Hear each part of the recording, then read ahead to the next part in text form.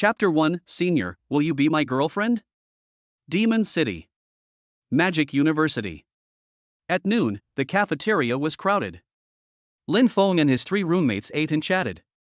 Among them, Xiao Ziyou and Lu Yan were like 2 radars. They were always looking around even during the meal. Needless to say, the 2 single women were looking around to see if there were any beautiful women. Suddenly, Xiao Ziyou patted Lin Fong. "Brother Fong, turn your head." "Not interested." Lin Fong shook his head helplessly, but the next second he felt like there was someone behind him. When Lin Fong turned his head and saw the person coming, a faint smile appeared on his face. "Senior? Have you eaten? If not, sit with Ziyou."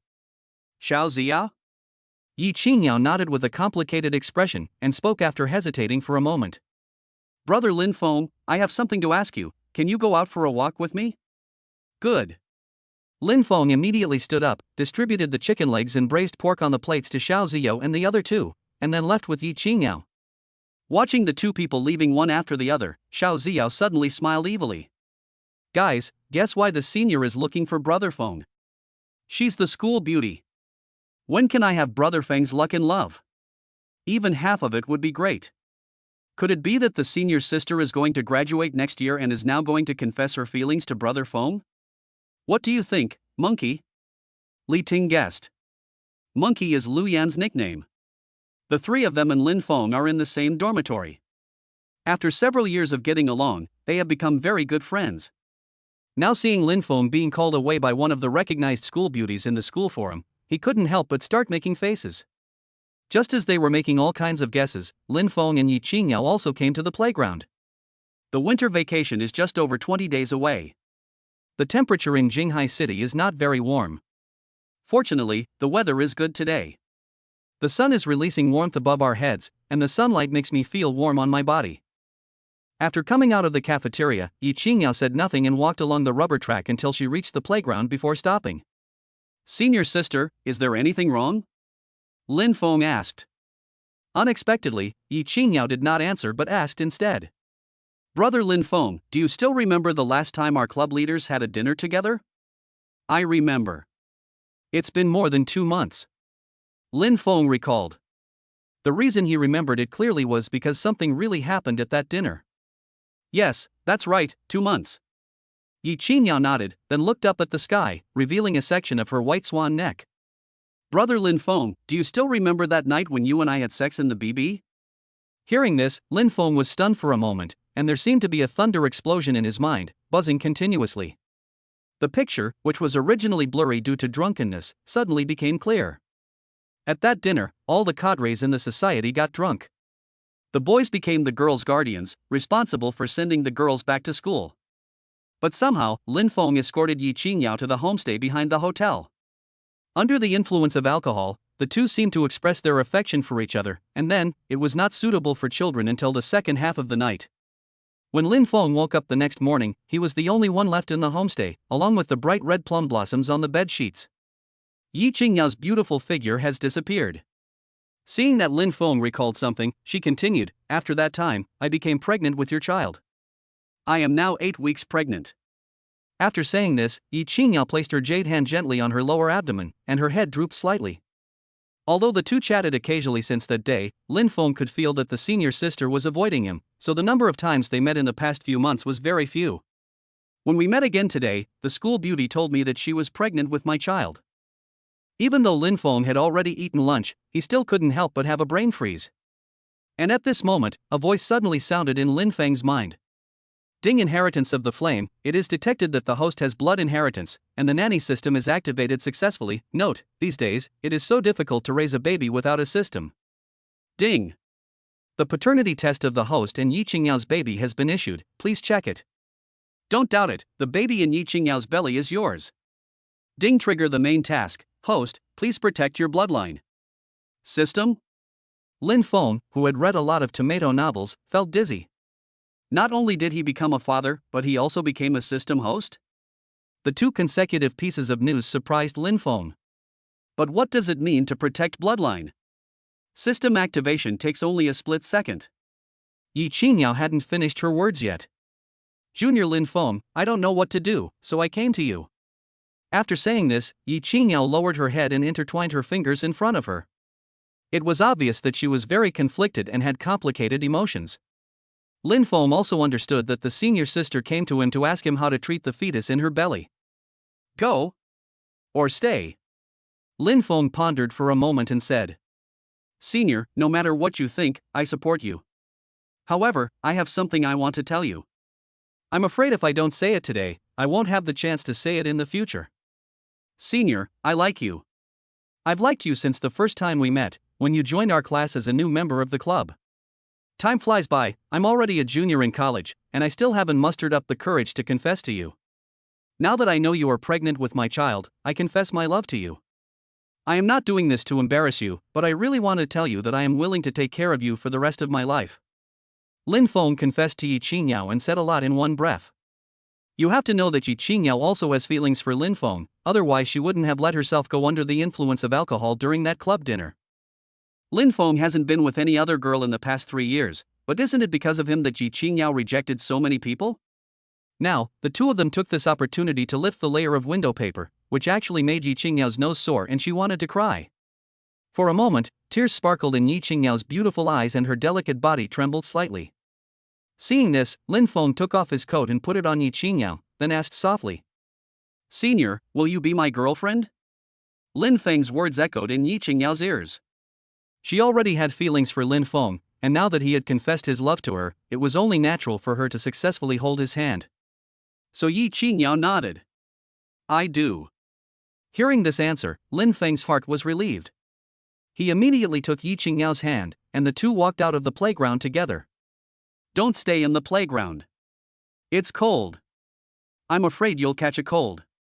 Yi Qingyao hummed softly, then followed Lin Fong out. She didn't know if she was cold or not, but her palms were sweating, which showed how restless she was inside. On the way, Lin Fong couldn't calm down for a long time. He had to become a dad before graduating from college. This experience was exciting. Soon, the two arrived at a public classroom. Apart from classes, few people come here. In addition, it was almost noon and everyone was busy eating lunch, so there was no one around. It's suitable for talking about romance, but not for saying love, let alone doing it. Chapter 2 Brother, please start a class. Can I pay double the 88 membership fee? Yao Yao. Lin Fong called out. When Yi Qingyao heard this name, her face turned slightly hot and she couldn't help thinking, if the name is changed, should I change it too? Well, Xiao Feng, you say. Lin Fong ignored what Yi Qingyao called him. The first thing to decide right now was the fetus in her belly. To be honest, Lin Fong didn't want Yi Qingyao to get rid of the child because the child was innocent. And it hurts your body. So, Lin Fong expressed his inner thoughts. Yao Yao, I want to keep the child, what do you think? Yeah, okay. Lin Fong was originally thinking about spending more time talking, but he never expected Yi Qingyao to agree directly. Yi Qingyao nodded and continued. The baby is not wrong. Besides, I'm your girlfriend now, so I'll listen to you and give birth to the baby.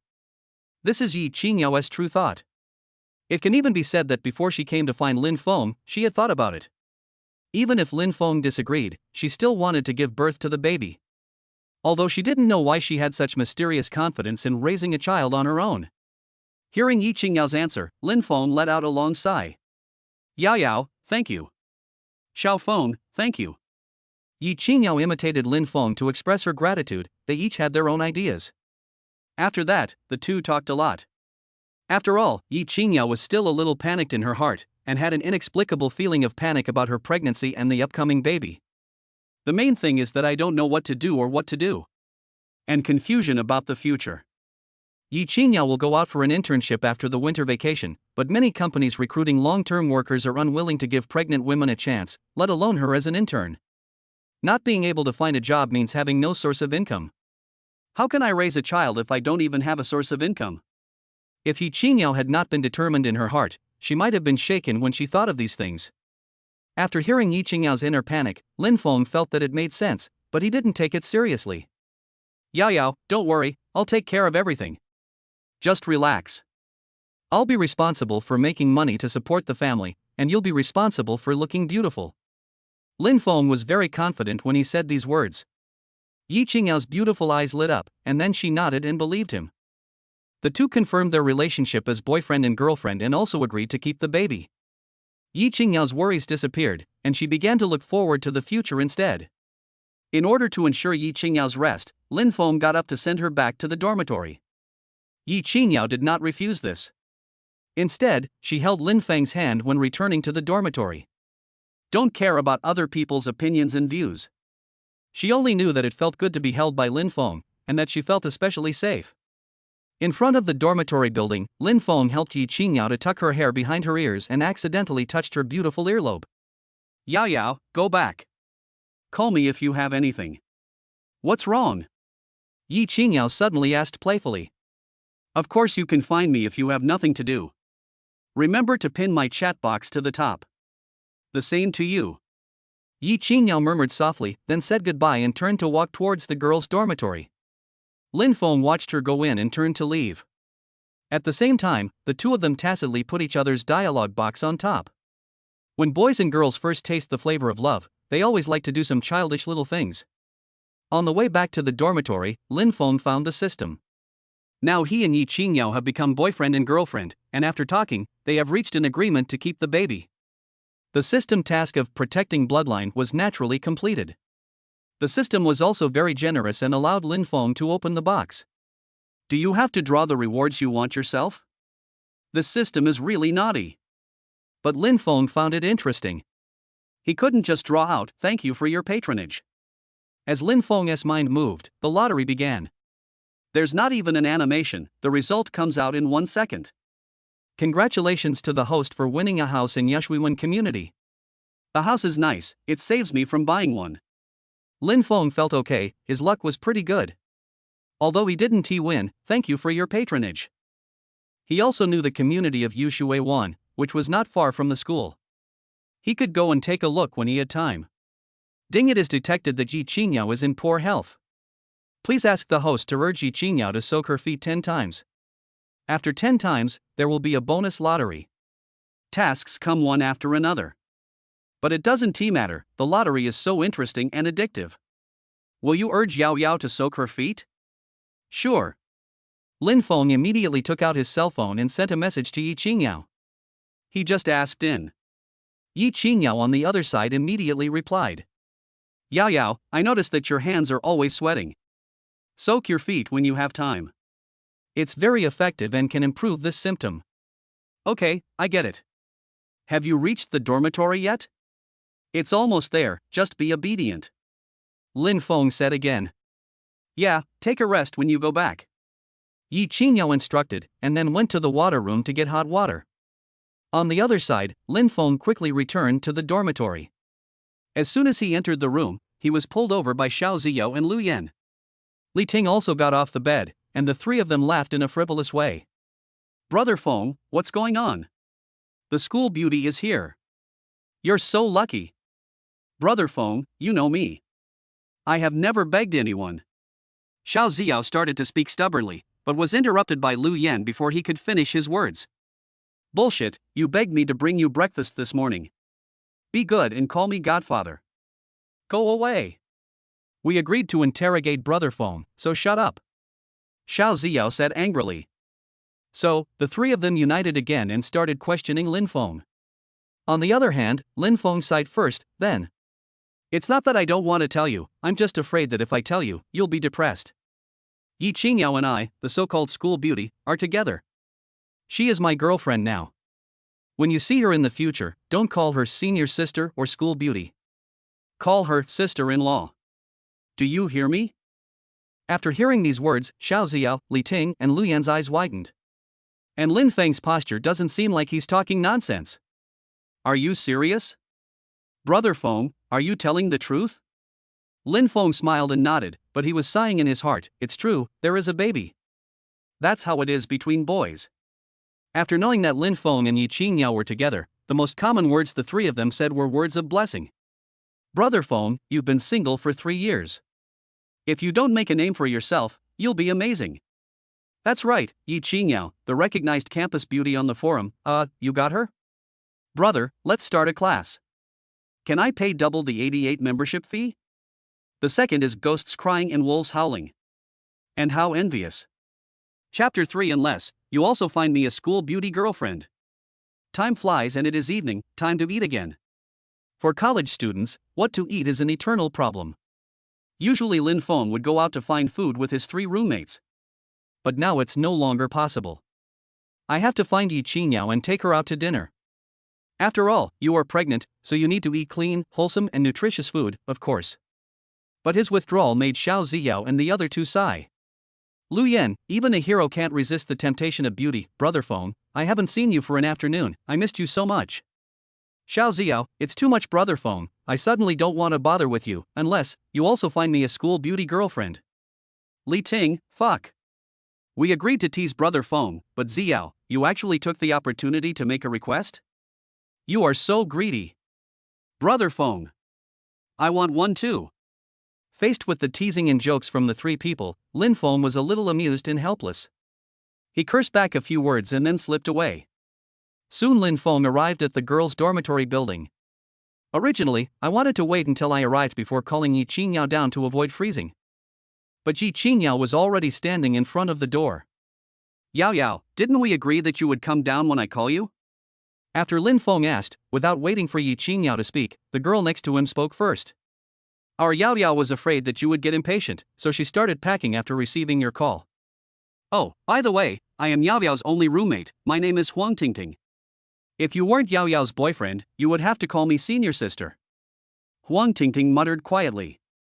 Okay, Yao Yao, I've delivered her to you safely. After you guys have dinner, you must send her back to me safely. I'm leaving now to go eat. After saying that, Huang Tingting was about to leave, but suddenly turned around and reminded again. That Lin Fong.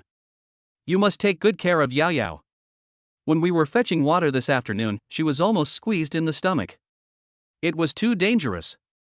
Remember. Watching Huang Tingting leave, Ying Yao began to defend herself. Xiao Feng, don't listen to Ting Ting, it's not as dangerous as she said. But no matter what Ying Yao said, Lin Feng's frown did not relax. After pondering for a moment, Lin Fong suddenly said, Yao Yao, why don't we move out? That way it will be more convenient for me to take care of you, and you don't have to squeeze with others in the dormitory to get water. Lin Fong said this after careful consideration. Firstly, he has a house not far from the school, making it convenient for him to commute. Secondly, I was really worried about Ying Yao's health.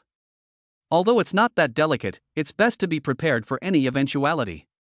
Ying Yao felt warm in her heart when she heard Lin Feng's caring words, but she still felt a little embarrassed to move out. Although I know very little about love affairs between men and women, I have inevitably heard of them. When I mention living out, I naturally think of men and women falling in love with each other, staying out all night. The more Ying Yao thought about it, the hotter her face became. But when he saw Lin Feng's furrowed brows and worried eyes, he couldn't bear to refuse. Xiao Feng, let me think about it again. Ying Yao said in a low voice. Okay, let's go eat first. Lin Fong nodded and agreed, without forcing anything, because if he put himself in his shoes, if he were a girl and a man said that to him, he would have slapped him in the face. Soon the 2 arrived at canteen number 2.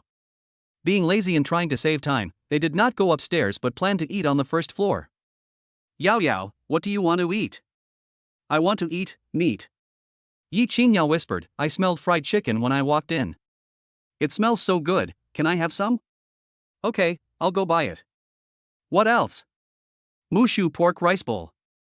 Okay, wait for me. Lin Fong wrote it down and went to buy food. Ying Yao sat in her seat and scrolled through her phone out of boredom, and then she would always subconsciously look for Lin Fong. Suddenly, the cell phone rang. It was Huang Tingting calling. Hey, Tingting, what's wrong? Yao Yao. Check the class group notification. We have to move out of the dormitory before the new year. Oh my gosh. I'm really impressed. Huang Tingting hung up the phone after she finished complaining. Ying Yao quickly opened the class group. Sure enough, I saw the notice issued by the counselor. The general content was the same as what Huang Tingting said, requiring all senior interns to move out before the new year. The reason was not stated, but everyone knew it well. After the seniors moved out, the room would be renovated next year, from a 4-person room to a 6-person room, and then given to the freshmen. Huang Tingting sent a WeChat message asking what to do. To be honest, Ying Yao didn't know either. Yao Yao, you can move out with your boyfriend. This way it will be more convenient for him to take care of you. It will be more and more inconvenient for you to move around. You can talk to him. If you are embarrassed, I will come to you and help you talk to him. Huang Tingting is Yi Qingyao's roommate and also her best friend. The two have lived in the same dormitory for nearly 4 years and have a very deep relationship. Otherwise, Yi Qingyao would not have told her the news of her pregnancy. Now that they are no longer allowed to live in the dormitory, the first person Huang Tingting thought of and the person she was most worried about was Yi Qingyao. Tingting, Xiaofeng just told me that I should move out. You don't have to worry about me. I'll talk to him, but what about you? What should I do? I'm fine. Anyway, I'm thinking of going out for an internship and looking for a job next year. I'll see where I end up working. At worst, I can just rent a house nearby. While the two were chatting, Lin Fong came back. I had a serving of fried chicken and a bowl of mushu pork rice. After seeing this, Yi Qingyao suddenly felt hungry and wanted to eat very much. You know, she rarely touched fried chicken nuggets before. Could it be because of her pregnancy? Lin Fong went out again and came back with a bowl of porridge and a rice bowl with shredded pork and fish flavor. Xiaofeng, do you also like to eat shredded pork with fish flavor? Yi Qingyao asked happily. But the answer I heard was, it's okay, but I remember you really like fish-flavored shredded pork, so I bought it and we can eat it together. After hearing this, Yi Qingyao was stunned for a moment, pursed her lips, and felt a little touched. Xiaofeng actually still remembered. Come, eat. Well, Xiaofeng, here are the chopsticks. Yi Qingyao broke open a pair of chopsticks and handed them to Lin Fong, then took another pair for herself. When eating, Lin Fong would pick out the meat and send it to Yi Qingyao, and Yi Qingyao would also feed him chicken nuggets. Soon the two of them were talking and laughing, getting along very well, just like a couple in love. Taking advantage of this warmth, Yi Qingyao suddenly said to Lin Fong, Xiaofeng, let's go out and look for a house tomorrow. Our counselor just sent out a notice. Yi Qingyao told Lin Fong about the senior intern moving away. After hearing this, Lin Fong complained about the school for a long time. Chapter 4 Your sister-in-law is pregnant. Yi Qingyao is very smart and speaks with reason and evidence. Xiaofeng, there are many interns in the senior year. They have all received notices to move out. I guess many of them will look for houses to rent. How about we go look for it after dinner? BBS are cheap, but the conditions are average. Those in residential areas are much more expensive. She thought very comprehensively, but now she was in a dilemma. Should she choose cost-effectiveness or comfort? After listening to Yi Qingyao's analysis, Lin Fong suddenly asked, Yao, do you know where Yushui Bay is? Yushui Bay? I know. It's not far from our school. Yi Qingyao said, I pass by it when I go shopping at Shimei Mall. Yes, that's it. As he spoke, Lin Fong took out a bunch of keys from his pocket. There was also an access card on the keychain, and the card read, Yushui Wan. Xiaofeng? I have a house in Yushui Bay, we can move there. Lin Fong said this lightly, but Yi Qingyao opened her beautiful eyes wide, feeling incredible. This is the Demon City. It is no exaggeration to say that every inch of land here is worth a lot of money. But Lin Fong actually has a house in this city where every inch of land is valuable? Let's just make do with this for now, and I'll get you a better one later. You still call this making do? Xiaofeng, you really surprise me. Yi Qingyao said this with a helpless smile, and was extremely shocked in her heart. Seeing this, Lin Fong couldn't help feeling a little proud. Nothing. There will be bread and milk later. Yi Qingyao smiled sweetly, and couldn't help but feel a little emotional. Before, she was still thinking about whether or not to move out, but now she was already discussing how to move. It's really unpredictable. After dinner, Lin Fong sent Yi Qingyao back to the dormitory. The weather now is really not suitable for hanging out outside. If it were summer, you could go to the playground and take a walk and have a bite. Lin Fong started packing after returning to the dormitory. When Xiao Ziyou and the other two came back, they were surprised to see Lin Fong packing things into the suitcase. Brother Fong, are you going to start your winter break early? We haven't even got the final exams yet. Bullshit. Brother Fong is going to move out and live with his sister-in-law? Wow. Brother, when will the class start? Teach me how to hook up with the school beauty. The three of them were joking with each other. While packing his luggage, Lin Fong briefly talked about the situation on Yi Qingyao's side. Oh, so it's the school that's being rude. But Brother Fong, you should thank the school for making you beautiful. Yeah, if the school hadn't issued the notice, I would have had to spend a lot of time and effort to talk. Lin Fong laughed. But his smile seemed to Xiao Ziyo and the other two to be showing off, flaunting, and boasting. Alright, stop making trouble. Tomorrow, the three of you will help me move some things. Your sister-in-law has difficulty moving. They can play and make noise, but when something happens, Xiao Ziyo and the other two can still be counted on. However, they caught the key point of Lin Feng's words. Sister-in-law is unable to move? Brother Fong, please explain in detail. Since he was asked, Lin Fong didn't plan to hide it. After all, he would know it sooner or later. Your sister-in-law is pregnant, so she has difficulty moving around. We moved out to make it easier to take care of her. What are you thinking? As soon as these words were spoken, Xiao Ziyo and the other two dispersed, and some sat on the chairs or lay on the beds. All three mouths showed no mercy. Fuck. Bastard. Fuck. Animal. Fuck. Big beast.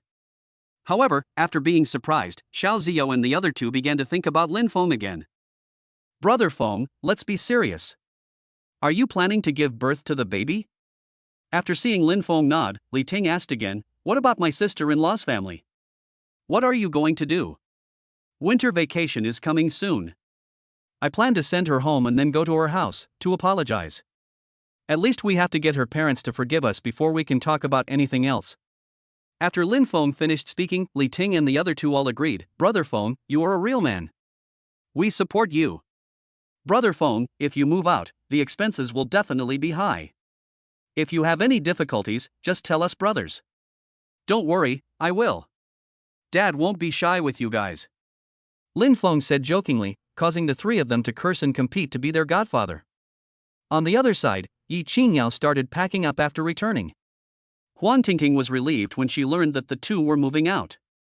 With her help, Ying Yao packed up everything quickly. It can only be said that the total amount was a little over 100 million. Don't worry, I'll take it downstairs tomorrow, and you'll buy me some milk tea. Huang Tingting patted her chest and said she was so enthusiastic that Ying Yao couldn't help but want to hug her. The next day came in a blink of an eye. Xiao Ziyo and the other two dragged Lin Fong to skip class. Originally, they were not in a hurry, but Xiao Ziyo and the other two wanted to finish moving quickly and go to the internet cafe earlier. So helping Lin Fong move became their reason for skipping classes. Lin Fong borrowed a pedal tricycle from the dormitory manager. Although it was tiring, with it he could pull all the things in one trip. Soon the four of them arrived in front of the girls' dormitory building. Two girls were already waiting by the roadside. Ying Yao was standing, and Huang Tingting was sitting on the suitcase, breathing heavily. Xiao Ziyo and the other two immediately became serious. After all, there was a senior schoolmate present. But this senior just wants to take a break at this moment. Lin Fong, I'll leave the moving to you. I'm so tired. Yao, I'm going back to the dormitory first. After saying that, Huang Tingting ran away. Upon seeing this, Xiao Ziyo and the other two immediately sighed and lamented, hey. Ying Yao looked at Xiao Ziyo and the other two who were working tirelessly to help move things, and immediately expressed her gratitude warmly. Thank you, three juniors. You're welcome, sister-in-law. The repeated call of sister-in-law made Ying Yao laugh and cry, but it was pretty good. After loading the luggage onto the bike, Lin Fong started pedaling, not very fast, so Ying Yao could keep up at a slow pace. With Ying Yao around, Xiao Ziyo and the other two became much more serious and quieter. But when they saw Ying Yao wiping Lin Feng's sweat, they scratched their heads again, because the three of them felt like they were tricked into being slaughtered. Fortunately, Yushui Bay is not far from the school, and it only takes more than 10 minutes to get there. Yushui 1, the community claims to be a high-end community, and it does look good from a distance. When you walk inside, you will see good greenery and the ground is clean enough, which is far superior to the old communities. Brother Fong, how much is it per month for you to rent a house here? It's not cheap, right? Once we are kicked out from school and have jobs, we can consider renting a house like this together and become neighbors with Brother Fong. Just as the three were waiting for the quote, Lin Fong suddenly grinned. I really don't know about that. Let me ask around. Chapter 5, Damn. Animal. Sometimes you even use my toilet paper. Don't know? Brother Fong, you dare to rent a house without even asking about the rent, be careful of getting ripped off. Xiao Ziao gave a friendly reminder. Lin Fong nodded and smiled, don't worry, I won't kill you. I bought it. Oh, that's good. Brother Fong. What did you say? Is this the house you bought? Xiao Ziao suddenly changed the topic and exclaimed in surprise. Not only him, Li Ting and Lu Yan also widened their eyes. Brother Fong, you are not a rich second generation, right? Fuck. Animal. Sometimes you even use my toilet paper. The three people following behind kept exclaiming in amazement. Lin Fong rode the tricycle and took Ying Yao inside until they came downstairs. Although Xiao Ziao and the other two were cursing. But when it comes to work, they are very dedicated and no one is accused of being lazy. Ying Yao had just picked up a bag when it was snatched away by Lin Fong the next second. In the end, she had to go upstairs empty-handed, and then he refused to let her come downstairs to help. It took the four of us 3 trips to move everything. Even though there was an elevator, I was still exhausted and out of breath by the end. Even though the weather has turned cooler, I was still sweating profusely in the end. After moving their things and returning upstairs, Xiao Ziao and the other two had time to take a look at Lin Feng's new house. 300 square meters, large flat, 2 elevators per household, no neighbors. Such a niche word. Brother Fong, sister-in-law, I don't know if I should say something, but since we have already helped you move your things, you two should leave the keys behind and leave my house. Brother Fong, you know I've studied feng shui since I was young. You should tie a divine beast to the entrance to suppress your luck. Do you think I can do it? I can tie it there just right. I'm hanging next to Lu Yan. Xiao Ziao followed up. Li Ting grinned and recommended himself. Brother Fong, I'll live in the nanny's room, and I'll be responsible for walking them every day. It must be said that the 3 brothers are all very talented. They talk one after another, and if you don't know them, you would think they are performing a skit. Ying Yao was amused and covered her mouth with her hands while laughing. Under the guidance of Lin Fong, Xiao Ziao and the other two took a rough tour and said goodbye and left after the tour. Brother Fong, we can help with moving things, but you and sister-in-law are the only ones who can help with the cleaning. We're leaving first. We're going to the internet cafe to play. Call me if you need anything. Seeing that he couldn't keep them, Lin Fong gave them a series of instructions as he sent the 3 people out. Come over for dinner tonight. It's my treat to celebrate your new home.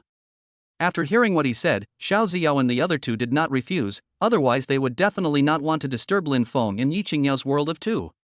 Lin Fong, who was a bit of a germaphobe, felt uncomfortable seeing big and small boxes placed everywhere, so he began to put their things in order. Seeing this, Ying Yao walked forward gently, holding the cardboard box and said, Xiao Fong, let me help you. After seeing this, Lin Fong quickly took the cardboard box from her hand and said softly, no, I can do it by myself. Afterwards, he helped Ying Yao sit on the sofa, then turned on the TV and found The Legend of Huan Huan, which was a favorite of girls. Wife, your job now is to sit here and watch TV. Leave the work to me. Hearing the name wife, Ying Yao was stunned at first, and her cheeks flushed instantly. The shyness was like clouds in the sky, spreading all the way to her ears. She lowered her eyes shyly, but the corners of her mouth couldn't help but rise slightly. Her heart seemed to be beating like a deer. She was shy yet filled with indescribable joy, so much so that she didn't hear what Lin Fong said afterwards. Seeing this, Lin Fong couldn't help but gently pinch her soft face, and asked with a bit of pampering and curiosity, did you hear what I just said? Ying Yao suddenly came back to her senses and refocused her gaze on Lin Feng's face, but she was still immersed in the sweetness brought by the word wife. She nodded gently, her voice as thin as a mosquito, oh. However, her mind was not on the TV series but on the word wife.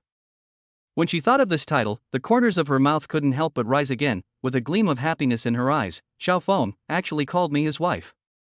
Soon, the house was cleaned up, and the originally deserted house became very warm. At the same time, a voice suddenly sounded in Lin Fong's mind. Ding! The system detected that the host has given Ying Yao and the baby in her belly a warm nest. System reward, God of Cookery. As soon as the system finished speaking, a vast amount of knowledge instantly flooded into Lin Feng's mind. The essence and cooking secrets of the 8 major cuisines surged in like a tide. The preparation methods and seasoning techniques of each dish appeared clearly in his mind, as if he was already a battle-hardened master chef who knew every cuisine like the back of his hand and could cook them with ease. No exaggeration, he can make flowers out of an ordinary piece of tofu. Lin Fong was very satisfied with the skill rewarded by the system, and he would show it off to his godsons tonight. After some simple repairs, Lin Fong and Ying Yao walked out of the house hand in hand. Looking at the big shopping mall in front of her, Ying Yao asked doubtfully, "What are we doing here?" Lin Fong smiled and said, "A new home, a new look. We need to buy all new daily necessities. We also need to buy bed sheets, quilt covers, kitchen utensils, and vegetables for cooking in the evening." Oh. Ying Yao nodded and said with a wry smile, "It seems that our procurement task is very heavy." Entering the supermarket, Lin Fong pushed a shopping cart and Ying Yao happily held his arm. The two of them talked and laughed along the way, just like a couple in love. Stepping into the vegetable area, Lin Fong said to Ying Yao in a soft voice, "Wife, what do you want to eat tonight? I'll make it for you." After hearing this, Ying Yao answered sensibly, "Your roommates are guests, so you should cook some dishes they like." Hearing this, Lin Fong shook his head gently, his smile full of pampering. "In my heart, you will always be the first, and they all have to stand behind." After hearing this, Ying Yao's eyes flashed with emotion. Lin Fong said jokingly, "As long as they have something to stutter, they are already satisfied." At this time, Ying Yao covered her mouth and smiled, and said virtuously, "Then you should also make a few dishes they like to eat as a reward for them." Lin Fong nodded and patted his wife's shoulder. "Don't worry, I'm sure they will be reluctant to leave after eating so much." He would wake up laughing in his dreams if he could marry such a sensible wife. Hearing this, Ying Yao felt relieved. She tilted her head and thought seriously, meat. I want to eat meat, especially the fragrant braised pork. Chapter 6 My sons, it's time to eat. After returning home after shopping, Ying Yao felt weak all over and her head was dizzy, perhaps because of the new life growing in her belly. Her eyes were blurry and her head was shaking. Finally, she couldn't resist the sleepiness and leaned on Lin Feng's shoulder. Ying Yao rubbed her little head against Lin Feng's shoulder and soon found the most comfortable support. Feeling the weight on her shoulder, Lin Fong turned his head and saw that her eyelashes were trembling slightly and a faint smile occasionally appeared at the corners of her mouth, as if she felt the taste of happiness in her dream. Seeing this, Lin Fong slightly turned sideways to allow Ying Yao to lean more comfortably. When they were almost home, Lin Fong gently shook Ying Yao's shoulders and said softly, "Wife, we're almost home, don't sleep, or you'll catch a cold when you get off the car." Ying Yao heard the call and opened her eyes drowsily, with a hint of sleepiness still in her eyes. When he saw the scene clearly, his eyes suddenly fixed on the obvious water stain on the shoulder of Lin Feng's clothes. Her face suddenly turned red, spreading all the way to her ears. She raised her hand in panic and wiped the corners of her mouth. Ying Yao's eyes dodged and she stammered, I'll go back and wash your clothes." After she finished speaking, she patted her head and said in a low voice, "Why did I fall asleep? How embarrassing." Lin Fong looked at his wife who was so shy that she didn't dare to look at him, and the smile on his face became even more intense. He gently pinched Ying Yao's nose and joked, "It's okay, I drool when I sleep, too. It's no big deal." Hearing Lin Feng's comfort, Ying Yao felt warm in her heart, but she was still thinking about going back to help him wash his clothes. After returning home, Lin Fong gently closed the door and his eyes fell tenderly on Ying Yao. She still looked a bit sleepy, and there was still some sleepiness in her eyes. Seeing this, Lin Fong said softly with concern, "Go to sleep for a while, I will take care of the rest." Ying Yao raised her head slightly, looked at Lin Fong, forced a smile at the corner of her mouth, and her voice was a little lazy and hoarse. "Well, I'll go to sleep first." "Honey, you've worked hard." After calling out husband gently, Ying Yao's cheeks were instantly flushed with two bright red clouds. Then, she turned around lightly like a deer, and with a hint of panic and shyness, she quickly ran towards the bedroom. Looking at his wife's fleeing back, Lin Feng's mouth corners unconsciously rose, his eyes full of pampering and smiles. Ying Yao fell asleep in bed after a while. Maybe it was because she was very sleepy during pregnancy. In the kitchen, Lin Fong was busy. Looking at the dishes in front of him, he instantly decided on today's menu in his mind. He prepared everything one by one. Of course, the first thing to do was to make the braised pork that Ying Yao wanted to eat. The meat must be stewed for a longer time so that it becomes soft, tasty, and not greasy. In the kitchen, Lin Fong tied on an apron, took a deep breath, and looked at the pile of purchased vegetables in front of him. Soon, I had planned the menu for tonight in my mind. Of course, the most important thing is the braised pork that Ying Yao has been longing to eat. Then, Lin Fong picked up the piece of fat and lean pork belly, and cut the selected pork belly into even-sized chunks. Next, he put the meat into cold water, added ginger slices, scallion segments and cooking wine, and boiled it over high heat to remove blood foam and impurities. After the meat was boiled, it was fished out and drained. Lin Fong evenly placed them in a casserole and added secret seasonings, light soy sauce, dark soy sauce, rock sugar, star anise, cinnamon, bay leaves. Then he poured in enough water to cover the meat, covered the pot, and simmered it over low heat. In the following time, Lin Fong began to cook other dishes, such as Beijing-style shredded pork with soy sauce, sweet and sour pork tenderloin, mushu pork, etc., which were all the favorites of his godsons. As time went by, one dish after another, delicious and fragrant, was served on the table. When he started to cook the last dish, Lin Fong took out his mobile phone, opened the chat box of Band of Brothers and sent a message. "My sons, it's time to eat." At the same time, in the internet cafe, Xiao Ziao, Li Ting and Lu Yan were operating the keyboard with their fingers flying. At this time, Xiao Ziao slammed the table excitedly and said, "Li Ting, you are a rookie. Don't use your ultimate move until the new year." After hearing this, Li Ting said in dissatisfaction, "How dare you criticize me? You just dodged the skill by flashing right in front of him. You're just trying to give him first blood." Neither of them was willing to give in. At this time, Lu Yan heard his cell phone ringing. He opened it and saw the message from Lin Fong. He quickly said to the two of them, "You two are both noobs, so don't say anything about each other." The silence between the two was deafening, because Lu Yan was telling the truth. Seeing that the two had stopped arguing, he continued, "Brother Fong just sent a message asking us to come over for dinner. Let's go." After hearing this, the three men walked out of the internet cafe. Even though they kept calling each other noobs while playing games, nothing happened when they came out. Maybe this is the friendship that only belongs to men. In the bedroom, Ying Yao vaguely smelled a rich and tempting meaty aroma in her sleep. The aroma penetrated into her nostrils and gently stimulated her olfactory nerves. Her nostrils twitched slightly and she slowly opened her eyes, with a hint of confusion in her eyes from just waking up. She rubbed her sleepy eyes, put on her slippers, and followed the smell to the kitchen.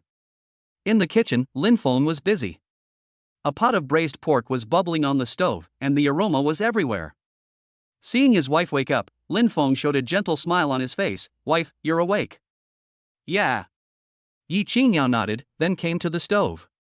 The surface of the braised pork in the pot is covered with a layer of crystal clear sauce, sparkling with a bright luster. Under the light, they look particularly attractive, with a deep red color that seems to absorb all eyes. As the heat increases, the sauce becomes richer and richer, and its aroma fills the entire kitchen, making people salivate. Just by looking at it, Ying Yao's mouth rippled unconsciously, making her swallow unconsciously. "Wow, husband, is this the braised pork you made? It smells so good." Lin Fong smiled slightly, then took out a small bowl, put a piece of braised pork in it and handed it to Ying Yao. "Wife, please try it," Lin Fong said expectantly. Ying Yao took the bowl, picked up a piece of braised pork with chopsticks, and took a light bite. In an instant, an expression of shock appeared on her face and her eyes widened. Ying Yao said in disbelief, "Wow, this braised pork is so delicious. Husband, I didn't expect you to be such a good cook." While she was praising, her mouth was always busy, mainly because the braised pork was so delicious. After hearing this, Lin Fong smiled modestly and said, "My cooking skills are just average." In fact, what he said was true. He could only make boiled instant noodles before. If it weren't for the system, he really couldn't make such delicious food.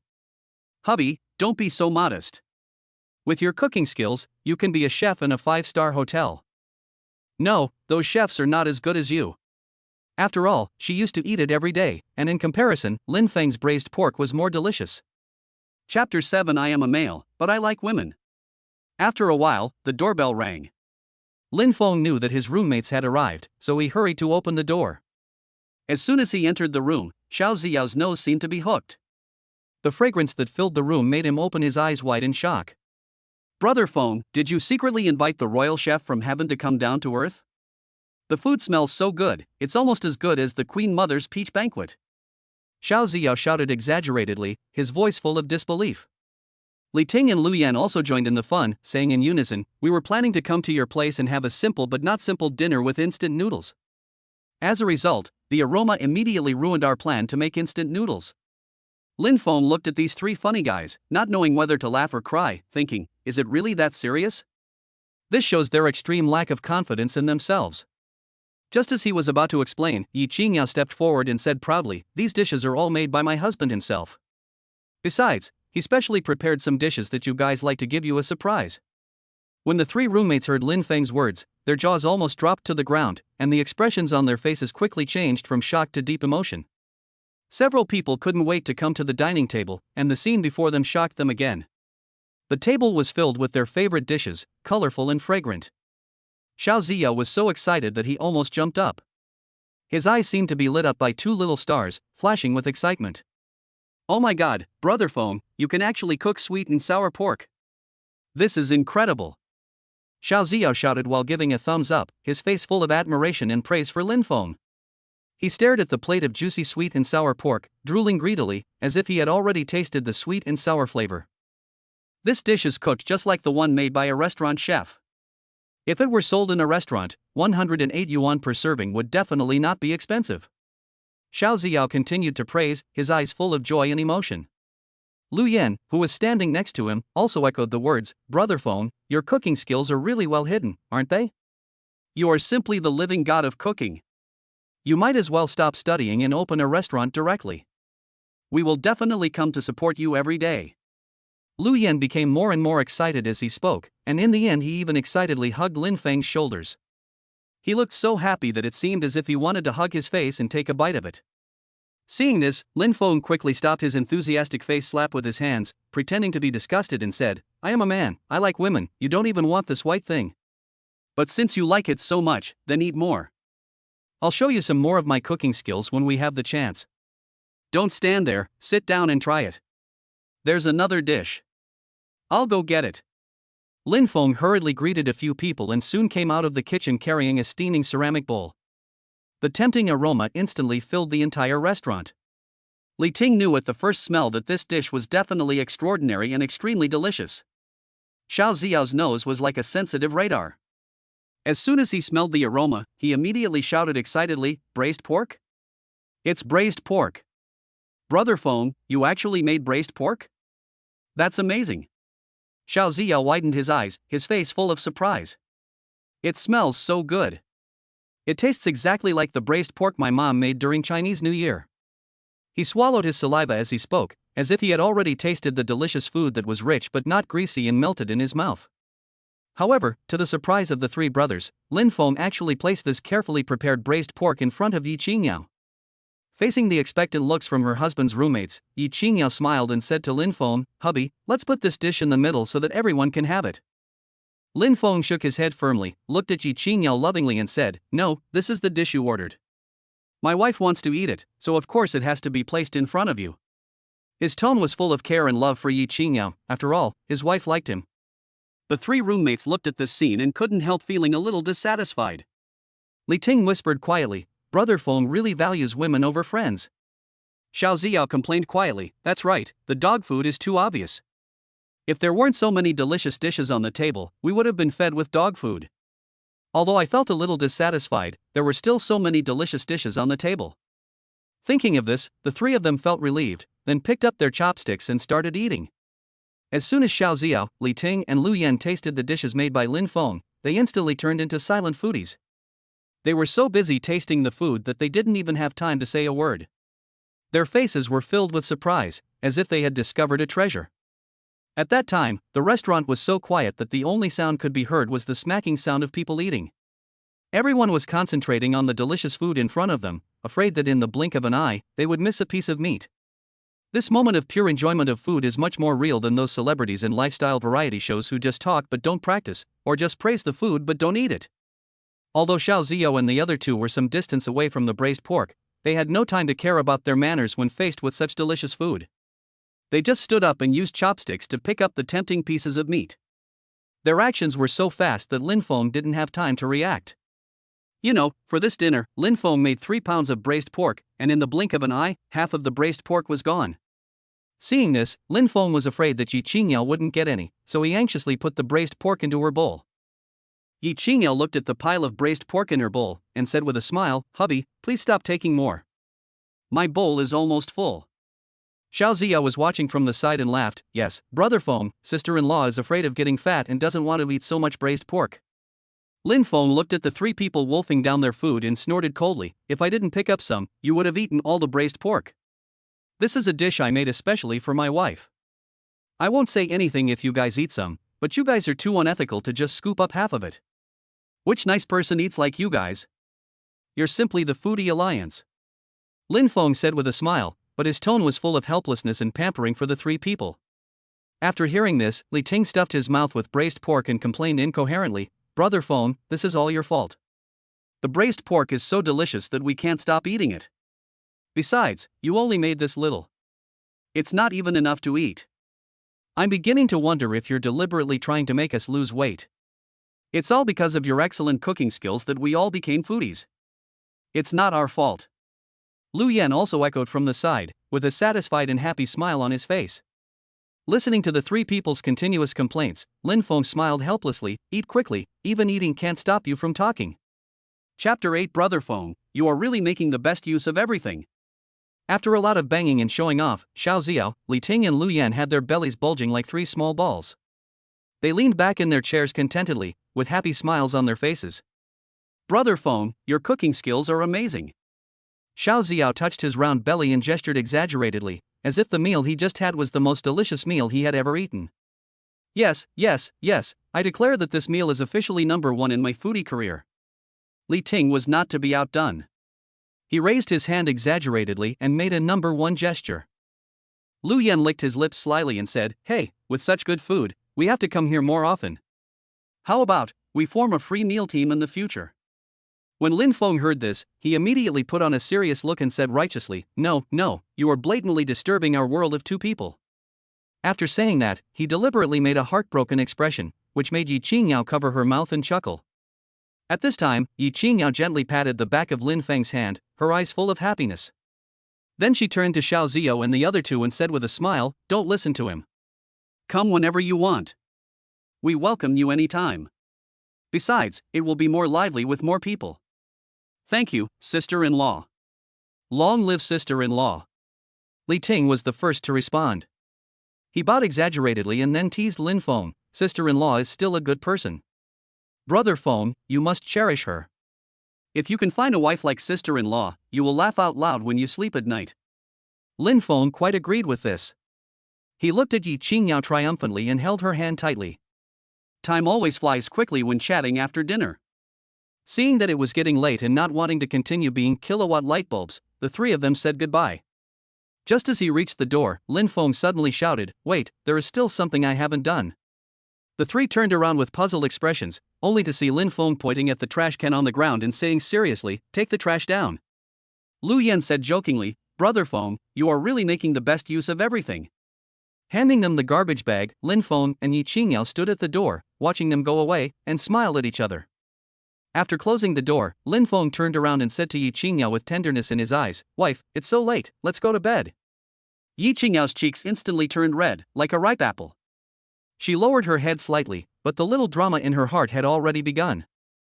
She imagined the scene of sleeping in the same bed with Lin Fong, and her heart was both shy and expectant, as if there were two little people fighting, one saying hurry up and agree to him and enjoy the sweetness with him, and the other saying no, you are not ready yet. That's too fast. I'm not ready yet. Ying Yao's voice was so quiet that a needle might fall to the ground. She lowered her head and tugged at the corner of her clothes, her heart beating like a deer. Seeing this, Lin Fong raised a gentle smile. He slowly approached Ying Yao and asked softly, "What's wrong, wife?"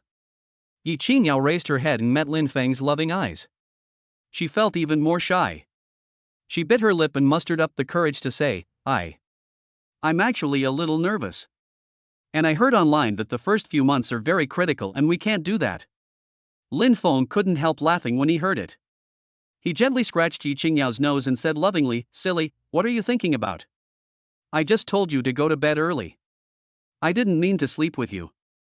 When Ying Yao heard this, she immediately breathed a sigh of relief. An expression of relief appeared on her face, but then she felt a little lost.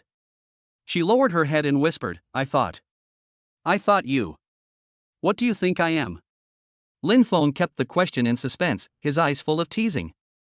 Ying Yao's face turned even redder, and she said embarrassedly, "I thought you wanted to do that with me." "Which one?" Lin Fong pretended to be confused, which made Ying Yao feel embarrassed and annoyed.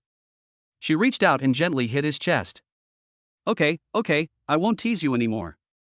Lin Fong held Yi Qingyao's hand and said gently, wife, you go to bed first. I'll clean up the table. Okay. Yi Qingyao nodded, then returned to the master bedroom. Before leaving, she glanced at Lin Fong. For some reason, she felt lost. In the early morning, just as the sky was turning pale, Lin Fong woke up from his sleep. Although he is a college student, he has a regular schedule and wakes up on time. He pushed open the door of the master bedroom and saw Yi Qingyao was still sleeping soundly, so he didn't disturb her. Afterwards, Lin Fong walked into the kitchen and looked at the ingredients in the refrigerator. He quickly thought of the menu for the morning. I saw him carefully selecting fresh pork and cabbage to prepare making xiaolong bao. He chopped the meat, seasoned it, and stuffed it skillfully, and soon the kitchen was filled with tempting aroma. The fragrance seemed to have magical power, penetrating the bedroom wall and quietly sneaking into Yi Qingyao's dream. Yi Qingyao seemed to smell a familiar and tempting fragrance in her sleep. She frowned slightly, and then gradually opened her eyes. When she smelled the aroma, she knew her husband was making something delicious again. Yi Qingyao rubbed her eyes and walked into the kitchen. Honey, what delicious food are you making? Why does it smell so good? It's xiaolong bao. Lin Fong turned around with a smile and said to Yi Qingyao, go wash up first. We can have dinner in 5 minutes. Yi Qingyao nodded, and when she came back, Lin Fong had already walked to the dining table with a plate of steaming dumplings. Yi Qingyao couldn't wait to sit down, picked up a steamed bun with chopsticks and took a bite. Wow, honey, this steamed dumpling smells so good and tastes so good. Yi Qingyao praised as she ate it, this taste is simply irresistible. Lin Fong looked at Yi Qingyao's satisfied expression and said with a smile, eat more if you like it. Upon hearing this, Yi Qingyao stopped eating with her chopsticks, looked up at Lin Fong, and couldn't help laughing. But, if I keep eating like this, what if I gain weight? Hearing this, Lin Feng's lips curled up gently. He reached out and gently stroked Yi Qingyao's soft hair, his eyes full of love. Don't worry, my wife, even if she gains weight, she is still beautiful, just like Yang Guifei, with a unique charm in her plumpness. Yi Qingyao's cheeks instantly turned red when she heard this. She lowered her head shyly, with a hint of shyness in her voice, hubby, you just like to tease me, annoying. Seeing this, Lin Fong held his head high and said, this is from the bottom of my heart, please understand, my wife.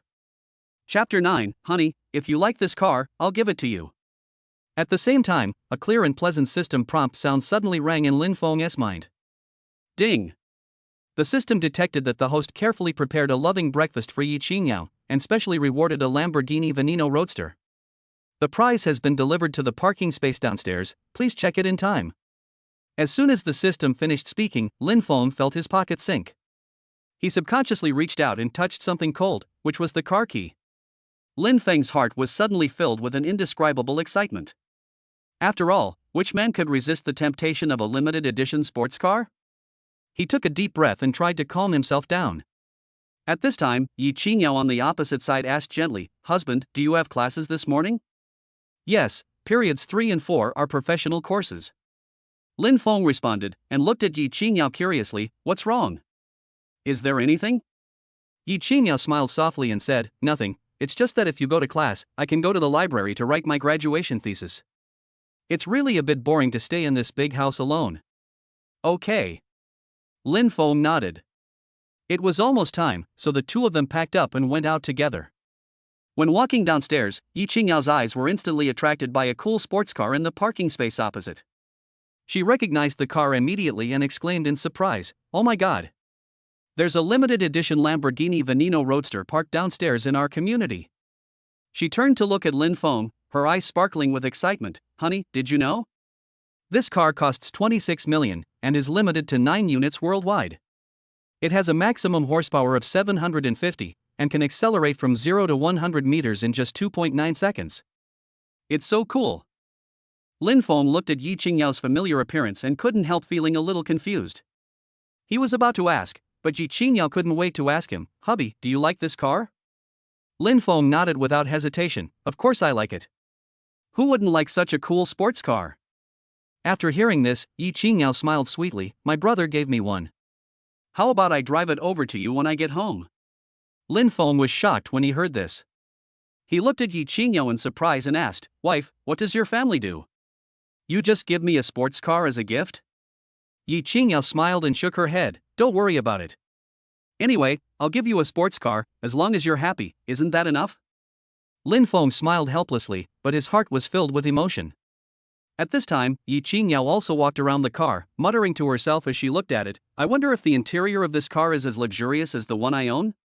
Lin Fong looked at Yi Qingyao with a smile and said, Go in and take a look and you'll know. As he spoke, he took out the car key and gently pressed the unlock button. With a crisp sound, the door of the sports car slowly opened.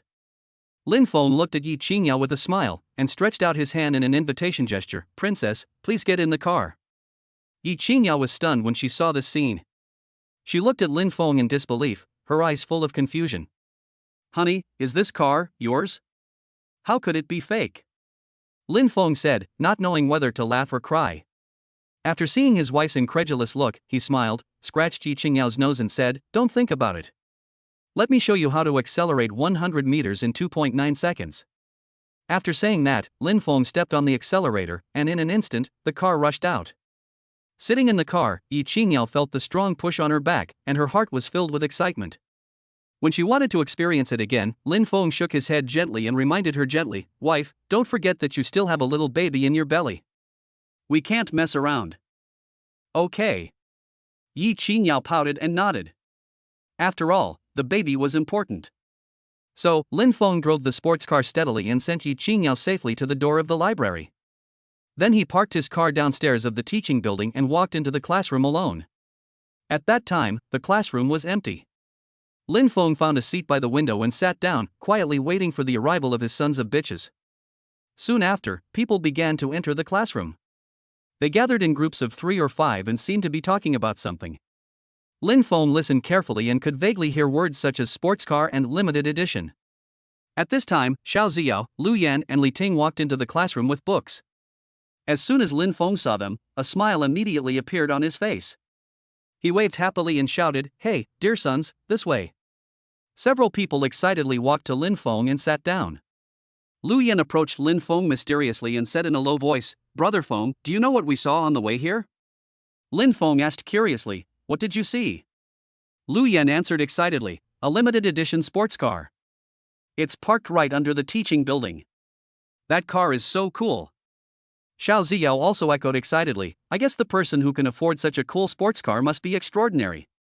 If I knew who it was, I would definitely go and hug his thighs. At this time, Li Ting had an idea and said with a smile, How about we stay by the luxury car after class, and when we see the owner unlock the car, we can go up and try to get close to him. What if she helps us get rich? Then we brothers won't have to worry about her anymore. After hearing this, Xiao Ziao nodded excitedly, Hey, I think it's okay. But, Li Ting, are you sure that if you want to be with a rich woman, someone will be interested in your looks? Who are you looking down on? Li Ting rolled his eyes. He was quite confident about his appearance, which was better than Lu Tianwang and more handsome than Zhang Shuiao. Lin Fong listened to the conversation between several people and laughed in his heart. He patted his brothers on the shoulders and said, Come on, stop envying others. Maybe one day, you will be able to drive your own sports car. Hearing this, Lu Yan's eyes flashed with anticipation, but then he shook his head and said with a wry smile, Brother Fong, please stop teasing me. I am lucky to have a means of transportation in my life. How can I dare to hope for a sports car? Li Ting also echoed, That's right, I will be satisfied if I have a Xiaomi SU7 in my life. His family conditions are rather special. He grew up in a single-parent family and it was very difficult for his mother to raise him. Not to mention a car, even marrying a wife is a luxury. The bride price is often hundreds of thousands or even 300,000 yuan, and the wife also requires a car, a house, and savings. It is simply impossible to afford it. When Xiao Ziao heard Li Ting's words, a smug smile appeared on his face, and he said in a mean way, Hey, stop whining here, both of you. My dad said that when I graduate from college, he'll buy me a sports car. It'll probably be around 1,000,000 yuan. But if it's more, he won't buy it for me. After hearing this, Li Ting and Lu Yan smiled at each other, then cursed with a smile, You are such a dog. You have such a good father, but you are still crying poor to us. Brute. Chapter 10 Hey, you guys are blocking my way. When the bell rang for the end of get out of class, Li Ting couldn't wait to grab Xiao Ziao and 2 other roommates, and rushed out of the classroom like wild horses, heading straight to the downstairs of the teaching building. What kind of boss do you think would drive a sports car like this? Li Ting ran and panted, his eyes gleaming with excitement. Who cares who he is? At least we have broadened our horizons today. Xiao Ziao echoed, his face full of curiosity about the unknown.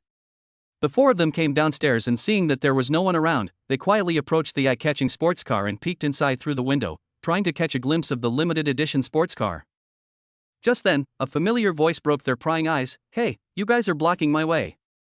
Lin Fong held several people's shoulders, with a playful smile on his face, and walked towards them step by step. Then he unlocked the car in front of several people and got in. Brother Fong? Is this your car? Li Ting asked in disbelief with his eyes wide open. What else? Who do you think it belongs to? Lin Fong asked with a smile, a hint of cunning in his eyes. Xiao Ziao, Li Ting, and Lu Yan looked at each other, feeling shocked and a little annoyed at being teased. It turned out that the car owner they had always been curious about was actually their good brother. You are so good, Lin Fong. You hit it well enough. You are making fun of us. Lu Yan pretended to be angry and patted Lin Feng's shoulder, but the smile in his eyes could not be hidden. Don't be angry, brothers. Next time, I'll take you for a ride and let you experience the speed and passion. Lin Fong patted his chest and promised solemnly. Keep your word. We're waiting. Li Ting was afraid that Lin Fong would go back on his word, so he quickly agreed. Lin Fong smiled and nodded, then rolled up the car window and started the engine. Through the car window, he shouted to several people, I have to go pick up my wife. I'm leaving first. Okay, go ahead. We won't be the light bulbs anymore. Xiao Ziao and others smiled and waved goodbye. After Lin Fong drove away, his three roommates looked at the cool back of the sports car with great envy. Brother Fong hit it really well. If it weren't for his wife and kids, we wouldn't know he could afford such an expensive sports car. Li Ting was the first to break the silence, his tone full of surprise. Yes, he is really a hidden talent. We are so close to him every day. Xiao Ziao also sighed, with envy and a hint of disbelief in his eyes. Sure enough, comparing yourself with others will only make you angry, the three of them sighed, then left with a smile. If they didn't leave now, they would not be able to eat their shit until it's hot. At that time, Ying Yao walked out of the library with a stack of books in her hands. Lin Fong was driving and waiting, but there were a lot of people surrounding the car. All of them were taking pictures of the sports car with their mobile phones. Wow, this sports car is so cool. I wonder which rich guy owns it. A student took out his cell phone and excitedly took pictures of the sports car. Yeah, it would be great if I could drive a car like this, another student said enviously. At this time, when Lin Fong saw Ying Yao coming out, his eyes suddenly lit up and he hurriedly got out of the car. He walked to Ying Yao in a few steps and extended his hand like a gentleman. Wife, give me the book. Ying Yao smiled slightly, handed the book over, then naturally took Lin Feng's arm, and the two walked towards the sports car together. When the students saw this, they looked at him in surprise and started talking about it. Oh my god, isn't this the cool school beauty Ying Yao? She's actually got a boyfriend. Who on earth is this man? How could he conquer our school beauty? The two got into the sports car, Lin Fong started the engine, and drove away from the crowd. Shortly after the two left, the school forum exploded. The aloof school beauty is suspected to be in a relationship. Who on earth is this man and how could he win the heart of the school beauty? A Lamborghini sports car appeared at Magic City University. It seems that the heir of the consortium is studying at our school. The discussion in the forum was very lively, and at this time the two culprits were still discussing food. It is really easy to become sleepy during pregnancy. Right after eating, Ying Yao felt so sleepy that she fell asleep while lying on the bed. 2 hours later, when Ying Yao had just woken up and was still immersed in the afterglow of her dream, her cell phone suddenly rang. Hello, who are you? Ying Yao's voice was lazily voiced as if she had just woken up. Hello, Ms. Yi, this is the Mo City Maternal and Child Health Hospital. It's time for you to have a pregnancy checkup. The gentle and professional voice of a nurse came from the other end of the phone. Ying Yao heard this, a hint of surprise flashed in her eyes, and then she regained her composure. Okay, can I go there tomorrow? Tomorrow is fine. Please be sure to arrive at the hospital before 9 o'clock and remember to come on an empty stomach because a series of tests will be required. The nurse reminded carefully. I understand, thank you. Ying Yao hung up the phone, the corners of her mouth rose unconsciously, her heart full of anticipation for a new life. At this time, Lin Fong heard the conversation in the house and rushed over from the study room anxiously, asking with concern, "Wife, what happened? Are you feeling unwell?" Yi Qingya shook her head gently, with a happy smile on her face. "It's okay, it's a good thing. The hospital called and informed us to go for a prenatal checkup tomorrow." Lin Feng's eyes lit up when he heard this, and he was instantly filled with joy. "Really? That's great." He excitedly held Yi Qingyao's hand, as if he could feel the joy and responsibility of becoming a parent. Yi Qingyao leaned lightly on Lin Feng's shoulder, and they smiled at each other. There was no need for words, as they knew each other's feelings. "Wife, I'll go with you tomorrow," Lin Fong promised gently. "Well, with you by my side, I'm not afraid of anything," Yi Qingyao responded softly.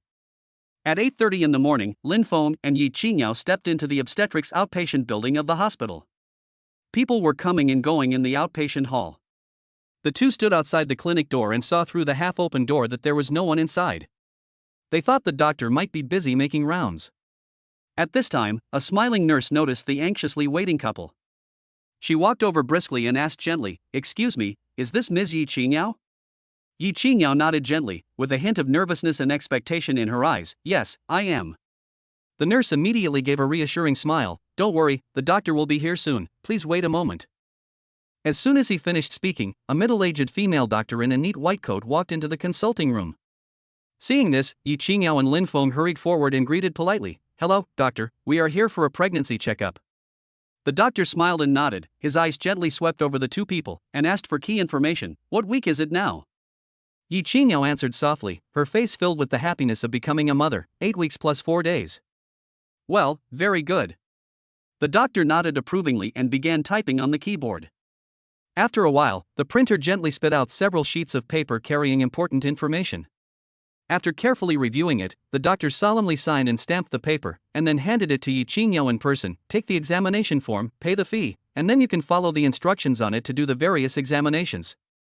Yi Qingyao took the checkup form, and a warm feeling surged in her heart. She and Lin Fong smiled at each other, their eyes full of gratitude. "Okay, thank you doctor, it's really troublesome for you." Chapter 11. Congratulations, you are pregnant with twins. After paying the fee, Lin Fong brought Yi Qingyao to the blood drawing area. Sitting on the bench, I watched the nurse tear open the package and a thin needle and tube fell out. After seeing this, Yi Qingyao couldn't help but frown, closed her eyes, and turned her head to the other side. She really didn't dare to watch the process of herself getting the injection. Lin Fong saw it with his own eyes and felt pain in his heart.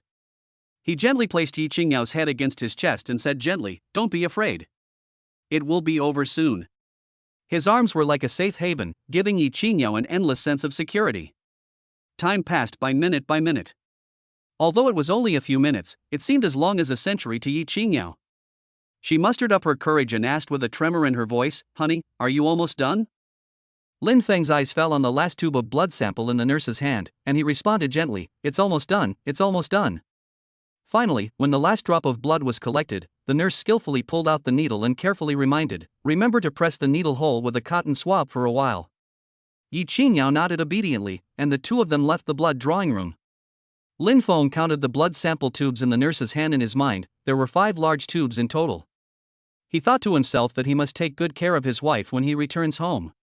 Afterwards, the two sat side by side on the public seat in the aisle, quietly waiting for their number to be called for the B ultrasound examination. Soon, the nurse's voice sounded in the corridor, calling clearly, "Yi Qingyao, it's your turn."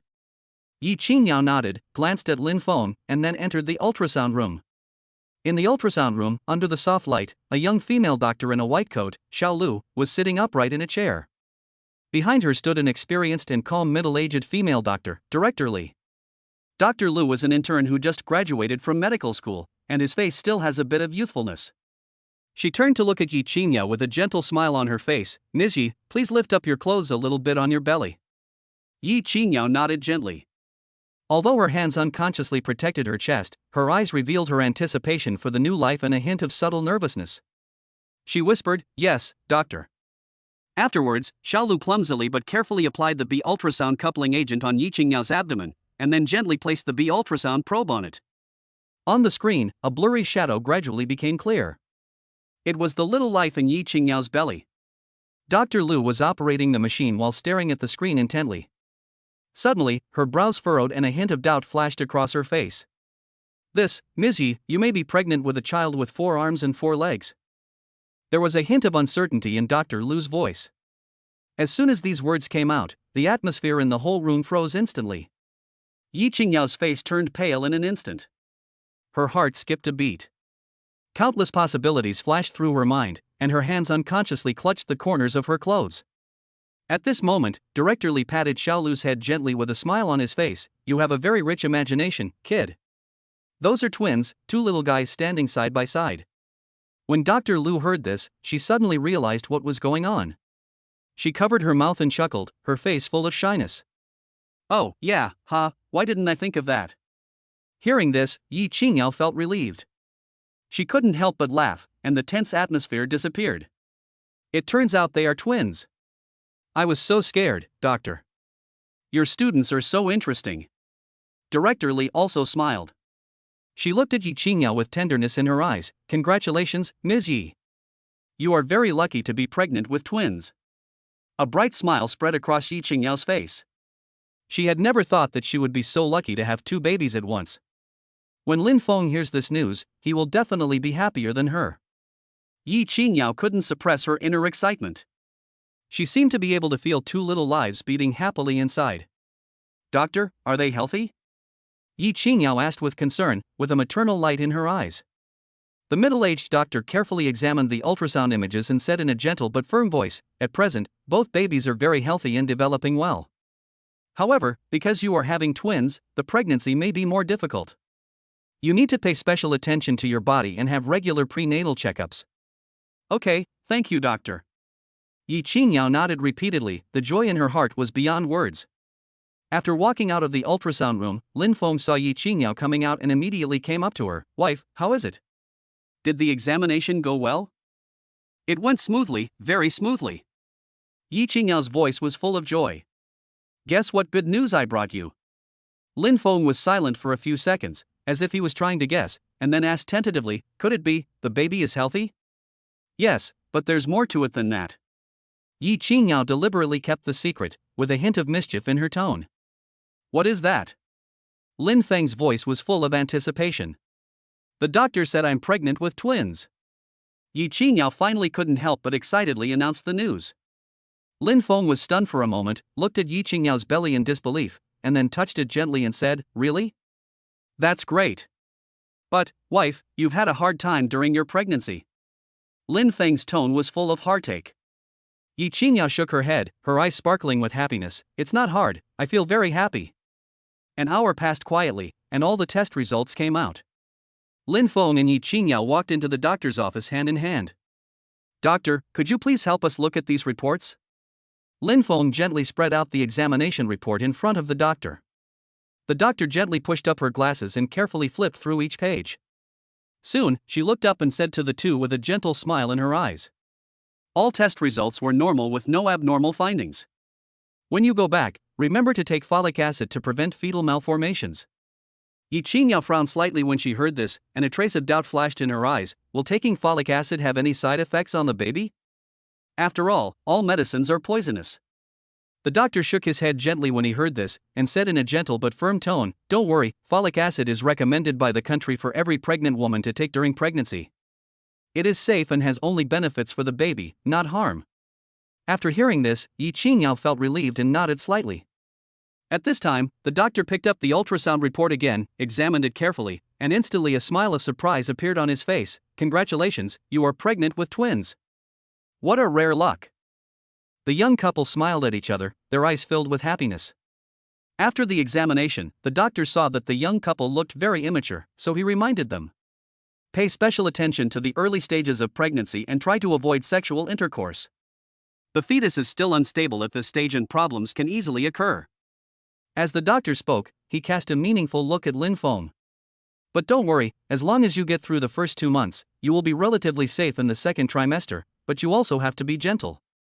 When Yi Qingyao heard these words, her cheeks instantly turned red, and she was as shy as a newly blossoming peach blossom. She thanked him in a whisper, okay, we'll remember that. Thank you so much, doctor. Chapter 12 Husband, I feel like I can eat 2 bowls of rice. After leaving the hospital, the two walked straight to a nearby pharmacy. After entering the door, a middle-aged woman in a white coat came over and asked with a smile. "Hello, both of you, what medicine do you need?"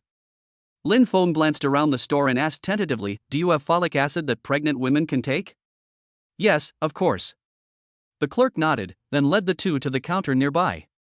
Seeing that the two were very young, the eldest sister took the initiative to recommend a folic acid product with a high cost effectiveness. "This model sells very well. Many pregnant women buy it. It's also not expensive, just over $100.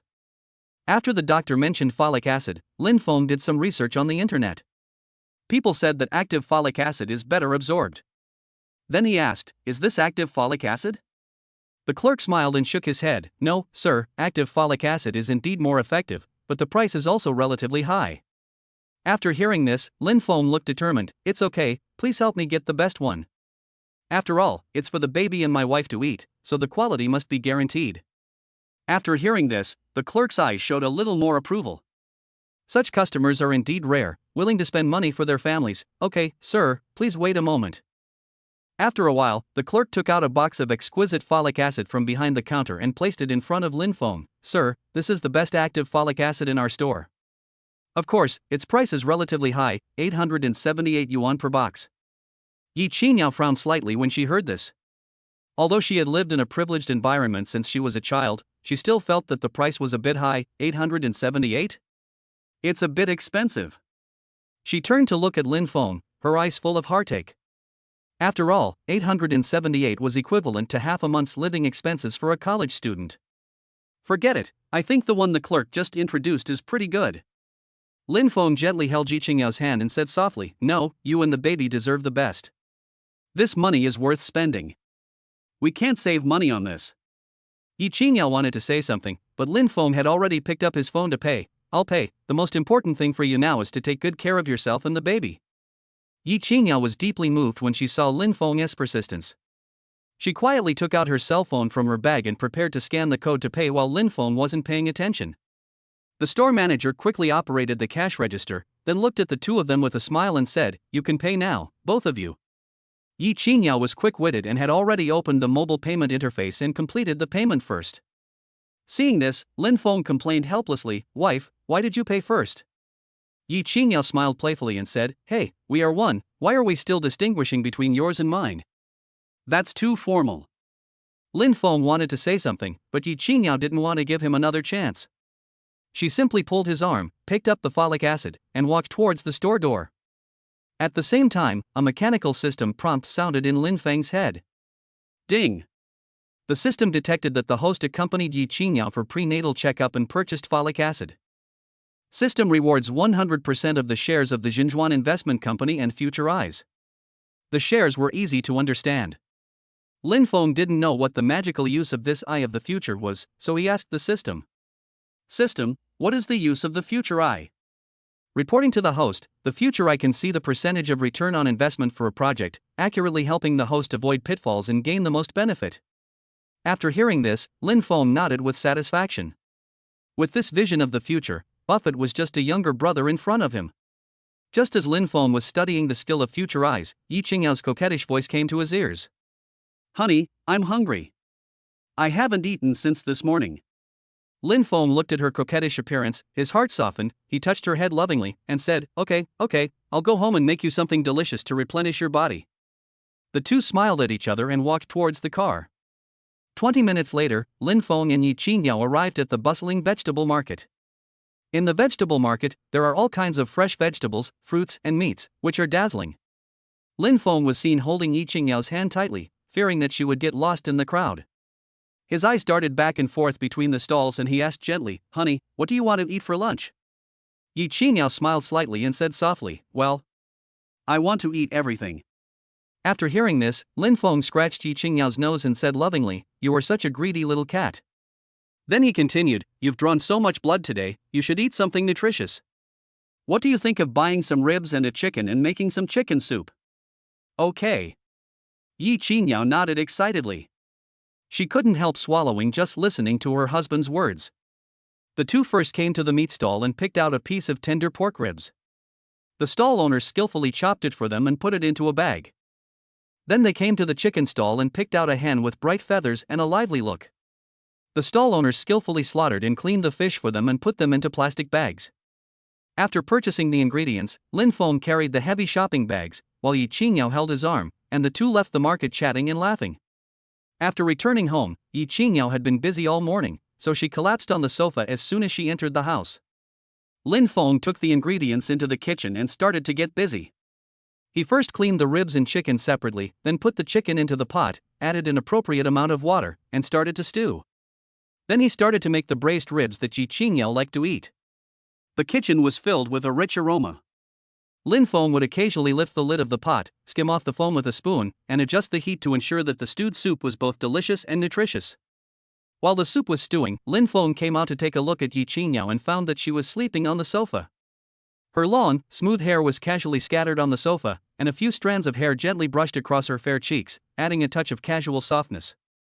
Seeing this, Lin Fong considerately took a blanket and covered her with it.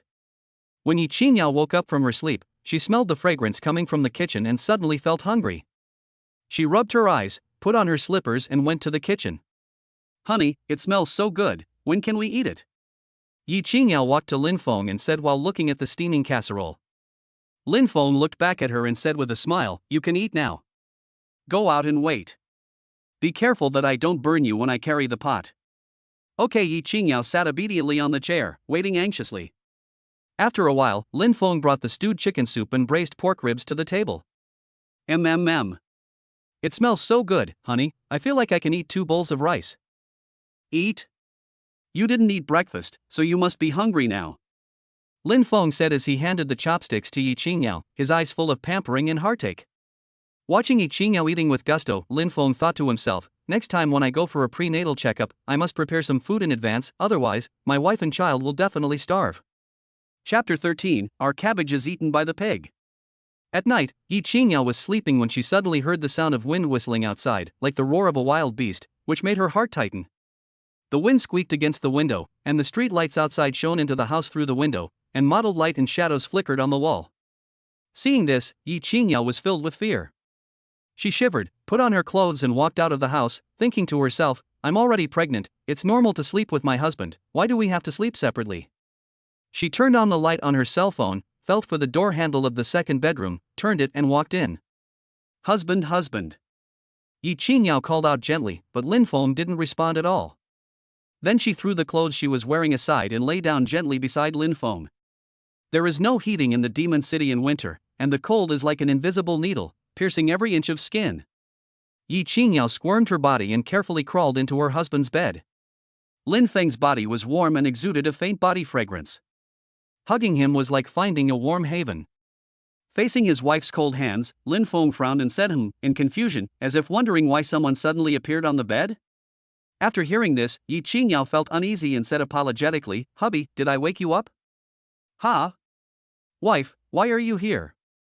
Hearing Ying Yao's voice, Lin Fong turned around, with a hint of surprise and tenderness in his voice. Ying Yao looked at him and said with a face full of grievance, "The wind outside was too strong. It hit the window and woke me up. I was a little scared to sleep alone." After she finished speaking, her eyes couldn't help but turn slightly red. Seeing this, Lin Fong patted her back gently and comforted her softly, "It's okay, I'm here, go to sleep." "Yeah." Ying Yao nodded, feeling warm in her heart. Soon, she fell asleep in Lin Feng's arms. She had to say, it was very warm and safe to be hugged by her husband. In the morning, the quiet atmosphere was broken when a cell phone rang on the bedside table. Ying Yao frowned and yawned. She was too sleepy to open her eyes. Then, she murmured, "Honey, the phone is ringing. Hurry up and answer it." Lin Fong was on the verge of falling asleep when he was disturbed by the sudden ringing. There was a hint of impatience in his voice. "Oh." Lin Fong fumbled for his phone in a daze. After getting it, he closed his eyes and frowned and said, "Hello." On the other end of the line, a female voice with a slightly hurried and nervous tone suddenly raised the volume a bit and asked, "Who are you?" "This is my daughter's phone." "Why is it a man's voice?" The woman complained in her heart. She was full of doubts and uneasiness, as if she had a premonition of something unusual. Hearing this, Lin Fong opened his eyes instantly. When he saw the pink phone case, he suddenly realized that he was answering a call from his wife. He was startled and looked at the screen quickly, only to see the 4 big words mother written on it. He was stunned for a moment, and quickly covered his phone and gently shook Ying Yao, who was sleeping beside him. "Wife, wake up quickly. It's your mother calling." There was a hint of panic and nervousness in Lin Feng's voice. "What?" Ying Yao was so frightened when she heard the news that she immediately sat up from the bed, her face turning pale in an instant. "It's over, the secret can no longer be kept." She complained in her heart, her face full of reluctance, but she still took the phone and tried to force a flattering smile. "Hello, Mom, my roommate just answered the phone." She might not have heard it clearly and just answered it casually. Ying Yao tried to hide her inner panic with a relaxed tone. "What do you want to talk to me about?" She changed the subject, trying to divert her mother's attention away from the previous question. However, the woman was obviously not so easily fooled. "Don't try to change the subject. I just heard a man's voice clearly. It couldn't be your roommate's voice. Yao Yao, tell Mom the truth, are you in love?" The woman's tone was mixed with seriousness and undisguised expectation. It was obvious that she attached great importance to the answer to this question. "Well, is it that obvious?" Ying Yao muttered in confusion. After hearing this, the woman replied unhappily, "Of course it's obvious. How could there be a man's voice in the girls' dormitory?" The woman thought as she spoke, and suddenly realized a crucial question. "Yao Yao, where are you now? Are you outside? You didn't spend the night out with your boyfriend, did you?" The woman's tone contained a hint of worry and anxiety that was hard to conceal. "Mom has to remind you that girls must be reserved, otherwise men may not cherish you after getting you." After hearing this, Ying Yao's face instantly became embarrassed and her heart was in turmoil. If my mother knew that I not only had an intimate relationship with the other person, but also got pregnant, her heart would definitely not be able to bear it. "Mom, the signal here is not good, and I can't hear clearly. I'll hang up first." Ying Yao found a lame excuse and hung up the phone in a hurry. Listening to the beeping sound of the phone, Su Wanjin sighed and complained, "This kid hangs up so quickly." Alas! It's true that girls can't be kept at home when they grow up. Su Wanjin's words were full of helplessness and reluctance. At that time, Yi Baoshan came over and heard his wife sighing. His eyes were instantly filled with concern and he quickly asked, "What's wrong? Why do you look so sad?" Seeing this, Su Wanjin sighed and said, "Our cabbage has been eaten by a pig." "What?" After hearing this, Yi Baoshan crumpled the newspaper in his hand into a ball. He held the newspaper tightly, as if he wanted to crush the pig that stole the cabbage to pieces. That was his precious daughter whom he held in his hands for fear that she would melt, and held in his mouth for fear that she would melt. "Did your daughter tell you?" Yi Baoshan's voice was low and powerful, full of questioning. Su Wanjin shook her head and said, "I just found out while I was on the phone." She deliberately concealed the fact that her daughter spent the night with someone else, because she knew very well that if Yi Baoshan, a daughter-doting man, knew about it, he would be furious. Yi Baoshan paced back and forth in the living room angrily, his anger and worry expressed in every step. He asked questions like a machine gun. "What's the man's name? Where is he from? How many brothers does he have?" Before I could ask clearly, your precious daughter hung up the phone. Su Wanjin said helplessly.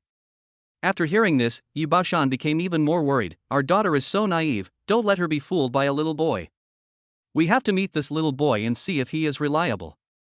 Yi Baoshan's voice was filled with unquestionable firmness. "Yeah, that's right."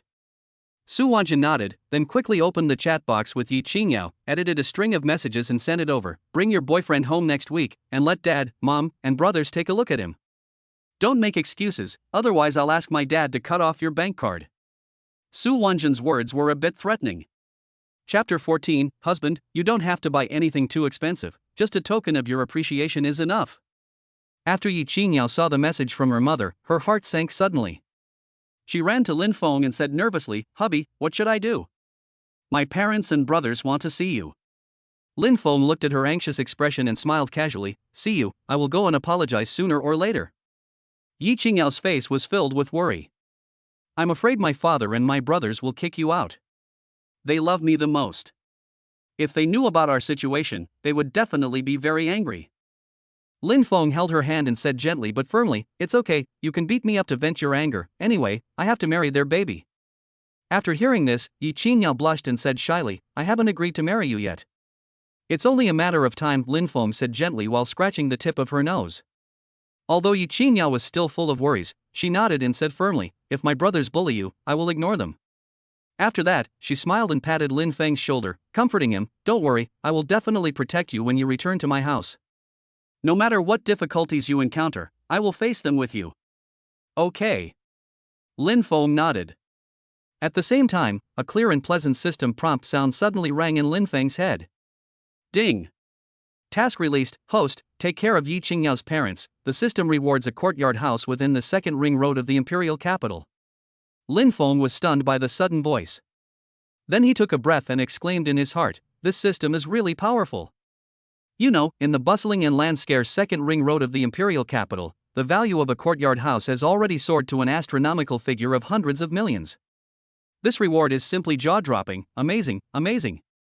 However, for Lin Fong, although this reward is tempting, it is not all he pursues. Therefore, even if it is not for the priceless courtyard house, Lin Fong will definitely go all out to win over his future father-in-law and mother-in-law. As the saying goes, knowing yourself and your enemy will ensure victory in every battle. In order to better deal with his future father-in-law and mother-in-law, Lin Fong decided to first ask Yi Qingyao about her parents' situation. Then, he asked gently, "Wife, what do your parents like?"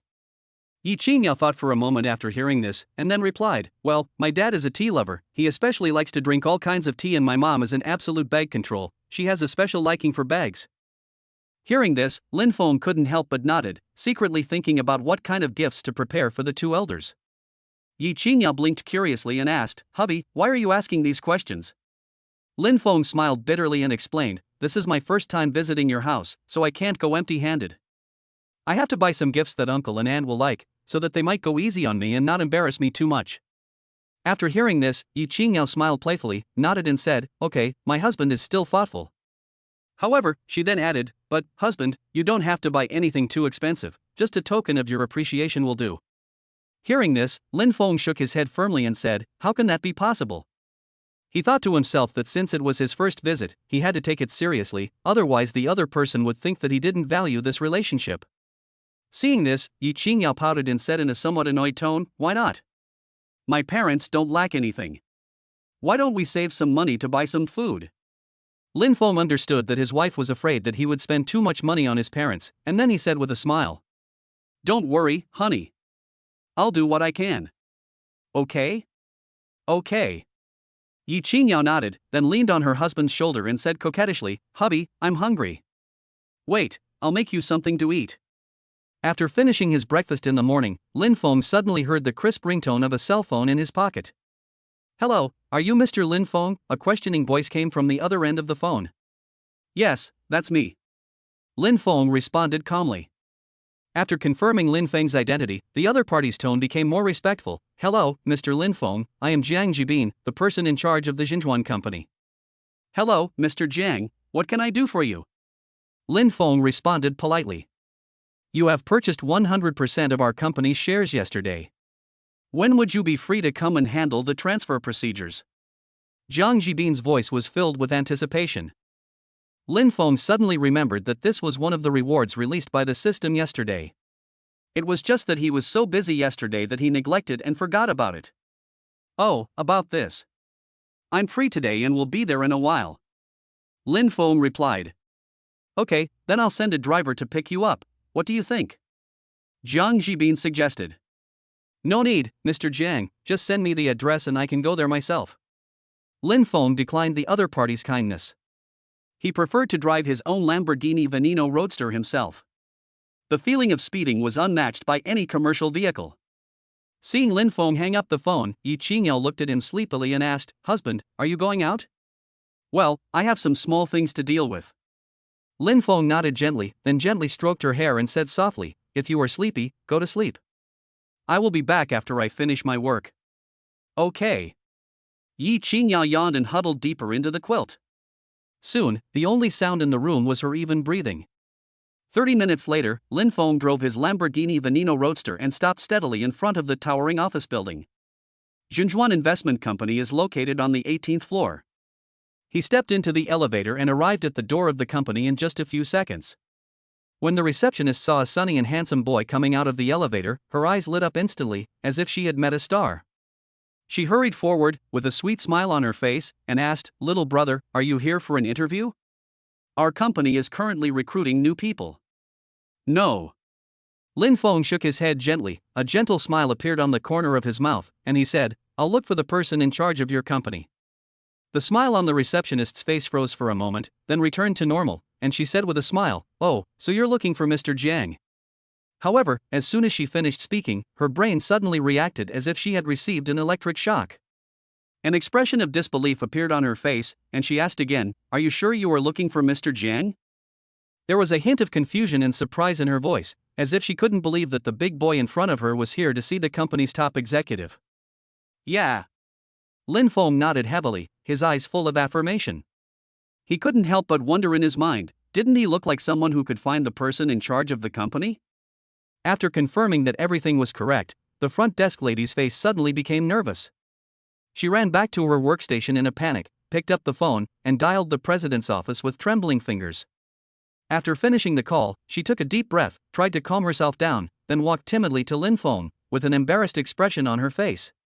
She stammered, "Big brother, do you want some water? I'll go get you some." As she spoke, she pointed to the water dispenser beside her, as if she wanted to use this action to relieve her tension. Then she added, "Are you tired? How about, I'll get you a stool." Seeing that the lady at the front desk had become unable to speak clearly, Lin Fong couldn't help but feel suspicious. Could it be that his arrival really scared the other party? Looking at the other person's trembling legs, he smiled helplessly and nodded. Seeing this, the lady at the front desk hurried away as if she had been pardoned, and soon brought water and a stool for Lin Fong. Chapter 15. Luckily, I was not slaughtered like a chicken. Not long after, President Zhang Jibin arrived with a group of senior executives. "Xiao Su, where is Mr. Lin?" When he arrived at the door, he saw a young man sitting on a bench and the president asked anxiously, "Mr. Jiang, the person sitting there is Mr. Lin." Not long after, President Zhang Jibin and a group of senior executives arrived late, their faces showing tension and anxiety. "Xiao Su, where is Mr. Lin?" Zhang Jibin's voice was filled with a hint of urgency. "When I arrived at the door, I saw a young man with simple clothes and handsome face sitting on a bench, looking down at his mobile phone." The president frowned slightly and asked anxiously, "Mr. Jiang, the person sitting there is Mr. Lin." Xiao Su responded in a low voice. Seeing this, Lin Fong stood up, waved to everyone, with a smile on his face. To be honest, the man in front of him was too young, he looked to be no more than 20 years old, a college student. He did not take it seriously at all and did not think that this man was the one who bought the Xinjuan investment company. His eyes widened in surprise, and he muttered to himself, "How is this possible? How can someone so young have such strong financial resources?" Zhang Jibin's surprise only lasted for a moment, and then he quickly stretched out his hand, smiled and walked forward to greet him. "Hello, Mr. Lin, I am Zhang Jibin." "Hello, Mr. Jiang." Lin Fong responded politely, always keeping a humble smile on his face. "Let's talk in the office." Soon, a group of people appeared in the president's office. 2 contracts had already been prepared on the coffee table. Lin Fong looked through them carefully, and when he saw that there was no problem, he signed his name on them. Seeing Lin Fong put his fingerprints on the document, Zhang Jibin finally felt relieved. He secretly felt fortunate. He was really worried that the other party would not want to buy the company at the last minute. After all, this deal was too important to him. In fact, the Xinjuan company is also profitable, but the price offered by the other party is so tempting that he has no reason to refuse. At this time, Zhang Jibin stood up, stretched out his hand to Lin Fong and said, "Mr. Lin, it's a pleasure to work with you." "It's a pleasure working with you." Lin Fong responded with a smile. After finishing speaking, Zhang Jibin looked at the executives in the room and said solemnly, "Everyone, Mr. Lin is your new boss." "Hello, Mr. Lin." Although everyone was secretly complaining that the new boss was too young, they still greeted him tactfully. Several executives had doubts in their eyes and secretly wondered about the abilities and intentions of the new young boss. Others frowned slightly, thinking about how to deal with this new boss. Now that the matter was completed, Zhang Jibin couldn't help but smile slightly when he saw the SMS message from the bank saying that the money had arrived.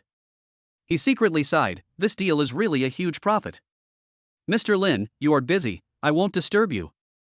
Zhang Jibin said politely and turned to leave. "Mr. Jiang, take care." Lin Fong nodded slightly, then sat in the boss chair, scanning everyone with a sharp gaze. The new boss didn't say anything, and the atmosphere in the entire conference room seemed to freeze. Everyone held their breath, afraid that they would be made an example of if they were not careful. Who among you has the highest position? Lin Fong finally spoke. He glanced at everyone present with a look of scrutiny and expectation. After all, he usually has to spend time with his wife and doesn't have time to stay in the company for a long time, so he must select a capable executive to help him manage the company and ensure that the company can continue to move forward steadily when he is away. In the crowd, a bald man reacted quickly. He stretched out his hand, walked through the crowd and said, "Hello, Mr. Lin, my name is Fu Quan, and I'm the general manager of the company." There was a hint of nervousness and anticipation in his voice. Lin Fong nodded, looked at Fu Quan and said, "Tell me about the company's situation. How many projects have you invested in? How are the operations going?" Fu Quan took a deep breath and began to report the company's situation truthfully. 20 minutes later, he looked at Lin Fong nervously and said, "Boss Lin, this is the entire situation of the company." Lin Fong listened quietly, with no expression on his face, as if he was thinking about something. After a while, Fu Quan saw that the new boss didn't say anything, so he asked caringly, "Boss Lin, do you think there is anything else I can add to your discussion?" Lin Fong shook his head.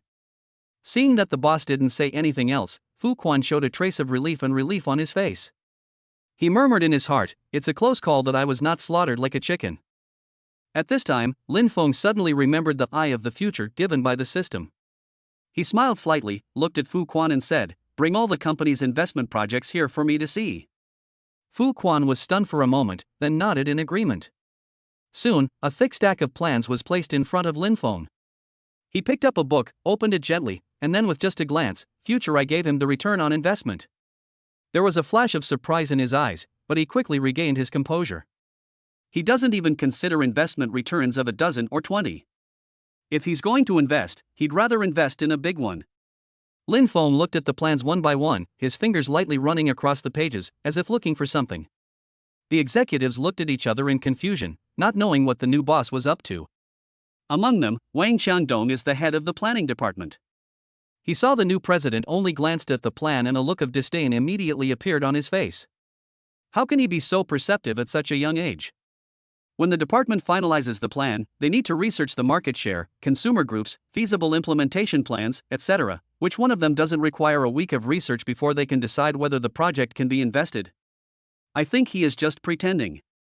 He glanced at Lin Fong, a mocking smile appeared on the corner of his mouth, and he became more determined in his heart. "Humph, if you really have this ability, I will write my character Wang upside down." The executive next to him heard Wang Xiangdong's whisper and quickly poked his arm, whispering, "Shoo.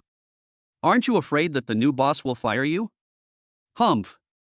Wang Xiangdong snorted. If it weren't for the need to support his family, he would have wanted to point at his new boss' nose and curse, "What do you know?" Without looking, Lin Fong knew clearly in his heart that given his age, people would definitely not be convinced by him, so he can only convince others with his strength. 20 minutes later, Lin Fong looked through all the plans, 3 of which had an investment return rate of up to 120%. Then, he looked at everyone and said, "Where are the people from the project department?" "This." Wang Xiangdong replied, then walked forward reluctantly. "These 3 proposals can be invested, and the others will not be considered. You can contact the other party to see if you can increase the investment." After saying that, Lin Fong handed the plan to Wang Xiangdong. He took a look at it, his face full of disbelief. Chapter 16, Why am I so happy when my husband scolds me? The 3 plans that Lin Fong gave were exactly the 3 projects that their project department unanimously rejected during the initial screening. Each one seemed to be carefully selected to challenge the limits of their cognition.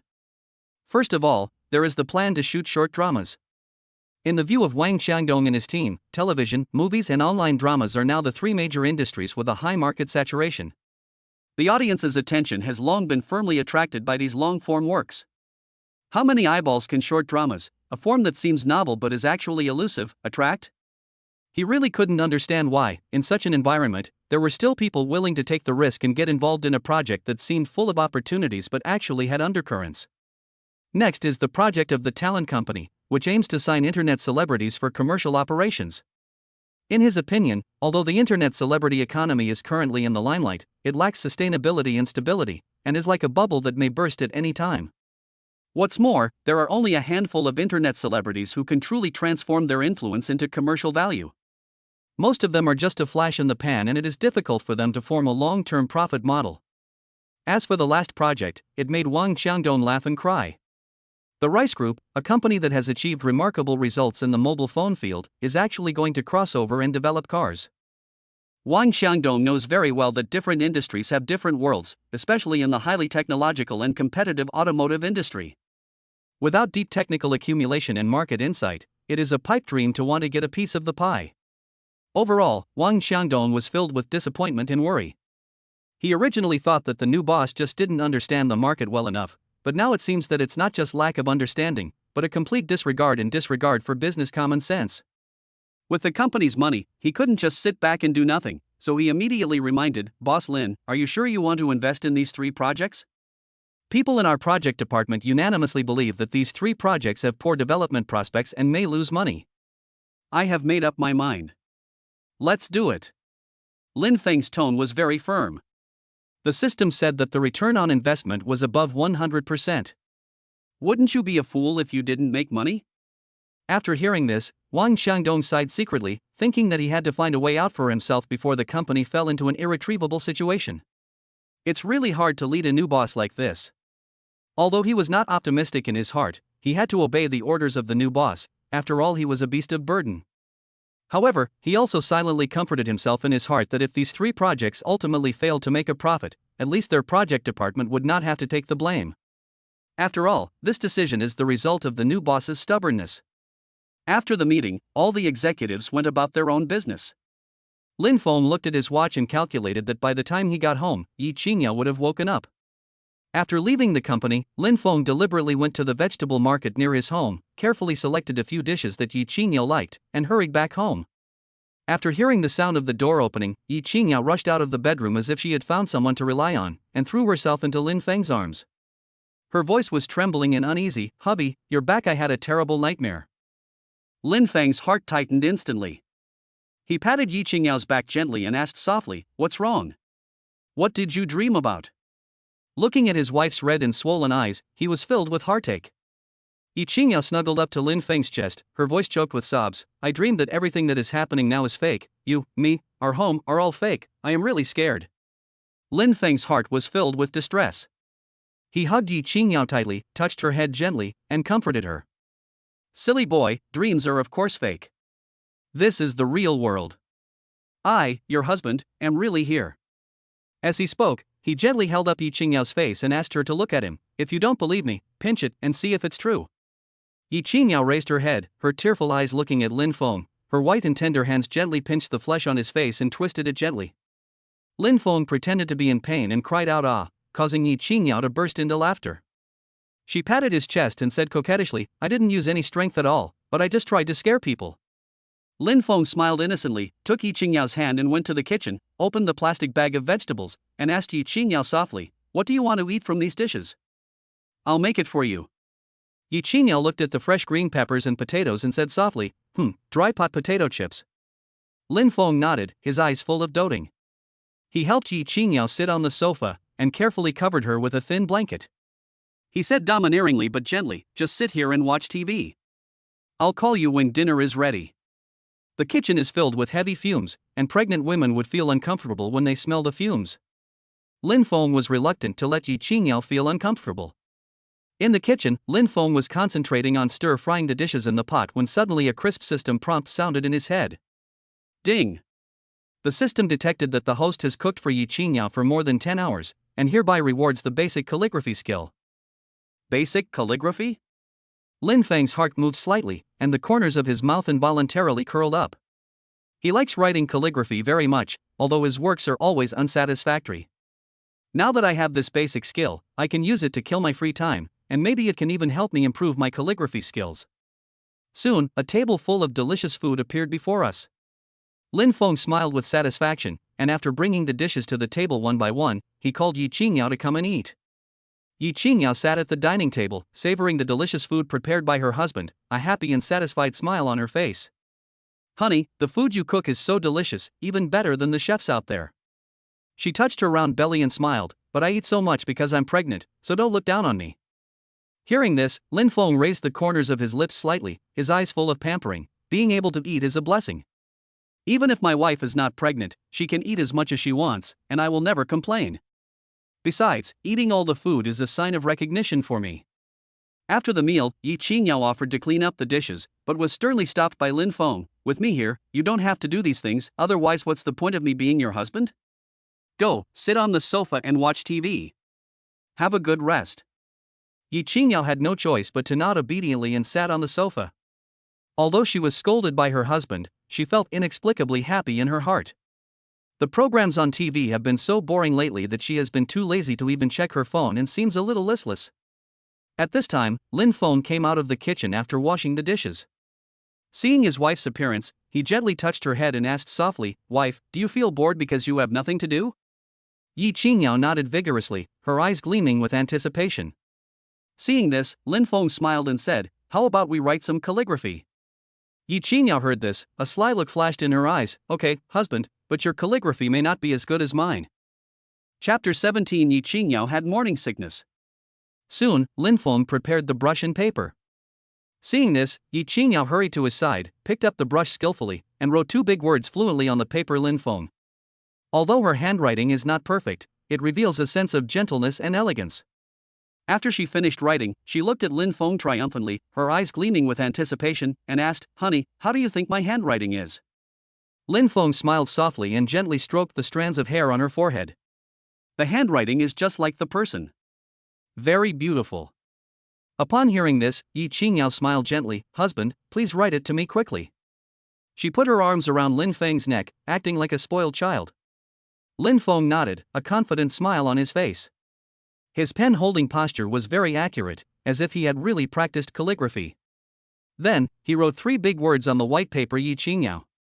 His handwriting is vigorous and powerful, yet elegant, as if it contains infinite power. Ying Yao couldn't help being surprised to see that her husband's handwriting was more beautiful than her own. She looked at Lin Fong in confusion and asked, "Husband, did you practice calligraphy when you were a child? How come your writing is better than mine?" Lin Fong smiled slightly, shook his head, and said, "It's just a hobby, I haven't learned it." Ying Yao heard this, a trace of admiration flashed in her eyes. "That's not bad, my grandfather taught me after all, but I didn't expect that I can't compare to you. It's mainly because my husband is so awesome." After saying that, she threw herself into Lin Feng's arms like a little bird, with a happy smile on her face. Then, the two of them wrote calligraphy for a while. This hobby calms their minds and allows them to immerse themselves in the joy of writing. The fragrance of ink permeates the air, as if time has become slow and peaceful. Before I knew it, 2 hours had passed. Ying Yao was yawning and frowning, obviously feeling sleepy again. Seeing this, Lin Fong touched her head distressfully and said, "Wife, go back to the room and get some sleep." Ying Yao nodded, yawned, and said, "Well, I'll go to sleep for a while." After that, she turned and walked towards the bedroom, and fell asleep in a short while. After seeing Ying Yao fall asleep, he turned back to the desk, picked up the brush, and continued to write freely on the paper. He found that he quite liked the feeling of concentration when writing. All his worries were forgotten, and only the friction between the pen tip and the paper and the peace in his heart remained. Time passed quickly and an hour went by in the blink of an eye. Suddenly, the bell in his pocket rang. Lin Fong frowned and answered the phone.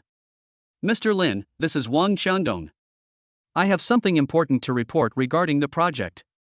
Wang Xiangdong's slightly nervous voice came from the other end of the phone. Lin Feng's expression remained unchanged, and he simply replied, "Speak."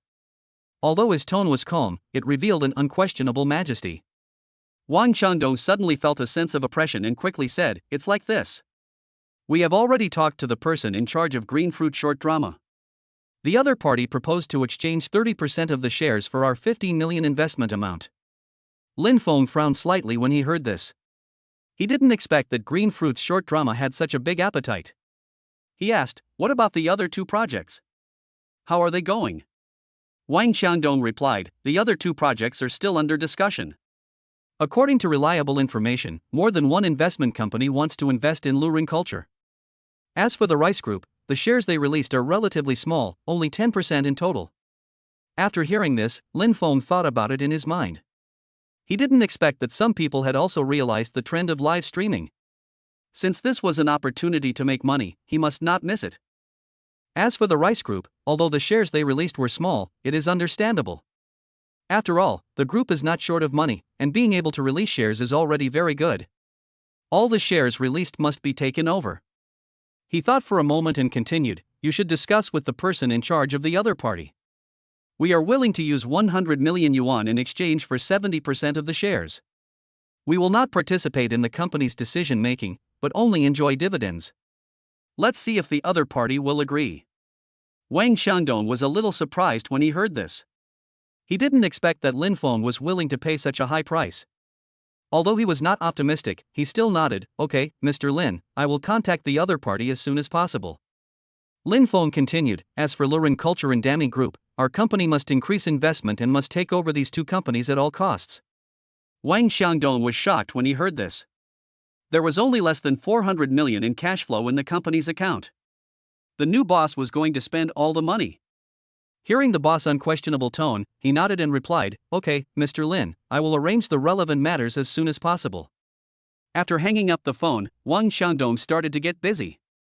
When Ying Yao woke up in the morning, she smelled the fragrance coming from the kitchen in her dream. The fragrance tempted her taste buds and made her unable to get up.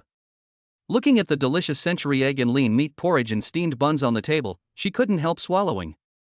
Lin Fong came out of the kitchen carrying egg soup. When he saw his wife, he hurriedly said, it's all on the table. Let's eat quickly. Ying Yao sat down excitedly, but when she put the steamed buns into her mouth, she suddenly felt nauseous and wanted to dry heave. She quickly put the steamed buns into the bowl and ran straight to the bathroom. Looking at Ying Yao lying on the pool and retching, Lin Fong felt distressed. He quickly patted his wife's back and comforted her. How are you? Are you feeling better? I can't spit it out, it feels a bit uncomfortable. Ying Yao wiped her mouth, her eyes turned red, and even tears came out. Seeing this, Lin Fong thought, you may be suffering from morning sickness, which is why you are retching. Do you still want some siu-mai and porridge? Ying Yao shook her head. It smelled quite nice at that time, but now she felt a little sick when she smelled it. As she spoke it came, and she leaned over the sink again, retching. From last night till now, I have digested everything I ate and there is nothing to vomit out. Lin Fong looked at Ying Yao with eyes full of heartache. Afraid that his wife would smell the food, he hurriedly brought the meal to the kitchen. After the smell disappeared, Ying Yao stopped vomiting. He touched his wife's head distressfully and asked, what do you want to eat? I'll make it for you. I don't want to eat anything. I have no appetite. Ying Yao shook her head and snuggled in Lin Feng's arms. Looking at Ying Yao lying on him like a poor little thing, Lin Feng felt extremely uncomfortable. He wished he could share some of the burden for his wife. It's not good to not eat all the time, so Lin Fong hurriedly searched the internet for methods to alleviate morning sickness. Chapter 18 Every man will have some thoughts. There are many obstetricians providing popular science education online. Lin Fong saw a video that detailed some precautions during pregnancy and methods to relieve morning sickness. After reading it carefully, he realized that eating strawberries, plum juice, oranges and sour foods can relieve the discomfort caused by morning sickness and also help increase appetite. Lin Fong secretly took note of these suggestions. In addition, the video also mentioned that proper exercise is also beneficial for pregnant women, such as taking a walk after meals and doing some exercises for pregnant women, which can not only enhance physical fitness but also help the development of the fetus. Then he walked to the kitchen, opened the refrigerator, and saw some fresh oranges in it. He quickly took them out, washed them, and carefully cut them into small pieces and brought them to Ying Yao. Ying Yao was lying on the sofa at this time, her face a little pale. Wife, eat some oranges to relax. Lin Fong said gently and handed the cut oranges to his wife. Ying Yao looked up at him, forced a smile, took the orange and took a bite. Sure enough, the sweet and sour juice spread in her mouth, making her feel much better. However, although the morning sickness has eased, she still doesn't feel like eating and her appetite is not very good. Lin Fong saw it and was worried. He knew that the mood and diet of a pregnant woman were crucial to the development of the fetus, so he decided to think of another solution. He suddenly remembered a video he had seen before, in which an artist insisted on practicing Baduanjin during her pregnancy. Not only was she in good physical condition, she also successfully gave birth to a healthy baby. Thinking of this, Lin Feng's eyes lit up and he felt that this method was worth a try. He walked to Ying Yao and said softly, "Wife, let me practice Baduanjin with you. This exercise is very suitable for pregnant women. It can strengthen your physical fitness and increase your appetite." Upon hearing this, Ying Yao nodded and decided to give it a try. So, the two of them opened the teaching video, learned from it, and practiced every move. At the beginning, they were not familiar with it and their movements seemed a little clumsy. But slowly, as they practiced more and more, they gradually mastered the key points and their movements became more and more smooth. While practicing, Lin Fong looked at Ying Yao from time to time, fearing that she might be feeling unwell. At this moment, a crisp system prompt sound suddenly rang in Lin Feng's head. Ding! The system detected that the host accompanied the pregnant mother to exercise to relieve morning sickness. The system rewards the host with a physique that reaches the level of a second-level athlete. As long as you train with the host for more than 24 hours, you can reach the physique of a national athlete. Hearing this prompt tone, Lin Fong was overjoyed. The reward from the system this time was truly priceless. After all, the body was the capital of revolution. In this way, the two continued to practice Ba Duan Jin, and before they knew it, 40 minutes had passed. At this time, Ying Yao turned her head to look at Lin Fong, pouted her lips slightly, and said, "Hubby, I'm hungry." Lin Fong was delighted when he heard this, and he quickly said, "What do you want to eat?" "I'll make it for you." Ying Yao thought for a moment and said, "Braised fish, I want to eat the braised fish you made." "Okay, I'll make it for you right away." Lin Fong agreed readily, turned and walked into the kitchen to start preparing ingredients. Ying Yao lay on the sofa and rested for a while. She was very tired after exercising. Lin Fong was busy in the kitchen. He handled the ingredients skillfully. He cleaned the fish, cut it into pieces, and marinated it. Then he started preparing the seasonings and side dishes, and when everything was ready, he started cooking. After a while, a rich aroma wafted out from the kitchen. Ying Yao smelled the aroma and couldn't help swallowing. Lin Fong brought the braised fish to the dining table and called Ying Yao to come and eat. Ying Yao walked to the dining table and looked at the delicious braised fish, and couldn't help but feel hungry. She picked up a piece of fish, put it into her mouth and tasted it carefully. There was no reaction while eating. "Honey, the braised fish you cooked is so delicious," Ying Yao said with a smile on her face. "If it tastes good, eat more," Lin Fong said lovingly. After dinner, Ying Yao leaned on the sofa and rested for a while Lin Fong began to clean up the dishes and clean the kitchen. At this moment, the phone in Lin Feng's pocket rang. He took it out and saw that it was Wang Xiangdong calling, probably about the project. "Mr. Lin, the CEO of Green Fruit has agreed to exchange 80% of the shares for an investment of 100 million yuan," Wang Xiangdong said on the other end of the phone. "Oh? Really? That's great." Lin Fong was overjoyed when he heard that. It wouldn't be long before the trend of short dramas would come, and he wanted to be the first one to try it out. "However, the other party's boss wants to meet with you in person to sign a contract," Wang Xiangdong added. "No problem, I can be there anytime. Let him contact me after the time and place are set." Lin Fong agreed readily. "Okay, Mr. Lin, in addition, the Rice Group will have an investment meeting in 2 days. The person who invests the highest amount will get 10% of the equity," Wang Xiangdong said again. "I understand. Go and prepare. We must go to this investment meeting." "Okay, Mr. Lin, we are still in contact with Lurin Culture, but there has been no progress so far," Wang Xiangdong said again. "Okay, I understand." Lin Fong nodded. Before going to bed, Lin Fong was leaning against the head of the bed reading some information about pregnancy when his cell phone suddenly rang. "Hello?" He answered softly, and after the other party heard the voice, he quickly responded excitedly. "Hello, is this Mr. Lin? I'm so sorry to bother you so late at night. I'm Su Changqing, the boss of Green Fruit Short Plays." On the other end of the phone, Su Changqing's voice carried a hint of apology and expectation. "It's Mr. Su. You're welcome. I haven't slept yet," Lin Fong responded politely. After hearing this, Su Changqing was obviously relieved, and his tone became more direct. "It's like this, Mr. Lin, are you free at 10 o'clock tomorrow morning? Let's sign the contract we have negotiated." "I'm free." Lin Fong nodded. It turned out that he called about the project. Mr. Su was really impatient. "I have reserved a table at the Lao Shi Tea House. You can just come over," Su Changqing invited enthusiastically. "Okay, I'll be there on time." Lin Fong nodded, and the two exchanged a few more polite words before hanging up the phone. At this time, Ying Yao saw Lin Fong coming back from the balcony with a mysterious smile on his face. and hurriedly waved and said, "Husband, come and see, there is a tea tasting party here, it looks quite interesting, how about we go and see it tomorrow?" Lin Fong glanced at his phone, which showed the reservation information for the Lao Shi Tea House. He grinned and thought, isn't this a coincidence?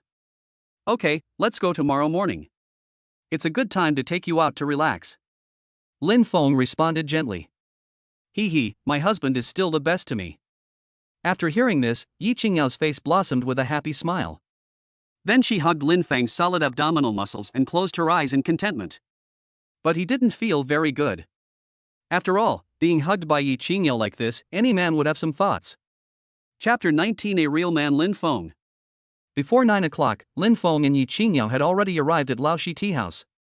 This is an ancient place with carved beams and painted buildings, revealing a strong cultural heritage. There were a lot of people in the venue. There were exquisite tea tables on both sides of the aisle. The tools for making tea on the tables were very complete, from teapots, teacups to tea cans, each of which looked so simple and elegant. In front of each table sat a woman wearing a cheongsam and delicate makeup. They brewed tea with skillful techniques. Their smooth movements attracted the guests around to stop and watch. Ying Yao pulled Lin Fong through the crowd, and her eyes were attracted by a woman who was making tea. The woman was about 30 years old, with a pretty face and dignified manners, and her every move revealed a sense of calmness and elegance. I saw her gently put the tea leaves into the teapot, then brewed it with boiling water, and then gently shook the teapot to allow the tea leaves to fully expand in the water. After a while, a faint fragrance of tea filled the air, making people intoxicated by it involuntarily. Watching the woman making tea smoothly, Ying Yao's eyes widened, her face full of admiration. She clapped her hands involuntarily, turned to Lin Fong and said, "Husband, our dragon country's tea-making culture is still extensive and profound." Lin Fong smiled and nodded, feeling a surge of pride in his heart. He took Ying Yao's hand and said, "Yes, wife, let's go over and have a taste." After saying that, the two of them came to the tea table. The woman poured 2 cups of tea for them with a smile. The aroma of tea was so fragrant that it made people feel relaxed and happy.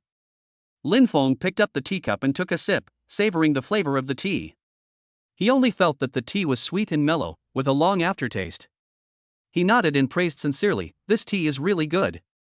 After hearing this, Ying Yao also picked up the teacup and took a sip, with a satisfied smile on her face. She turned to Lin Fong and said, "Husband, didn't you say you would prepare gifts for my parents when you go to my house? I think this tea is pretty good. A small can costs 1,000 yuan, which is very suitable." Lin Fong frowned upon hearing this. He looked at the tea can, then at Ying Yao, and said a little embarrassedly, "This tea is too cheap. It's not appropriate to give it to uncle." After hearing this, Ying Yao patted Lin Fong on the shoulder and comforted him, "It's okay, husband.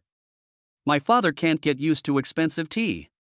He usually likes to drink this kind of ordinary tea." Lin Fong felt warm at heart after hearing this. His wife was really trying to save money for him. However, he really couldn't give such cheap tea to his future father-in-law. He quickly pulled Ying Yao and said, "There are many tea stalls over there. Let's go and taste some." Ying Yao smiled and nodded, and the two continued to move among the crowd. At the same time, in an office thousands of miles away, Yi Baoshan was sitting at his desk reviewing documents. He sneezed unexpectedly, rubbed his nose, and muttered to himself, "Why do I always feel like someone is saying bad things about me behind my back?" He shook his head and continued to work. At this time, Lin Fong and Ying Yao had already arrived at another tea stall. As soon as they sat down, a system prompt sounded in Lin Feng's head. Ding! The system detected that the host took Ying Yao out for some fresh air, so that she could be in a good mood. The system rewards 3 triple cashback cards, with no time limit or category limit. Lin Fong was very excited after hearing what the system said. He didn't expect that he could get such a reward just by taking his wife out to visit a tea house. He thought to himself, "I'll have to spend as much as possible on my shopping trips now, since I have a triple cashback card." Although his current net worth is over 100 million yuan, there is less than 10,000 yuan in his bank card. This time, the reward from the system touched his heart. After all, having money gives him confidence. Soon, it was almost 10 o'clock. Lin Fong looked at his watch and said to Ying Yao, "Wife, it's almost time. I have to go meet the CEO of Green Fruit. You wait for me here at the tea tasting room." Ying Yao nodded and said, "Go ahead." So Lin Fong came to the front desk. When the receptionist saw him, he came up to him and asked, "Excuse me, are you Mr. Lin?" Lin Fong nodded, and the receptionist hurriedly took him to a private room. She pushed open the door and said, "Boss Su, Boss Lin is here." After hearing this, Su Changqing quickly stood up and welcomed him. "Boss Lin is really young and promising. I didn't expect you to be in charge of an investment company at such a young age. I really admire you." Upon hearing this, Lin Fong hurriedly said politely, "Mr. Su is also in his prime." After exchanging pleasantries, the two sat down. Su Changqing took out a contract from his bag and handed it to Lin Fong, saying, "Boss Lin, this is the contract I prepared. Take a look at it. If there are no problems, you can sign it." Lin Fong took it and read it carefully. There was nothing wrong with the contract, so he wrote his name on it. After seeing him sign, Su Changqing also picked up a pen and signed his name on another contract. He smiled and said, "Mr. Lin's handwriting is very good. Compared with yours, mine is just like a chicken pecking at rice." Lin Fong also laughed when he heard this and said, No, Mr. Su's handwriting is also very distinctive." After exchanging a few more polite words, the two shook hands and said, "It's a pleasure to work with you." Lin Fong nodded, happy cooperation. Then, the two walked out of the private room side by side. Su Changqing paused for a moment, as if he suddenly thought of something important. He turned to Lin Fong and said, "Boss Lin, it's a coincidence that there happens to be a carefully prepared small tea auction here today. I heard that there are many rare varieties on display." "Oh? Auction?" Lin Feng's eyes flashed with interest when he heard it. He silently thought about buying some good tea for his future father-in-law, so he smiled and nodded, "It sounds interesting." At this time, Ying Yao happened to walk over. Seeing this, Lin Fong hurriedly went up to her and turned to introduce her to Su Changqing. "Mr. Su, this is my fiancée, Ying Yao." After he finished speaking, his eyes were full of tenderness. Hearing this, Su Changqing immediately cast an admiring look. After carefully examining Ying Yao, he praised her sincerely. "Boss Lin's fiancée is so beautiful. The two of them standing together are simply a match made in heaven. When you hold the wedding banquet, please invite me to the wedding." After hearing this, Ying Yao's cheeks instantly turned red. She lowered her head shyly and gently held Lin Feng's shoulders. "I was thinking to myself, this stinky husband, he called me his fiancée before he even proposed to me. He's so mean." But she couldn't help but raise the corners of her mouth slightly, because she knew that Lin Fong was willing to introduce herself in public and acknowledge his identity, which gave her a great sense of security. When you love someone, you want to introduce her identity to the whole world. Lin Fong is such a real man. Chapter 20, Fight with Future Father-in-Law. The auction venue was brightly lit. In addition to the benches placed in the central area, there were several bidders holding mobile phones standing on both sides. The people standing on both sides are not ordinary spectators, but the buyer's clients. With the appearance of the host, the atmosphere in the venue instantly reached a climax. "Ladies and gentlemen, welcome to the Jayashida auction. I am Chen Yuling, your host for tonight." She was wearing a well-tailored cheongsam and her hair was neatly combed, looking very dignified and elegant. The first lot to be auctioned today is Song Pin, which is the leader of the three major tea merchants during the Guangxu period. The starting price is 100,000 yuan. Bidding will start now. As soon as the auctioneer finished speaking, bidding began in the venue. 120,000. A voice came from a corner of the venue, and then another voice sounded, 160,000. The bidding sounds came one after another. At this time, Ying Yao gently tugged at Lin Feng's sleeve and asked in a low voice, "Hubby, this antique tea cake is so popular, why are so many people buying it?" Lin Fong smiled slightly. He knew that Ying Yao was not interested in tea culture, but he still patiently explained, "This kind of tea cake is a priceless treasure for tea lovers. It not only represents a historical heritage, but also a symbol of culture. Moreover, the older the tea cake is, the higher its value." Ying Yao nodded after hearing this. She looked at the people bidding and couldn't help feeling a little emotional.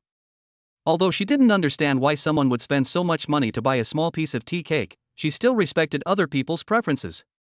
At this time, Lin Fong suddenly turned his head to look at Su Changqing and asked, "Is Mr. Su also here to auction tea today?" Upon hearing this, Su Changqing shook his head bitterly. "I originally wanted to buy this tea, but you see the price has now risen to 2.8 million, which is far beyond my expectations. I dare not buy it anymore." There was a bit of helplessness and regret in his words. Lin Fong smiled slightly when he heard this. He thought that this tea cake would be a good choice to give to his future father-in-law, so he raised the number plate in his hand. The auctioneer's eyes lit up when she saw Lin Fong holding up the number plate. She smiled and said, 8402, 3.4 million. Is there a higher price? As soon as she finished speaking, a burst of discussion broke out in the conference hall.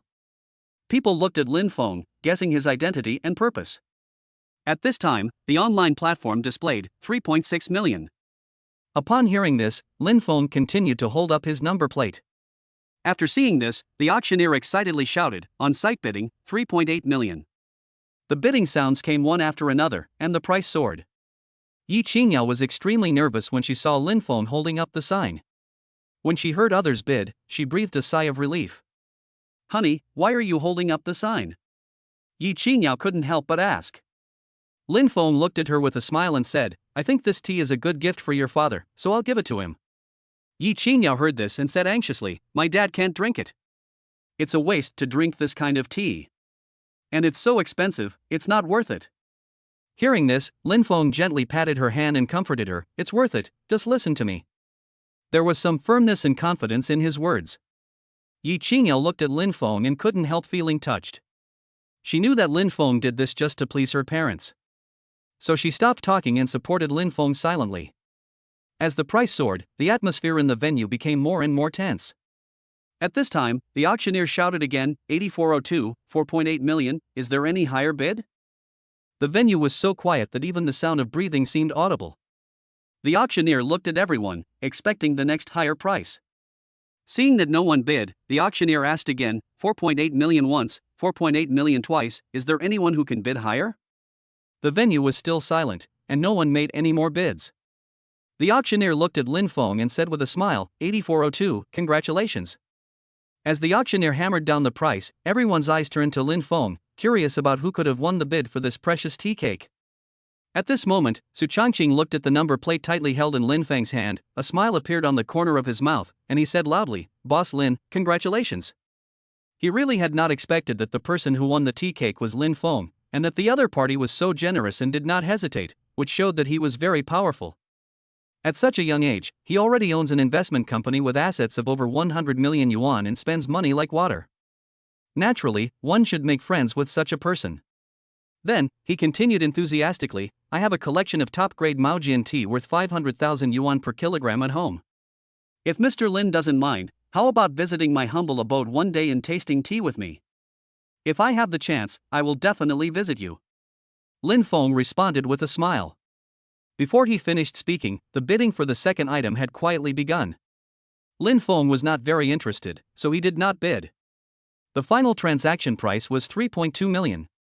Soon, it was the last item that was auctioned. The auctioneer looked around and said with a smile. The third lot to be auctioned today is a Qianlong prefabricated white jade teapot with a handle, with a starting price of 1 million. The bidding starts now. As soon as the auctioneer finished speaking, the price was raised to 10 million. Many people came today just for this teapot. Ying Yao saw the picture of the teapot on the big screen and exclaimed, Honey, this teapot is quite beautiful. It's really good. Lin Fong thought that tea leaves alone were not enough, it would be even better if there was a teapot to go with it. Many of the prices on site were bid by telephone, and there were only a few people calling out numbers on site. The auction price has risen to 36 million, the sound of calling numbers has decreased, and Lin Fong raised the sign. After seeing this, the auctioneer said excitedly, 8402, 40 million. Anyone else want to raise the price? Okay, 45 million, bidding by phone. 8402, are you willing to raise the price? Lin Fong nodded. As soon as he finished speaking, the man's telephone bid reached 50 million, but Lin Fong continued to bid. He secretly hoped that more people would call his number so that he could take advantage of the system. The person holding the phone was a young man in his 30s. He spoke nervously to the person on the other end of the phone. Mr. Yi, the live auction has reached 60 million. Are you still going to raise the price? Add more. The man said, gritting his teeth. He had originally expected to buy the teapot for 50 million, but Cheng Yaojin showed up halfway. He had been fond of this teapot for a long time, but Ji Baoshan thought that he would not want it if it was over 80 million, as this price was already higher than the market price. The last time, the man said 80 million. After hearing this, the auctioneer looked at Lin Fong and asked, 8402, the auction price is now 80 million. Do you want to continue to bid? Chapter 21 Husband, are you short of money? Hearing this, Lin Fong smiled, his eyes revealing calmness and confidence. He nodded gently, as if 80 million was just a small sum to him. He decided to buy the Qianlong-made white jade teapot with a handle. Seeing this, the auctioneer smiled and nodded, then asked in a more excited voice, anyone else want to bid? The scene was completely silent, with everyone's eyes focused on the auctioneer and Lin Fong. At this time, Yi Baoshan was so angry that he hung up the phone. He couldn't understand why anyone would be willing to pay such a high price to bid for a teapot. To him, this was simply madness. However, for Lin Fong, regardless of whether it maintains its value or not, it is worth it as long as his future father-in-law likes it. Then, the auctioneer made the final decision and announced excitedly, the auction price is 85,084,002. Congratulations, the Qianlong prefabricated white jade teapot with handle is yours. Hearing this result, Lin Fong raised a satisfied smile. Ying Yao, who was sitting next to him, looked at him in disbelief. She had never expected that her husband would spend 85 million to buy an antique teapot. This was an outrageous price in her opinion. Ying Yao couldn't help feeling a little worried, so she asked softly, husband, are you short of money? I have some money here, how about you take it first? She had a secondary card given by her father. Although the credit limit was not high, it could be used to swipe out up to 50 million for emergencies. Hearing this, Lin Fong fondly scratched Ying Yao's nose and said with a smile, silly boy, how can I have the confidence to shout when I have no money?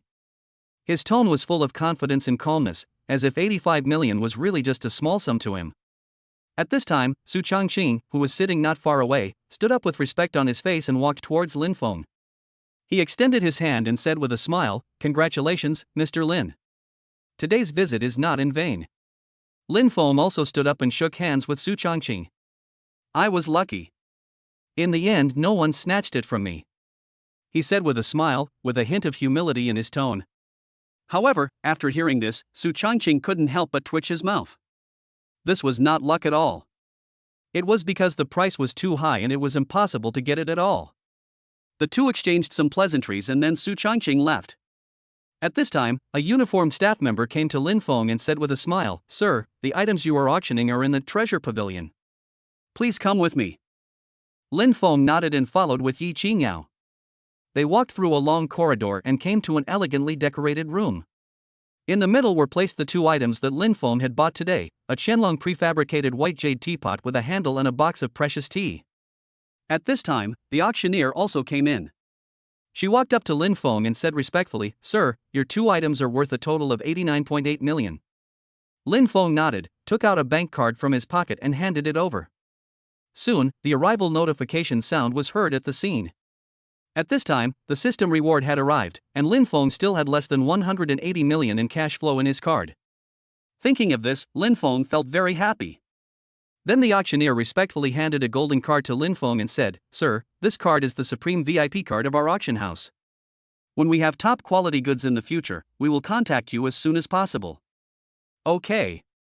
Lin Fong took the card, smiled and nodded. Finally, Lin Fong took the packaged tea and teapot and walked out of the Laoshi tea house with Ying Yao. In the morning, the sunlight shone through the gaps in the curtains, scattering on the bedroom floor in patches. Lin Feng's cell phone kept buzzing on the bedside table. Ying Yao was awakened by the rapid vibration. She rubbed her sleepy eyes, picked up her cell phone and walked to the kitchen door in a daze. Honey, someone's calling you, please answer it. Her voice still contained a hint of weariness. Hearing the shouting, Lin Fong hurried out of the kitchen, took the phone from Ying Yao, rubbed her head, and said lovingly, wife, go to sleep for a while, I'll be done soon. Watching Ying Yao lying back on the bed, Lin Fong answered the phone with peace of mind. Wang Qiangdong's voice came from the other end, with a hint of respect in his voice, Boss Lin, the investment meeting of the Rice Group will start at 10 o'clock. Do you need me to pick you up? No need, you go first, and we will meet on the first floor of the Rice Group. Lin Fong replied briefly and forcefully. Okay, Mr. Lin, we'll go over and prepare now.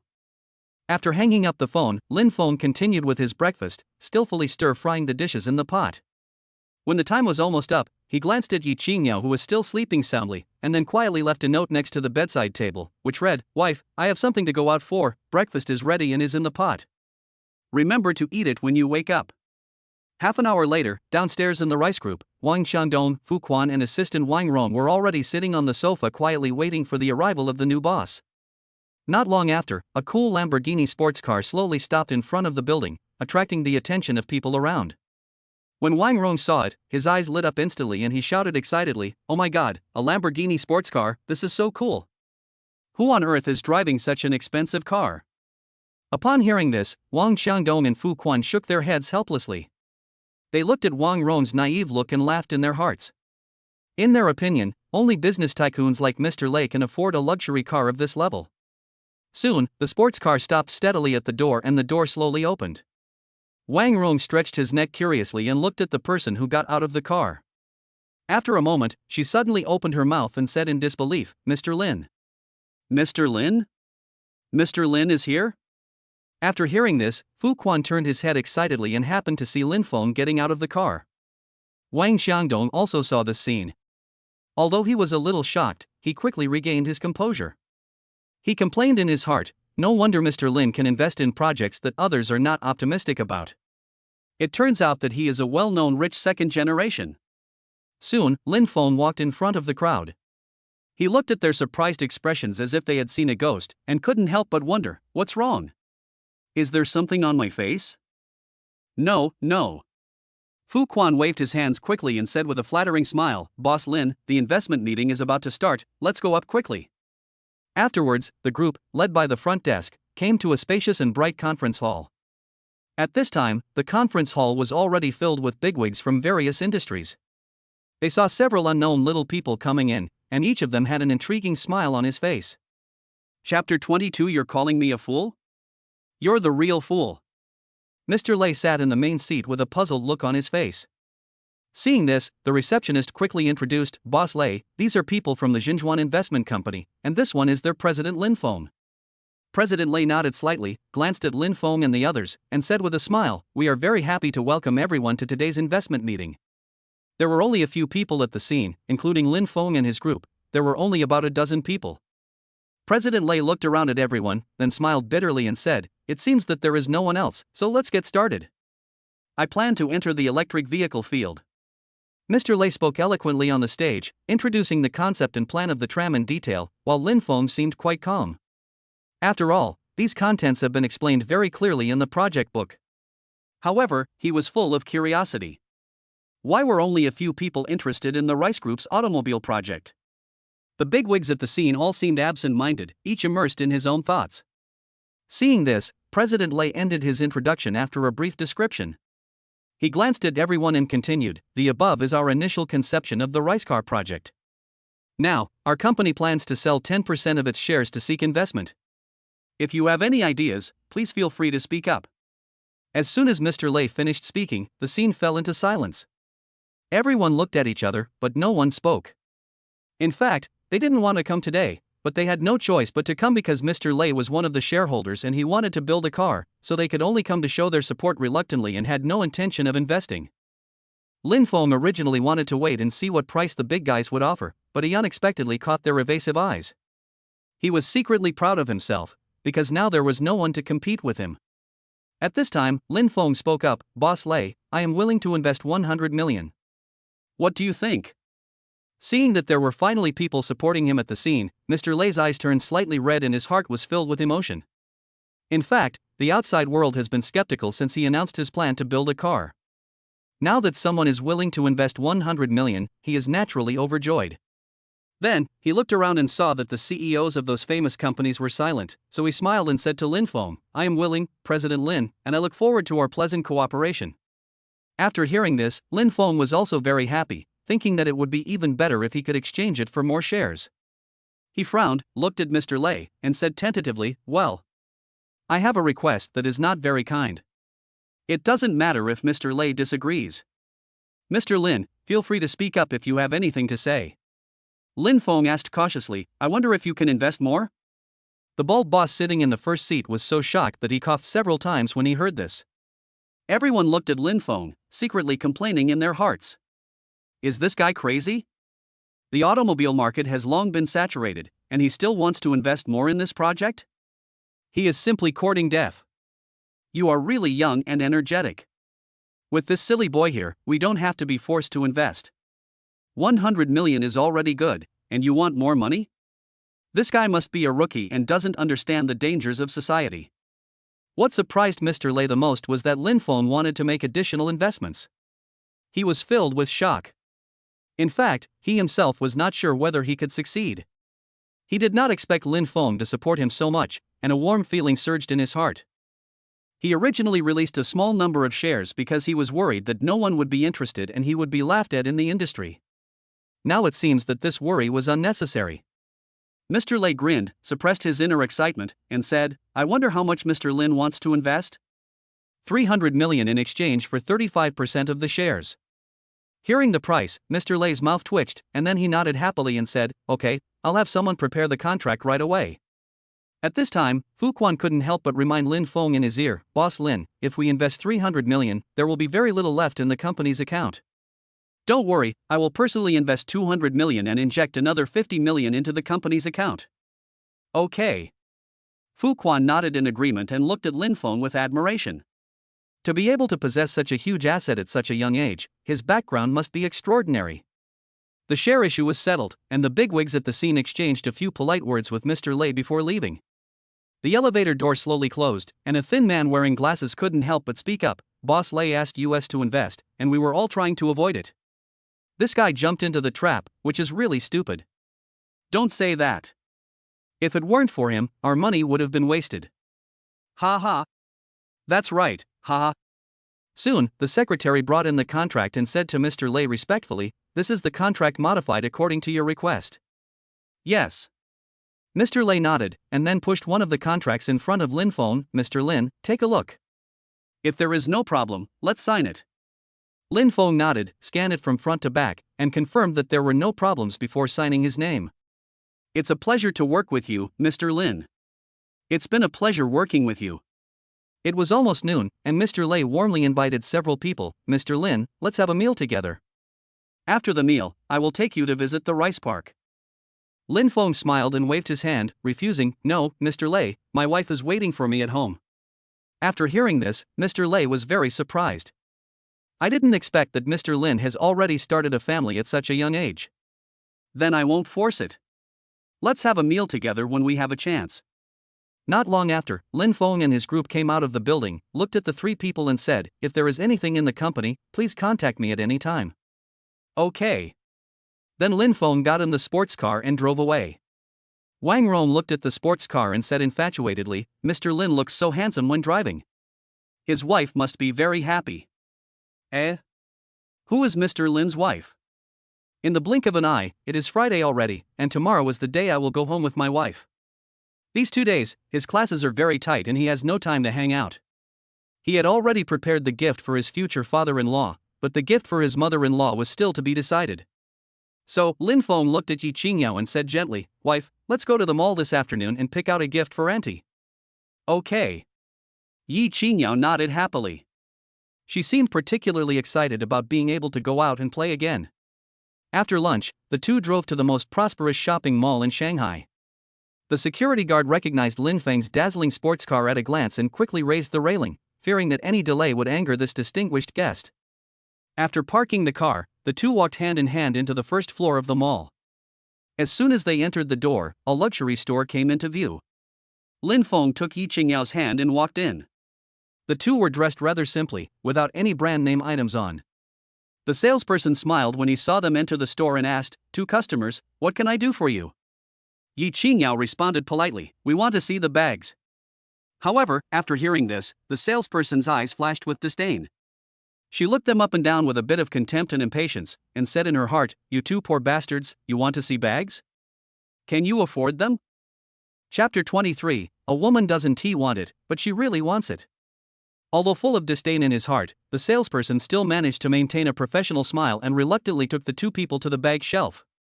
She pointed casually at the shelf, her tone a little impatient. "All the bags in the store are here, you can choose for yourselves." Ying Yao did not notice the salesperson's attitude, her eyes were instantly attracted by an orange bag in the middle of the shelf. The bag was bright in color and unique in design. A hint of surprise flashed in her eyes. Then she turned to Lin Fong happily and said, "My mother likes this style of bag. Honey, what do you think of this one?" Lin Fong didn't know much about bags, but his wife must understand her mother's taste, so it would be right to follow his wife's choice. He nodded. Yeah, not bad. After getting her husband's affirmation, Ying Yao became more determined in her choice. She looked at the salesperson and said politely, "Please take down that bag. I want to see it." After hearing this, Shelly smiled sarcastically. "This bag is a new product we just received today, a limited edition. We only have one in our store, and it's very expensive. Are you sure you want to see it?" Ying Yao felt unhappy when she heard this. She looked at the salesperson with a bit of displeasure in her tone. "How can I be sure to buy it if I don't take a look? Besides, how do you know I can't afford it?" Xiaoli was choked by Ying Yao's question and was speechless for a moment.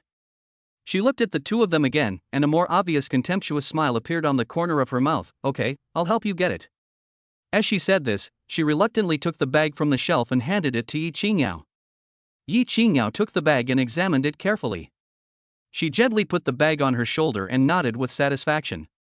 "How much is this bag?" 1,380,000. Xiaoli's voice was full of pride, as if to say, "See, I knew you couldn't afford it." When Ying Yao heard the price, she was slightly surprised.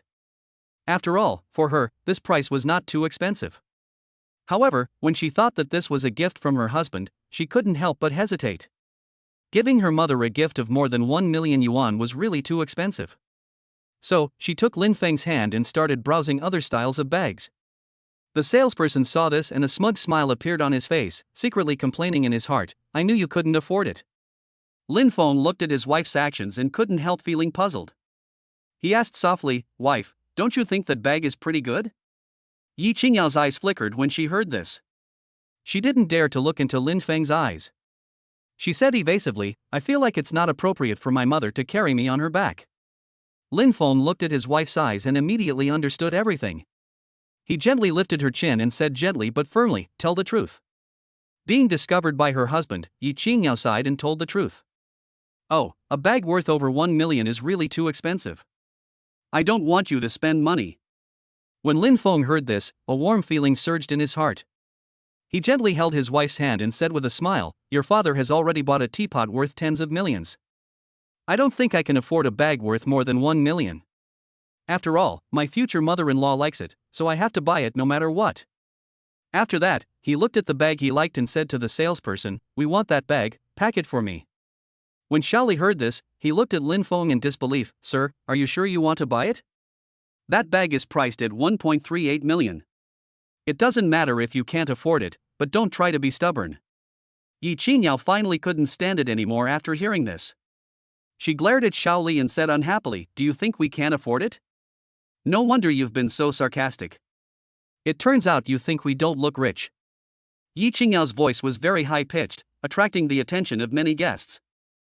Just then, the store manager, Ms. Wang, rushed over after hearing the news. She was wearing a well-tailored business suit and had a professional and friendly smile on her face. When she saw Ying Yao, a hint of surprise and respect flashed in her eyes. She walked quickly to Ying Yao and said respectfully, "Miss Yi, why didn't you tell me you were coming? I could have served you personally." Ying Yao saw the store manager coming in person, and she said indifferently, "I can't bear it. Your employees divide customers into different levels and look down on ordinary people. I can't bear your service." The store manager's face instantly turned serious when she heard this. She turned to look at the salesperson, Xiaoli, and said with a bit of reprimand in her tone, "Miss Yi is the supreme VIP of our store. How can you treat her so badly? Why don't you apologize to Miss Yi quickly?" When Xiaoli heard this, her face turned pale. She knew that she had caused a big disaster this time. She lowered her head and said in a voice as thin as a mosquito, "Miss Yi, I'm sorry, I didn't mean that." However, Ying Yao ignored her apology. She turned to the store manager and said, "Pack that bag for me." "Okay." The store manager nodded quickly. At the same time, she did not forget to apologize to Ying Yao. "Ms. Yi, I'm very sorry that you had an unpleasant shopping experience. To show our sincerity, we'll give you a 5% discount on this bag. The total price is 1,311,000 yuan. After hearing this, Lin Fong handed over his bank card. Soon, the sound of money being received in the store was heard.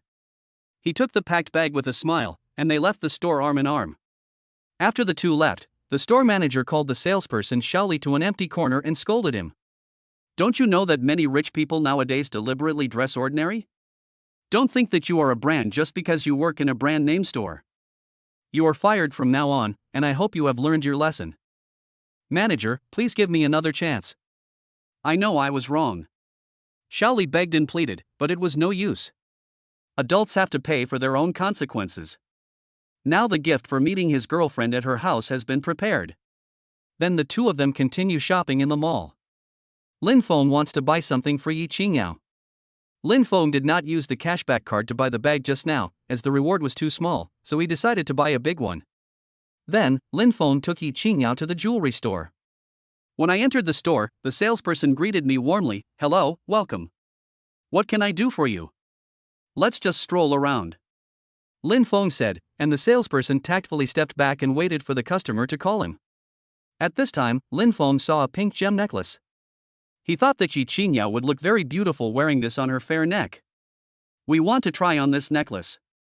Okay, no problem. Ying Yao really thought that Lin Fong meant to just take a look. After hearing this, she quickly pulled her husband's hand and said, no need to try. I don't need it. Lin Fong understood that the woman said she didn't need the necklaces but actually wanted them very much. Then he said to the salesperson, please take out all the necklaces in this row and let my wife try them on. Ying Yao was stunned when she heard this. Was there something wrong with her expression? At this time, the salesperson happily agreed, no problem. She would get a considerable commission for every transaction here. Chapter 24. Oh my god, this is too much information. The novel has come true. Soon, the salesperson placed all the necklaces in front of Ying Yao. Those jewel necklaces were sparkling, no wonder every woman liked them. Seeing this, Lin Fong said lovingly, wife, try it on. Then, the salesperson put on white gloves and put a pink pearl and gem necklace around Ying Yao's neck. Before she could see clearly, a young woman in her 20s came over and praised, wow, this necklace is so beautiful, how much is it? After hearing this, the salesperson smiled and replied, ma'am, this necklace costs 45,000 yuan. Before the young woman could say anything, the man next to her and the two old men behind her spoke with disdain on their faces, like roosters with their feathers blown off. It's just a broken necklace, but it's sold for 45,000.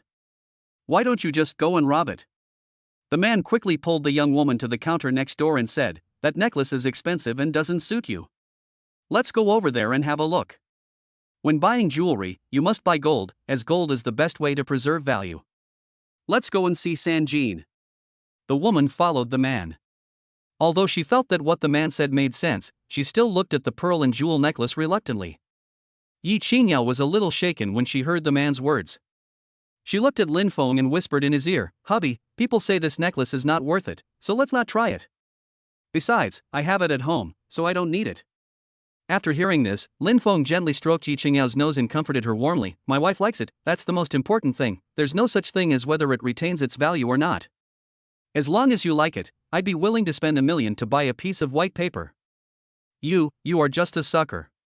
Ying Yao said coquettishly, but she felt warm in her heart. It was really a great happiness that someone treated her well regardless of the cost. The salesperson next to them saw this pair of beautiful girls flirting with each other and felt envious. When will someone treat me this well? After that, Ying Yao tried on necklaces. Her neck was white and slender, and each one was very beautiful. Just when she didn't know which one to choose, she heard a quarrel. It turned out that a young woman and a man were arguing, and all the attention in the store was attracted to the two of them. The woman is the man's fiancée. She came here to buy the 3 gold items for the wedding. However, she was seen denouncing the man's family in dissatisfaction. Li Xiaoming, you are a mama's boy. You have to follow whatever your mother says, right? $3,000 for a gold ring, and your mother thinks it's too expensive? If you think it's too expensive, then don't get married. Now I have seen through your family. If you don't want to pay and want to get it for free, you can't do that. I think none of us should get married. I don't want to marry into your family. Seeing this, the man looked at his mother and then at his fiancée. He wanted to give in but was hindered by his mother's authority. His mother said tartly, we can't afford a daughter-in-law like you who spends money. Son, we won't get married. We can't have a woman like this in our family. When the time comes, Mom will find you a virtuous and obedient woman. The man nodded obediently. Then the woman left, and the man and his family also left. The little incident in the store quickly passed, and everyone went about their own business, as if nothing like this had ever happened. When Ying Yao saw this scene, she couldn't help but frown and began to have wild thoughts, thinking that it might be because of her pregnancy. Seeing this, Lin Fong hugged his wife and comforted her. Honey, are you imagining things again? Don't be afraid, I'll take care of everything. Hearing this, Ying Yao looked at him worriedly and asked, Hubby, will uncle and aunt dislike me? I got pregnant before marriage. Will they think I'm an immoral girl? Of course not. Don't worry about that. They just think that I bullied you. Lin Fong said sincerely, but also helplessly. Maybe he would be beaten up by his father and mother when he brought his wife home. Really? Of course it's true. When I get back from your house, I'll take you home to meet my parents. They're both very easy to get along with. Oh, okay. Hearing this, Ying Yao felt much more relieved. Even the salesperson next to them couldn't help but open his mouth wide when he heard the conversation between Lin Fong and the other person. Oh my god, this amount of information is too much, the novel has become reality. Don't think about it, just pick out the necklace. This is the first time I'm giving you a real gift, so I can't refuse. Okay, got it. Ying Yao smiled sweetly, and then passed the expensive ones. Seeing this, Lin Fong said domineeringly, since it is a gift from me to you, let me choose it. My wife has a beautiful neck and looks good in anything. Just this pink gemstone necklace. Please help me pack it up. After hearing this, Ying Yao quickly pulled Lin Feng's arm and whispered, Husband, that's the world's first necklace, it's over 20 million, it's too expensive. Let's get something cheaper.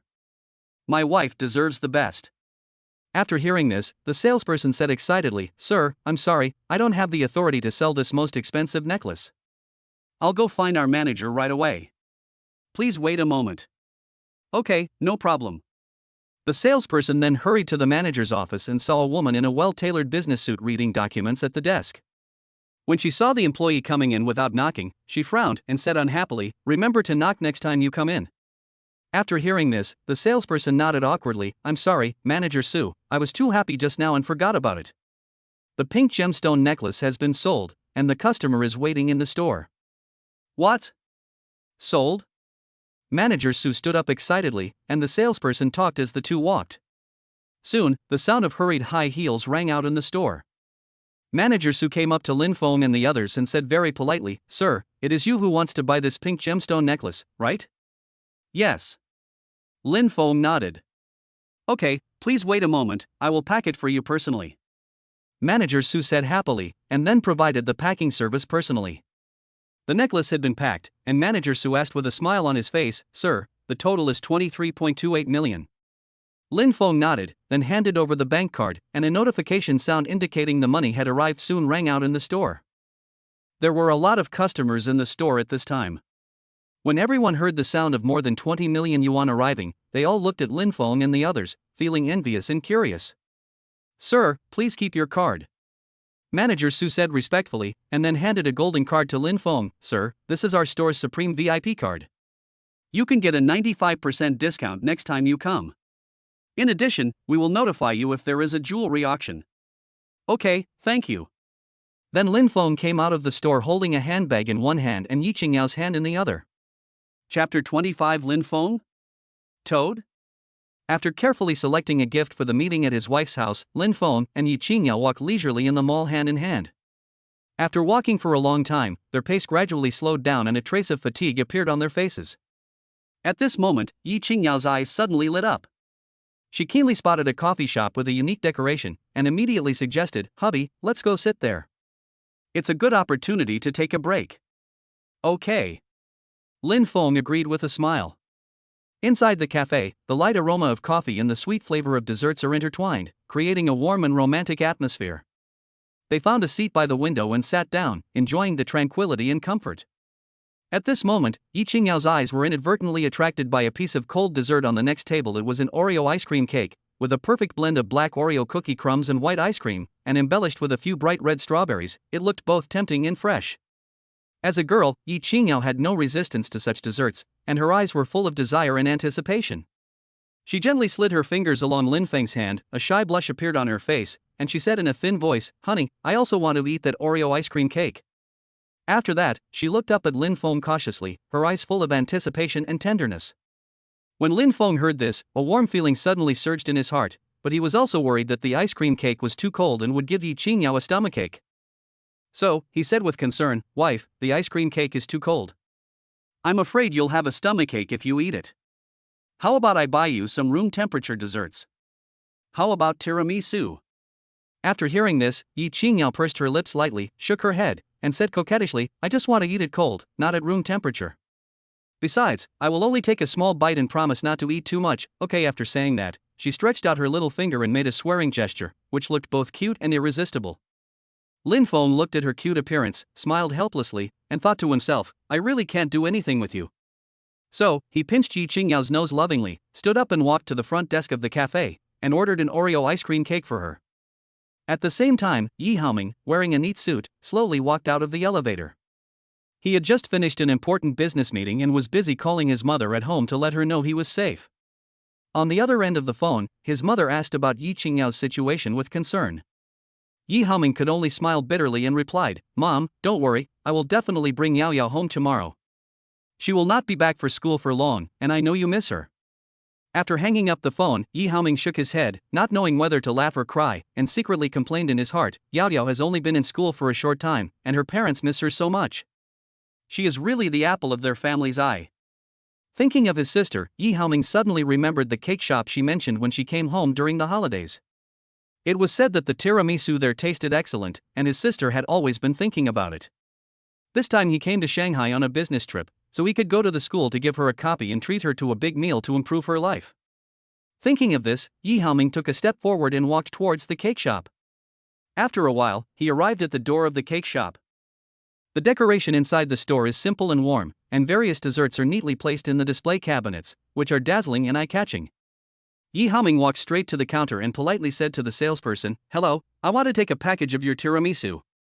The salesperson smiled and nodded, quickly packed a portion of tiramisu for him, and respectfully handed the bag to him. "Sir, your tiramisu is packed, welcome to come again next time." Yi Haoming took the handbag, his heart full of expectations for his sister. However, just as he was about to leave the cake shop and take the elevator downstairs, a familiar figure suddenly came into his sight. That person was his sister Ying Yao. Moreover, there was a man sitting next to her. The two of them looked very intimate. Yi Haoming's brows suddenly furrowed and his face turned ashen. He couldn't believe his eyes and quickly took out his cell phone and called his sister. Soon, my sister's voice came from the other end of the phone. "Hello, brother." Yi Haoming suppressed his anger and asked in a cold tone, "Where are you, sister?" Ying Yao on the other end of the phone obviously didn't expect her brother to suddenly call to check on her. She paused, then answered calmly, "Where else can I be? I must be at school." After saying that, she stroked Lin Feng's palm, her heart full of pride. However, after hearing this answer, Yi Haoming's anger became even more difficult to suppress. He said coldly, come on, right now, tell that toad beside you to take his claws off." When Ying Yao heard this, her face became nervous. She quickly took her hand down and then looked around vigilantly. At the same time, she also did not forget to be stubborn and said, "No, brother, what are you talking about? I'm in the dormitory, how could there be a man?" Upon hearing this, Yi Haoming snorted coldly and shook his head helplessly. It seemed that his sister would not cry until she saw the coffin. So he said coldly, "Look up and look towards the elevator entrance." When Ying Yao heard this, her heart skipped a beat, but she still managed to remain calm and raised her head to look towards the elevator entrance. I saw my own brother walking towards me with an angry look on his face, full of seriousness and dissatisfaction. Now, even if Ying Yao wanted to escape, she couldn't. She had no choice but to face him head-on, secretly praying that her brother wouldn't get too angry. Soon, Yi Haoming sat in front of Lin Fong and the other man. He looked at them with cold eyes. When Lin Fong saw the stranger in front of him, he was filled with surprise. "Who is this person?" Before he could ask, the other party looked at Ying Yao and asked, "Yao Yao, do you have anything to explain?" Seeing that the matter had been exposed and that she had to take Lin Fong home to meet her parents tomorrow, Ying Yao knew that there was no point in hiding it any longer. So, she took a deep breath, took Lin Feng's hand with a firm look in her eyes, and introduced him to Yi Haoming with a smile. "This is my boyfriend, Lin Fong." After that, she looked at Lin Fong again and said gently, "Xiao Fong, this is my brother, Yi Haoming." Hearing this, Lin Fong quickly stood up and politely greeted Yi Haoming. "Hello, brother, I am Lin Fong." Yi Haoming looked at the two people's clasped hands and his anger grew even stronger. He took a deep breath and said helplessly, "Just talk, don't touch me." You're a girl, so you should be reserved. After saying that, he deliberately glared at Ying Yao as a warning. Ying Yao stuck out her tongue, made a face, and completely ignored Yi Haoming's instructions. Chapter 26. You can't bully my husband. Yi Haoming looked at his sister, who had grown into a graceful young lady, and couldn't help but sigh. It's true that girls cannot be kept when they grow up. She actually turned her elbow towards outsiders without hesitation. Lin Fong was standing aside, witnessing his wife's playful and cute behavior. He couldn't help but draw a gentle smile at the corner of his mouth, his eyes full of doting. Seeing this, Yi Haoming felt even more dissatisfied. He stood up suddenly, pulled Ying Yao up from her seat, and sat down himself without any hesitation. Then, he suppressed his anger, looked at Ying Yao in a low and powerful voice and ordered, "Go sit opposite." Seeing that her brother was serious, Ying Yao could only nod her head obediently, mumbling, "Oh, okay." Before she finished, she did not forget to give Lin Fong a shot of prevention. "You can't bully my husband." "What? You call him husband?" Yi Haoming almost vomited blood in anger when he heard this. Although he couldn't physically teach his sister a lesson, he could definitely give this toad in front of him a good beating. He glared at Lin Fong fiercely and asked in a cold tone, "How old are you? Are you in the same school as Yao Yao?" Hearing this, Lin Fong still had a warm smile on his face and replied respectfully, "Brother, I am 21 years old this year, and Yao Yao and I are indeed from the same school." "How many people are there in your family? Where do you live? What do your parents do?" Yi Haoming frowned and asked a series of questions like a machine gun, fearing that his precious sister would be abducted by this guy of unknown origin. Ying Yao rolled her eyes when she heard her brother's questioning. She muttered unhappily, "Brother, why are you asking these questions?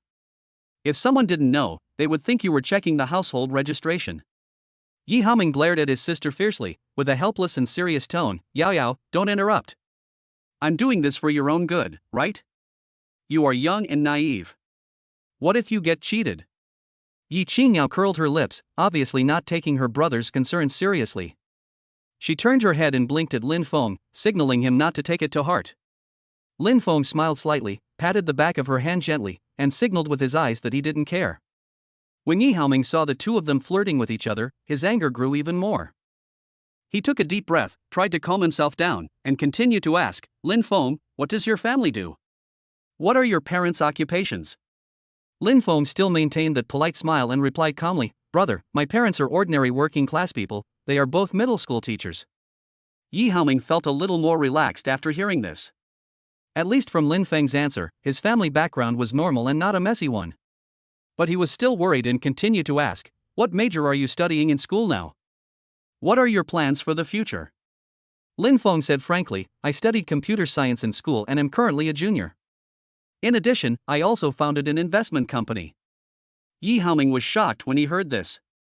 He didn't expect that Lin Fong, at such a young age, had already successfully started his own business. This courage and ability really impressed him. Although the Yi family is wealthy and powerful, they have never thought of relying on Ying Yao to make any business marriage. As long as she likes him, whether his family background matches hers doesn't matter. However, we still have to guard against those with ulterior motives who attempt to cross classes and achieve financial freedom through Ying Yao's innocence. Thinking of this, he couldn't help but remind her, although you have succeeded in starting a business, you still need to be down to earth and not aim too high. Lin Fong nodded solemnly and said seriously, "Don't worry, brother, I understand."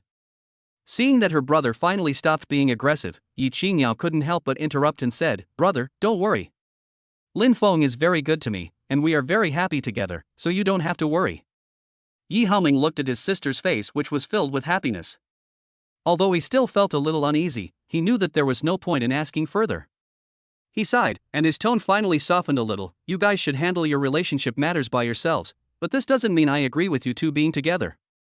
When Ying Yao heard this, she immediately started to act coquettishly. Brother, she was still hoping that her brother would say a few good words for Lin Fong in front of their parents. Yi Haoming naturally understood his sister's thoughts, and immediately replied, "Go and talk to your parents yourself." "Humph, let's go. Anyway, my parents know that I will bring Xiaofeng home tomorrow." Ying Yao shook her head and said proudly, "Ah? Your parents know that you are in love?" When Yi Haoming heard this, he suddenly felt like a clown who was kept in the dark. "No wonder my parents asked me to go home this Saturday, it turns out it was because of this matter." "I won't tell you." Ying Yao pouted and refused to answer Yi Haoming. Who made him say that he would not plead for her? Now he regrets it, right? After saying that, she took Lin Feng's hand and prepared to leave this place of trouble. Seeing this, Yi Haoming hurriedly called the two of them and looked at Lin Fong with burning eyes. Wait for me over there, I have something to tell you. Okay. Lin Fong nodded.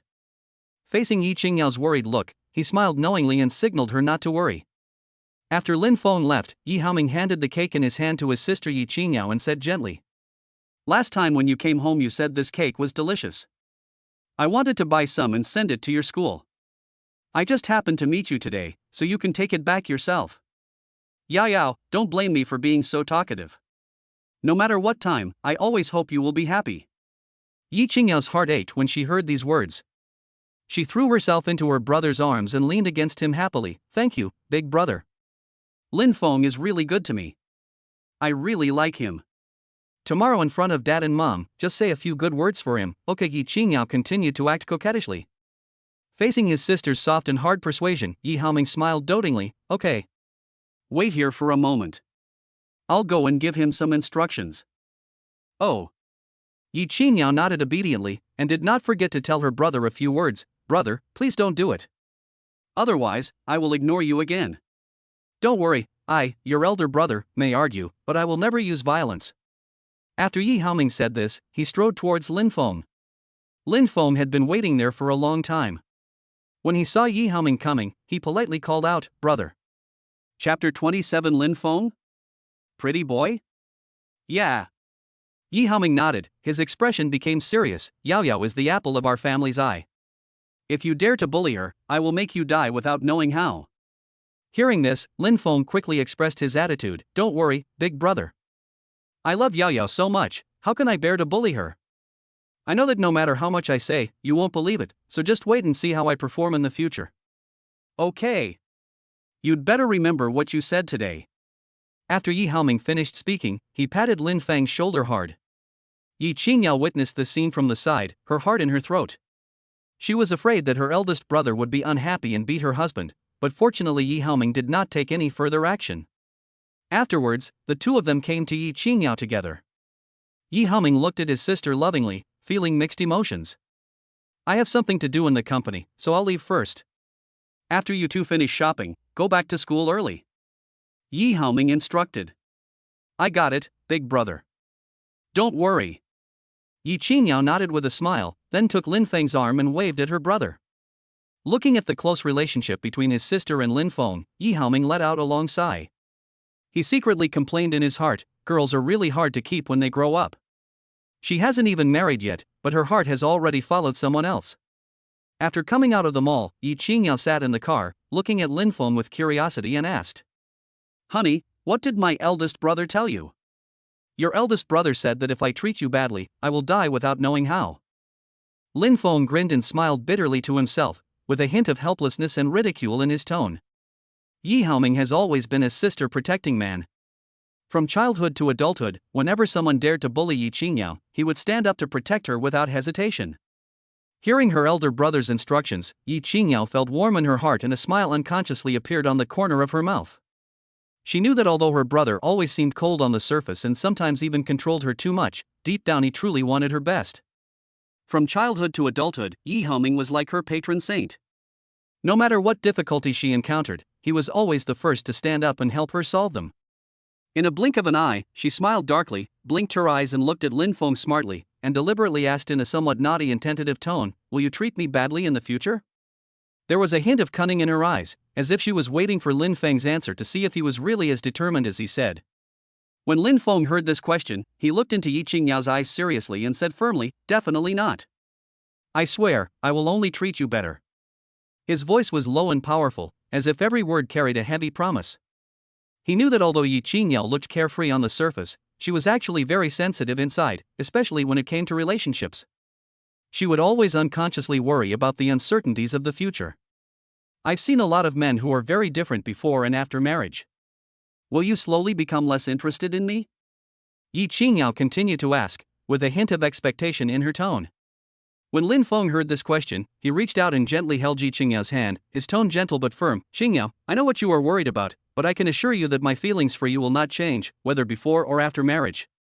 I will always cherish you, love you, and will never let you suffer any injustice. His eyes were full of sincerity and determination. Ying Yao looked at Lin Feng's deep eyes. She smiled and nodded gently. Hubby, I believe you. Having been shopping for a long time today, Ying Yao felt a little tired, and soon she fell asleep in the car. Lin Fong looked at her peaceful sleeping face and felt a warm feeling in his heart. He gently adjusted the angle of the seat to make her sleep more comfortably, and then continued to drive attentively. After returning home, Lin Fong carried Ying Yao to the bed and covered her with a quilt considerately. He stood beside the bed, quietly watching her sleeping, his heart filled with satisfaction. He knew that his greatest luck in life was meeting Ying Yao. No matter what difficulty she encounters in the future, he will stand by her without hesitation, protect her and love her. Then he went to the study and wrote calligraphy for a while. Lin Fong liked the feeling of quietly immersing himself in calligraphy, as if the whole world had quieted down, leaving only him and the pen in his hand. There was an urgent matter at the company yesterday, so Yi Haoming rushed back to the capital overnight. Ying Yao only saw the message sent by her brother when she woke up in the morning. Originally the three of them were going back to the capital together, but now only two of them could take the plane back. Lin Fong drove the car to the airport and exchanged his boarding pass. Not long after, the flight to the imperial capital began to check tickets. Ying Yao followed behind Lin Fong, holding the boarding pass in her hand, feeling a little excited. Soon, the two appeared on the plane. Since they left home early today, Ying Yao was yawning and felt very sleepy. Seeing this, Lin Fong considerately took out a small blanket from his bag, gently covered her with it, and said softly, "Wife, take a nap. When you wake up, we will be in the imperial capital." Ying Yao nodded, leaned back in the chair, and fell asleep not long after. Lin Fong looked at her beautiful sleeping face and felt warm in his heart. Then he put on headphones and opened a short video. There was a very conspicuous title in the middle of the video: How to Deal with the Mother-in-Law and the Father-in-Law. At the same time, in a luxurious villa in the imperial capital, Su Wanjin was pacing back and forth in the living room anxiously, her high heels making crisp sounds on the floor. Her brows were slightly furrowed, and there was a hint of nervousness and anticipation in her eyes. Yi Baoshan sat on the sofa with a cup of tea in his hand. His eyes followed his wife's steps and he gradually felt dizzy.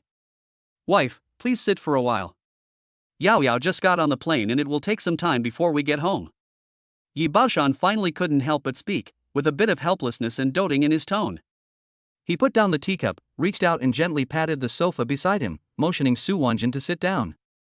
Su Wanjin stopped, sighed, turned around and walked to the sofa and sat down, but her hands were still twisted together nervously, and it was obvious that her mood did not calm down after sitting down. "Hey, it's the first time my daughter brings a boy home, I'm nervous too," she whispered, with a hint of worry and expectation in her tone. "I don't know what that brat looks like, but he actually caught the eye of our Yao." Upon hearing this, Yi Baoshan snorted coldly and said in a bad tone, "Maybe he is a pretty boy. Men nowadays are very good at disguising themselves. We must help our daughter to keep a close eye on him." There was a hint of vigilance in his eyes, as if he had already identified the brat whom he had never met as an unreliable person. Chapter 28: Meeting my future father-in-law and mother-in-law for the first time. As a father, Yi Baoshan always felt that no man was worthy of his precious daughter Yao. In his eyes, his daughter is like a shining pearl in his life, pure and flawless, so beautiful that it inspires awe. Whenever he thought that one day this pearl would be picked by a man, he felt an inexplicable sadness and reluctance.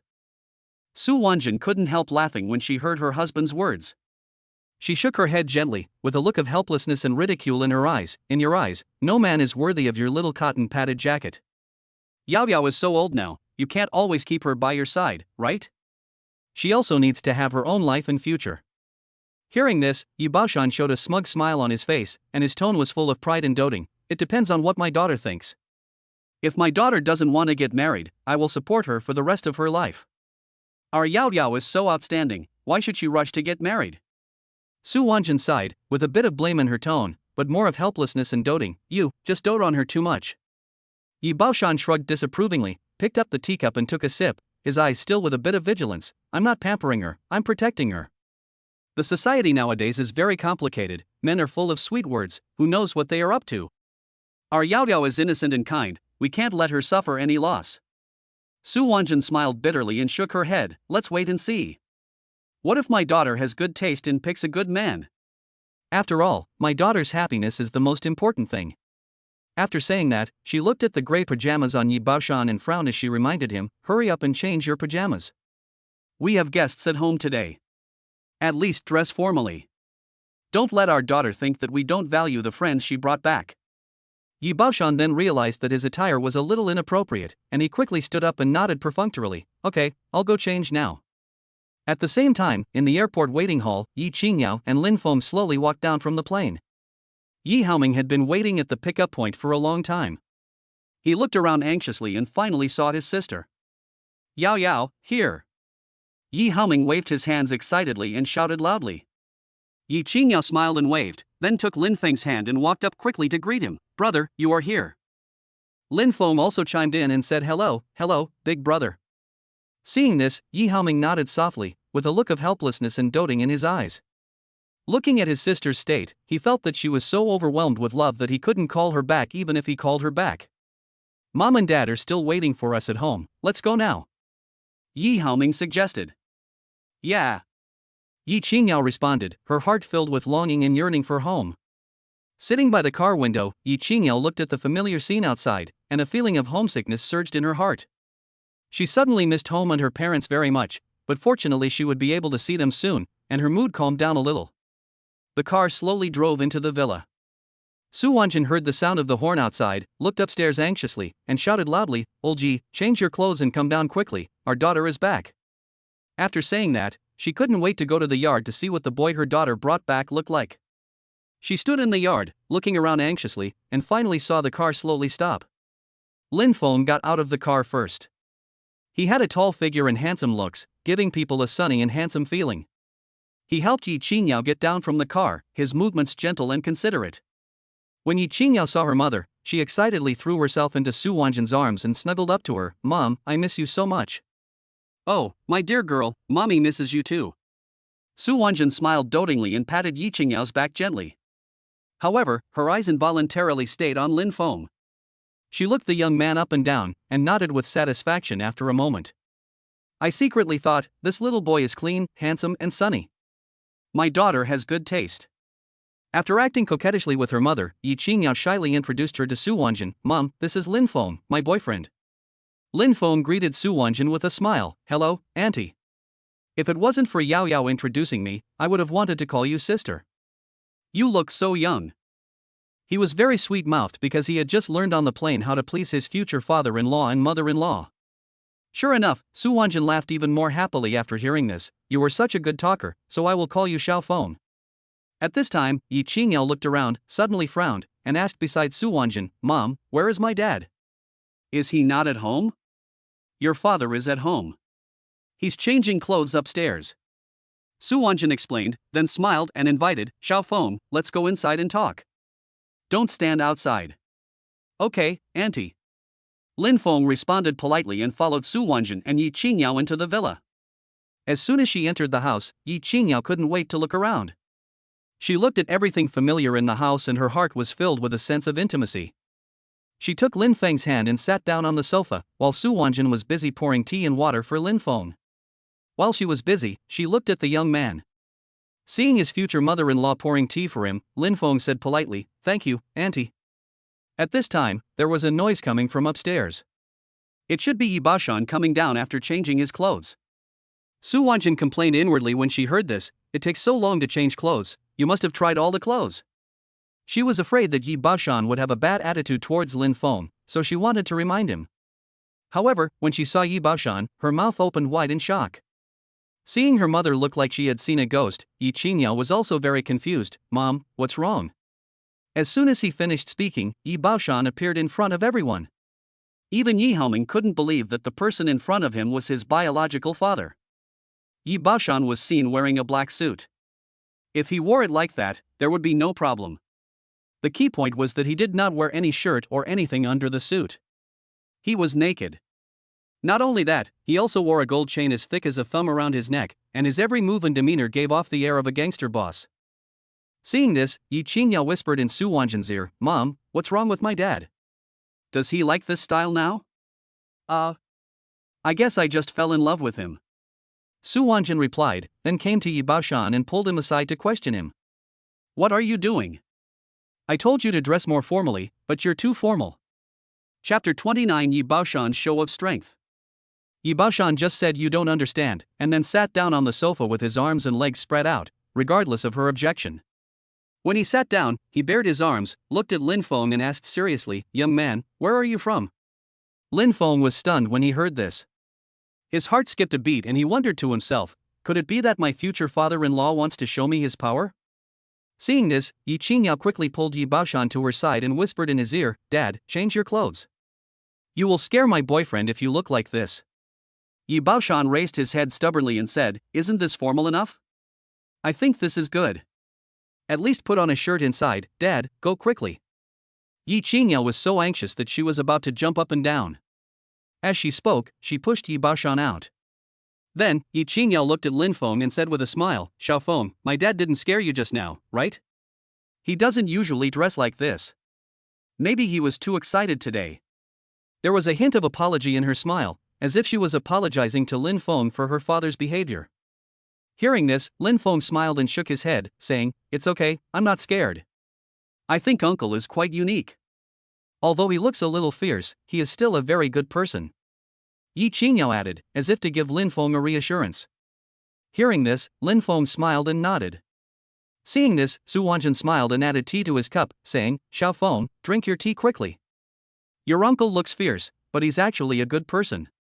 "Yes, that's right." Lin Fong nodded politely, took the teacup and took a sip. Just then, there was a noise from upstairs. Yi Baoshan was seen wearing a floral shirt with the buttons on the collar unbuttoned, leaving it open, revealing his dark chest. He sat on the sofa, crossed his legs, bit a toothpick, and asked, "What are you guys talking about? It's so lively." The tone of his voice really sounded like that of a big boss in society.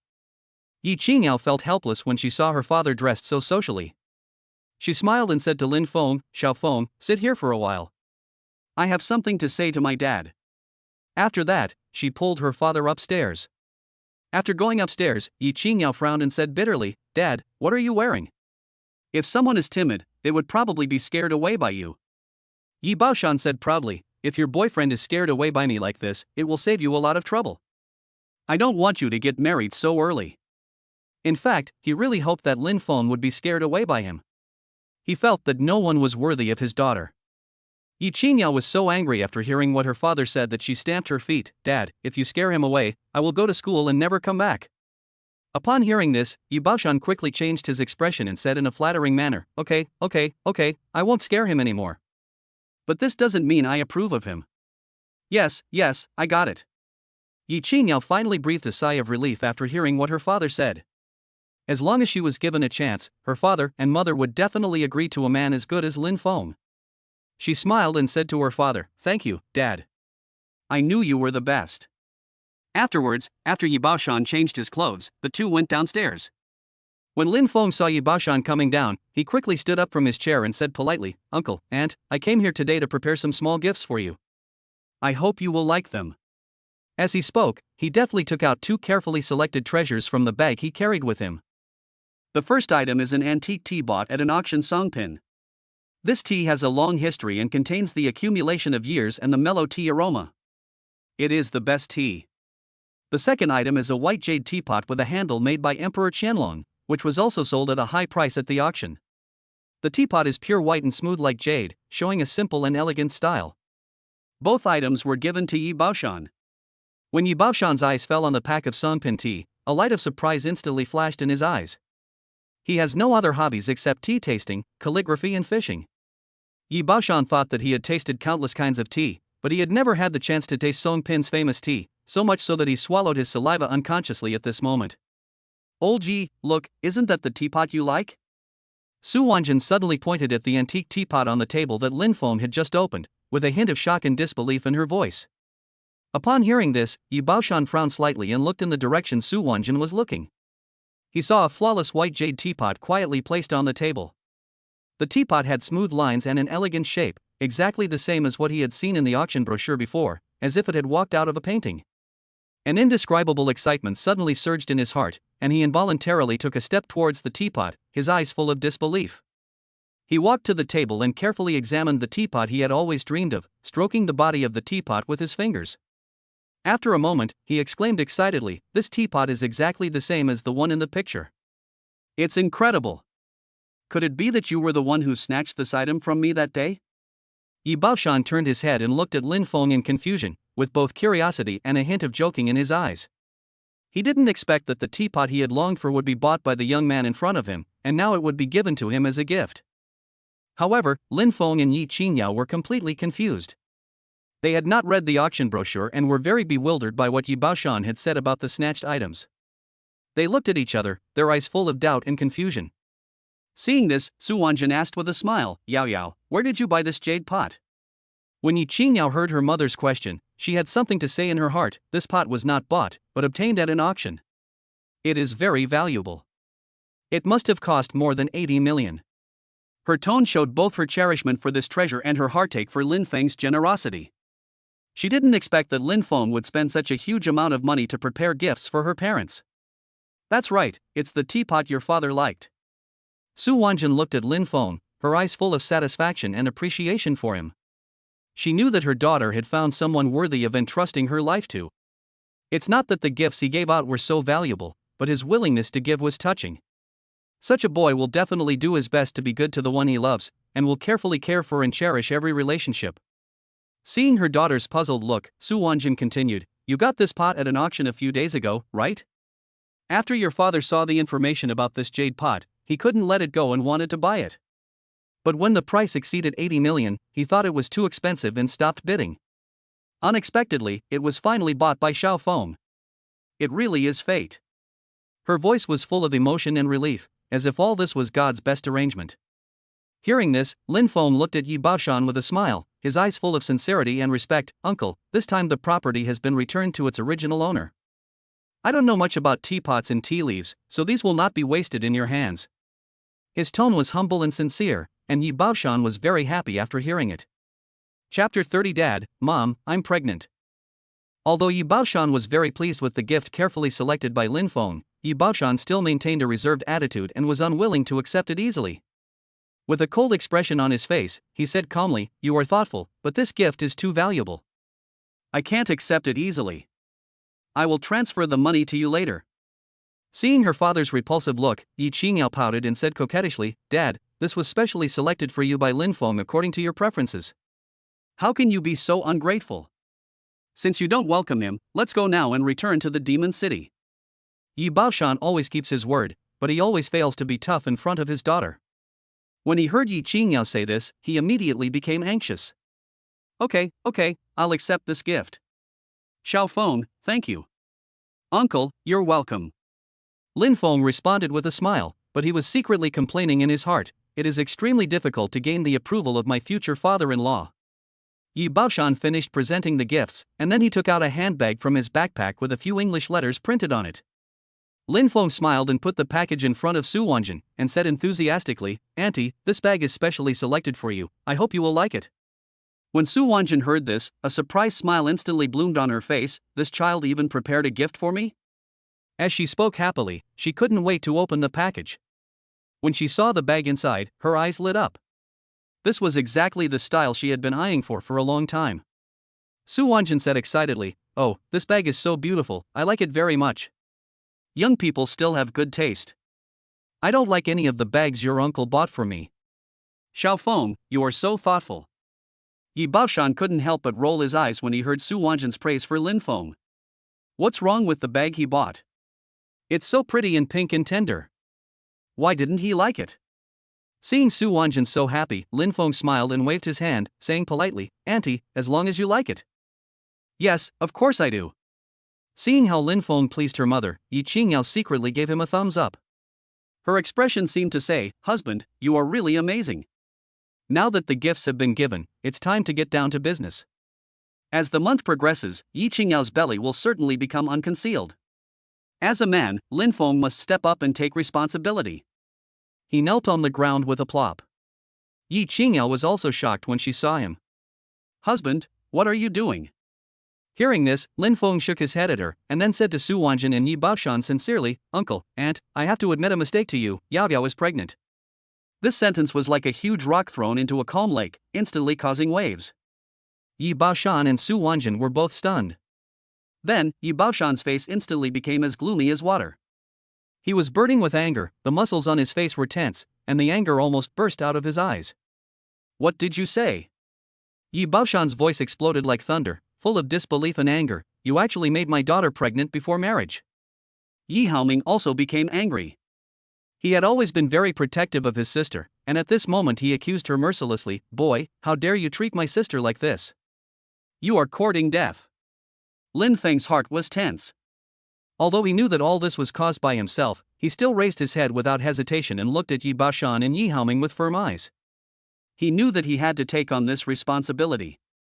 Uncle, aunt, I promise that I will be responsible for Yao Yao and the child. I will work hard and give them a good future. Seeing her parents so angry, Yi Qingyao was so anxious that she immediately stepped forward, held Lin Feng's hand, and defended him firmly. Dad, Mom, Lin Fong is not an irresponsible person. He has always taken good care of me and loves me very much. I am also responsible for this matter. You can blame me if you want to.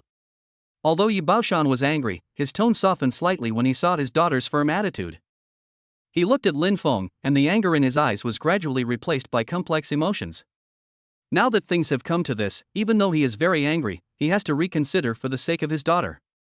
Are you really going to take care of them? Yi Baoshan asked coldly. Although there was still some doubt in his tone, he was no longer as angry as before. Yes. Lin Fong answered without hesitation, his tone full of seriousness and determination. I will use everything I have to protect her and our children and give them a better life. Su Wanjin also interrupted at this time. Husband, Yao Yao is already pregnant.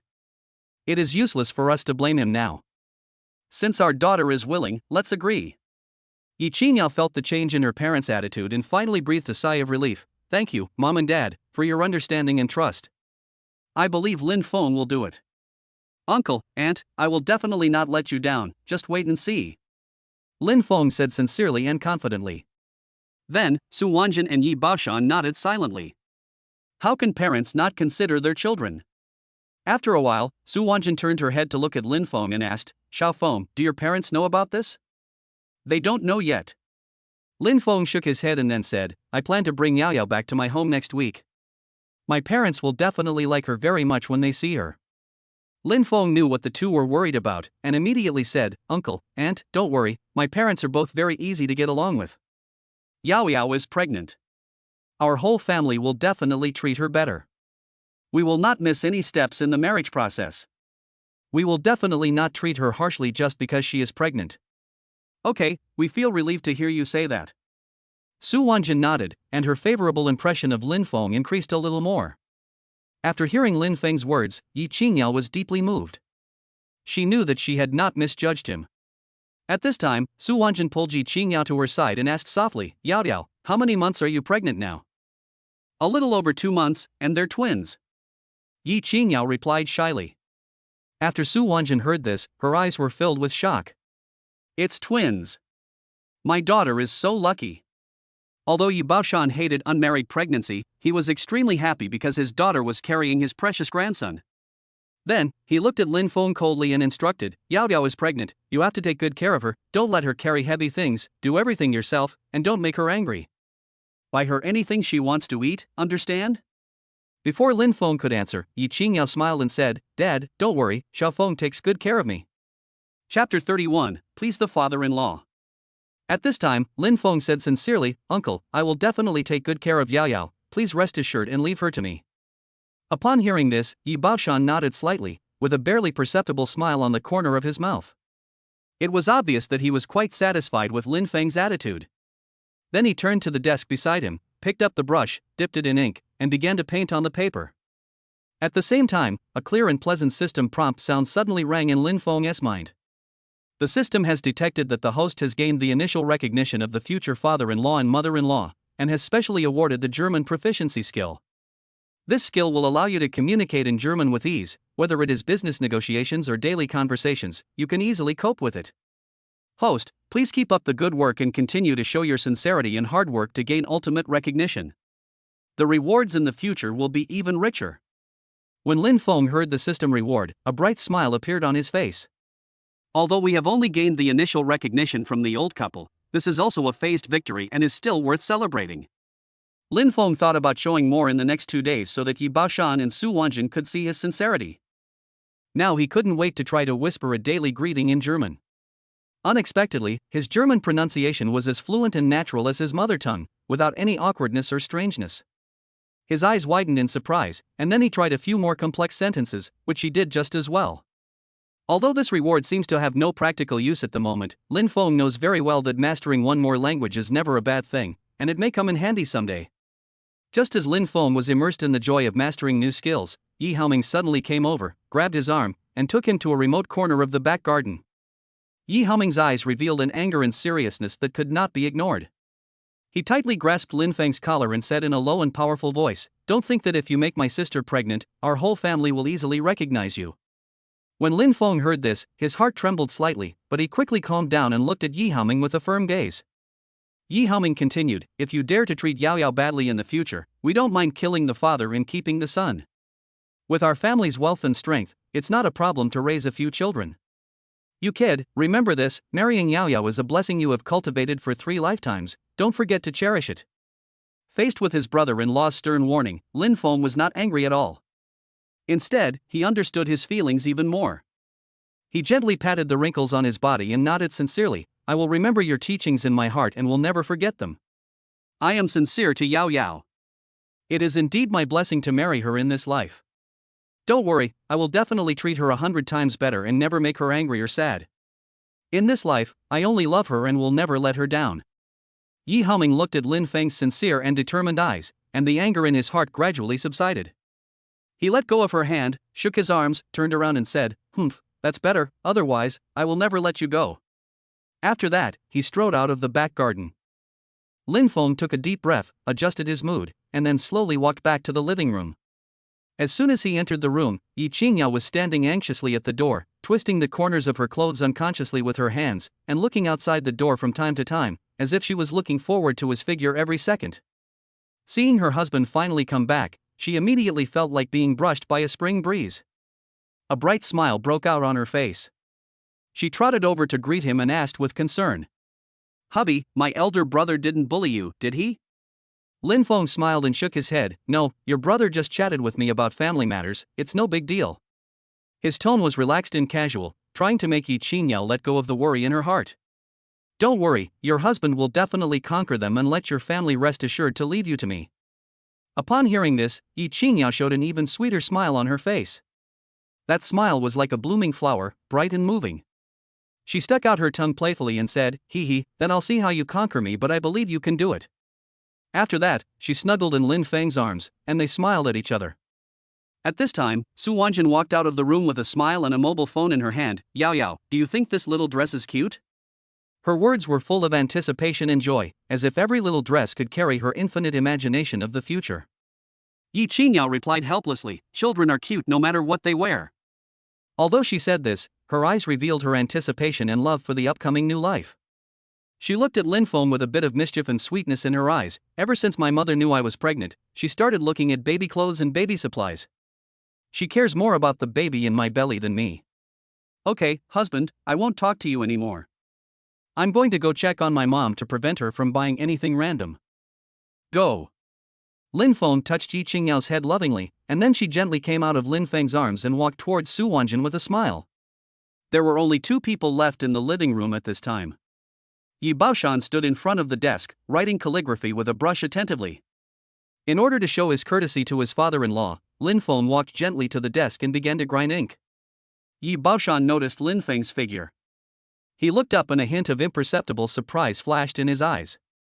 He knew that the other party wanted to show off, so he ignored him and continued writing. After a moment, Yi Baoshan raised his body and took a deep breath, as if he was gathering strength for his next creation. At this time, Lin Fong praised, "Uncle, your calligraphy is so wonderful." His voice was full of sincerity and admiration, as if every word was an admiration from the bottom of his heart.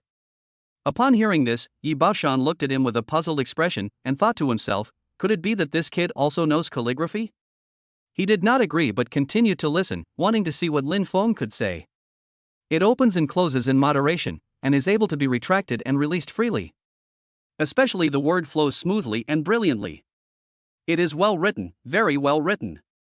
Lin Feng's words were full of praise for Yi Baoshan's calligraphy. Being praised, especially when it touched his heart, Yi Baoshan laughed out loud. He patted Lin Fong on the shoulder and said, "I didn't expect you to know so much at such a young age." His voice was full of admiration and joy, as if he saw some qualities and potential in Lin Fong. "It seems that you have some knowledge of calligraphy. How about showing off your skills?" Yi Baoshan's words were full of expectation. He wanted to see how capable Lin Fong was. Lin Fong smiled modestly and said, "Then I will show off my ugliness, please don't despise me." Chapter 32 Talent Inheritance. After saying that, Lin Fong walked to the desk, picked up the brush, dipped it in ink, then took a deep breath and began to paint. His movements were smooth and natural, and every subtle turn seemed just right. As Lin Feng's brushstrokes flew across the paper, one vigorous and powerful Chinese character after another gradually appeared before the two of them. Yi Baoshan stood aside, looking at Lin Fong with surprise. There was both surprise and disbelief in his eyes. He seemed unable to believe that these powerful and forceful words were actually written by the young man in front of him. Yi Baoshan walked to the desk, appreciating the words with a look of cherishment on his face, his heart full of admiration. Such works are enough to make people's eyes shine even among calligraphy masters. After a moment, Yi Baoshan finally suppressed his excitement. He cleared his throat, trying to make his voice sound calmer. He pretended to be unconcerned and said slowly, "Although the handwriting is average, it has its own style and characteristics. Overall, it is still very good. Young man, you will need to practice hard in the future." Yi Baoshan said earnestly. Yes. Lin Fong nodded with a smile. He could see that Yi Baoshan liked his calligraphy very much, so he did not expose his hypocrisy. Time flies, and it is noon in the blink of an eye. The group sat at the dining table. Su Wanjin said to Lin Fong with a smile, "Xiao Feng, don't be shy. Just take whatever you like. Don't be polite." "Yeah, I know." Lin Fong nodded, then buried his head in eating. Seeing this, Yi Yao considerately picked up a large shrimp and put it in Lin Feng's bowl, her eyes full of tenderness and care. "Honey, these shrimps are delicious, please try them." "Okay." Lin Fong nodded, a warm feeling surged in his heart. He picked up the prawn and tasted it carefully. It was indeed delicious.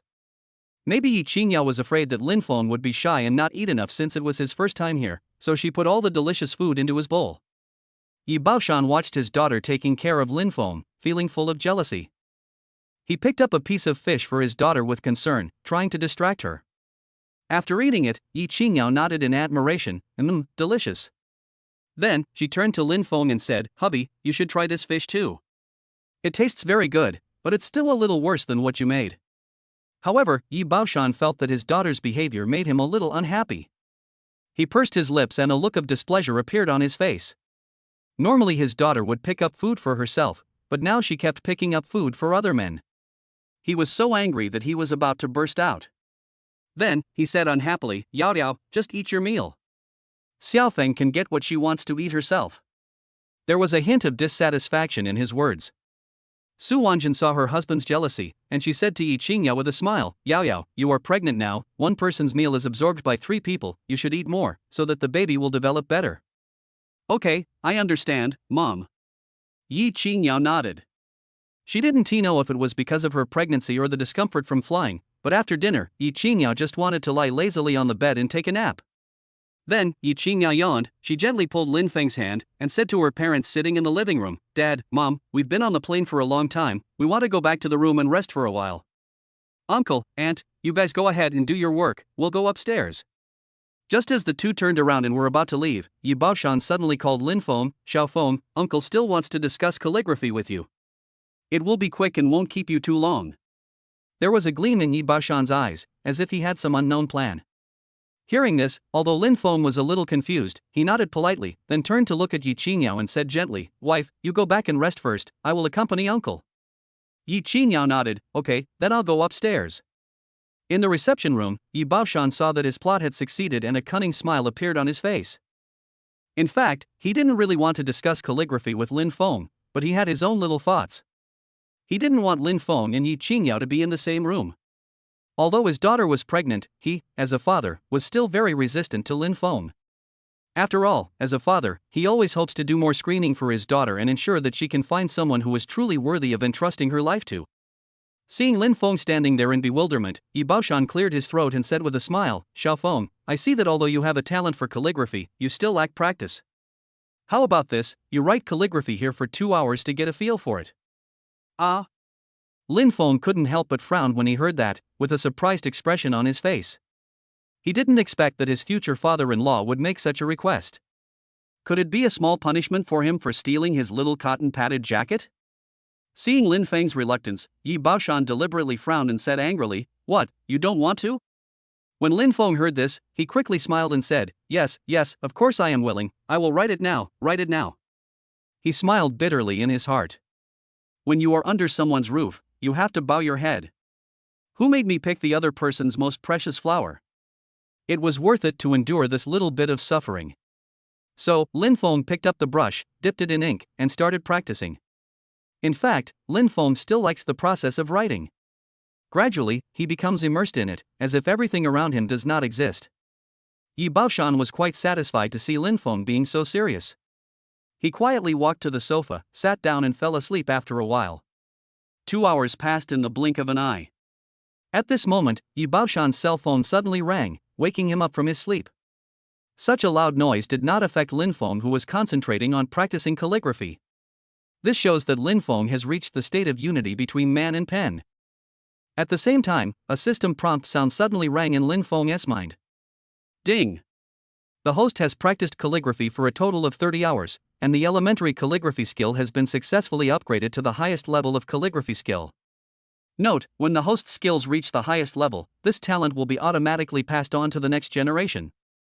The voice was clear and pleasant, like the sound of nature, which made Lin Fong excited. He quickly put down the pen in his hand and confirmed in his mind, "System, what do you mean by passing on to the next generation? Does it mean that my babies will be better than other babies in calligraphy?" There was a hint of anxiety and expectation in his tone. "Yes, host, they will show extraordinary talent and potential in calligraphy." Hearing this answer, Lin Feng's mood instantly became extremely happy.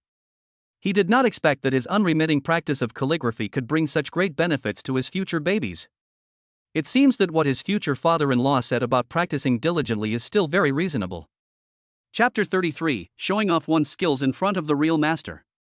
At the same time, the man who was having a video call with Yi Baoshan, an old man over 70 years old but in good spirits, was sitting at the desk in the study, sipping tea and enjoying the quiet afternoon.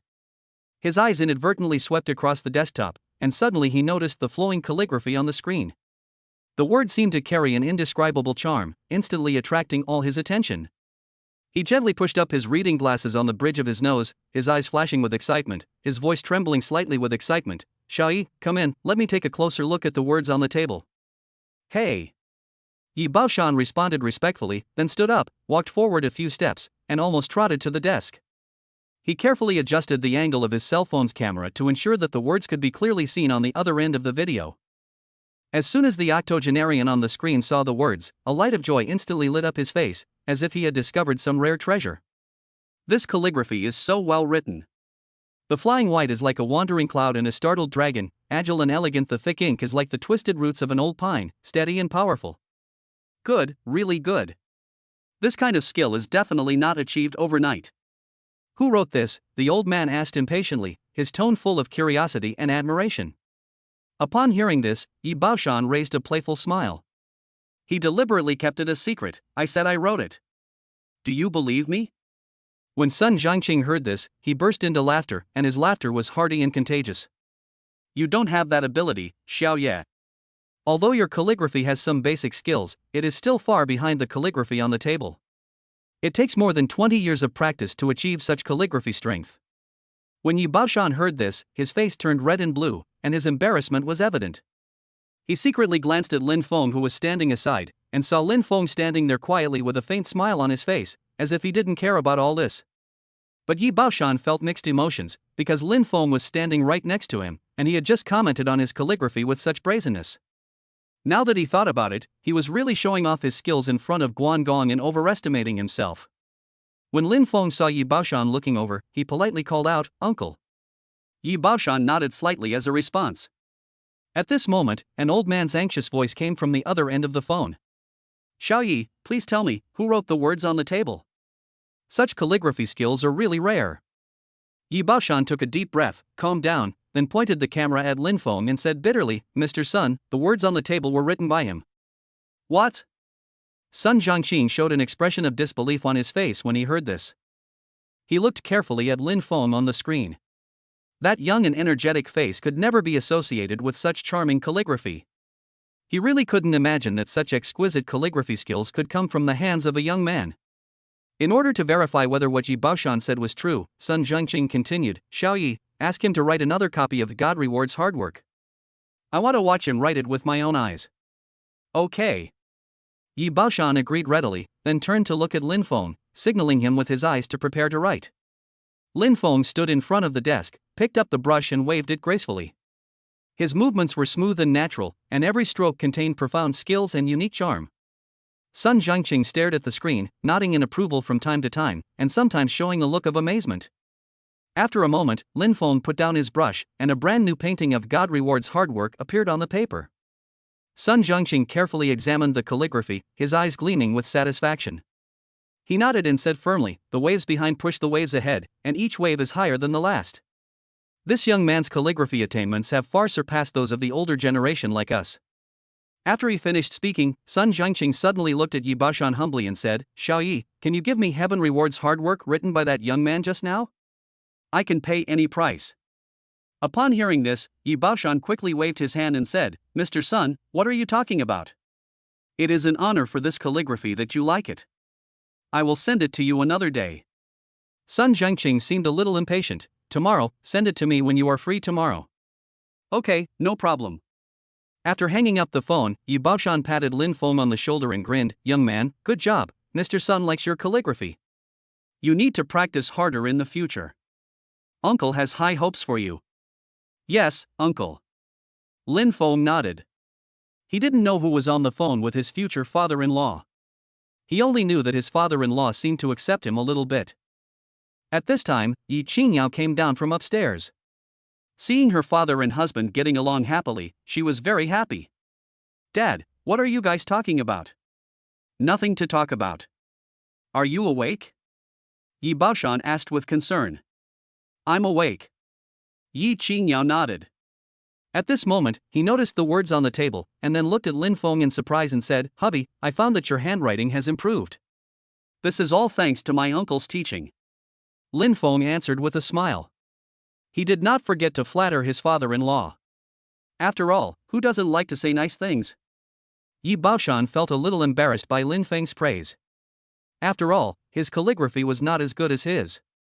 He waved his hand and said with a smile, "You two can chat. I still have some things to deal with." "Okay." Lin Fong and Ying Yao nodded.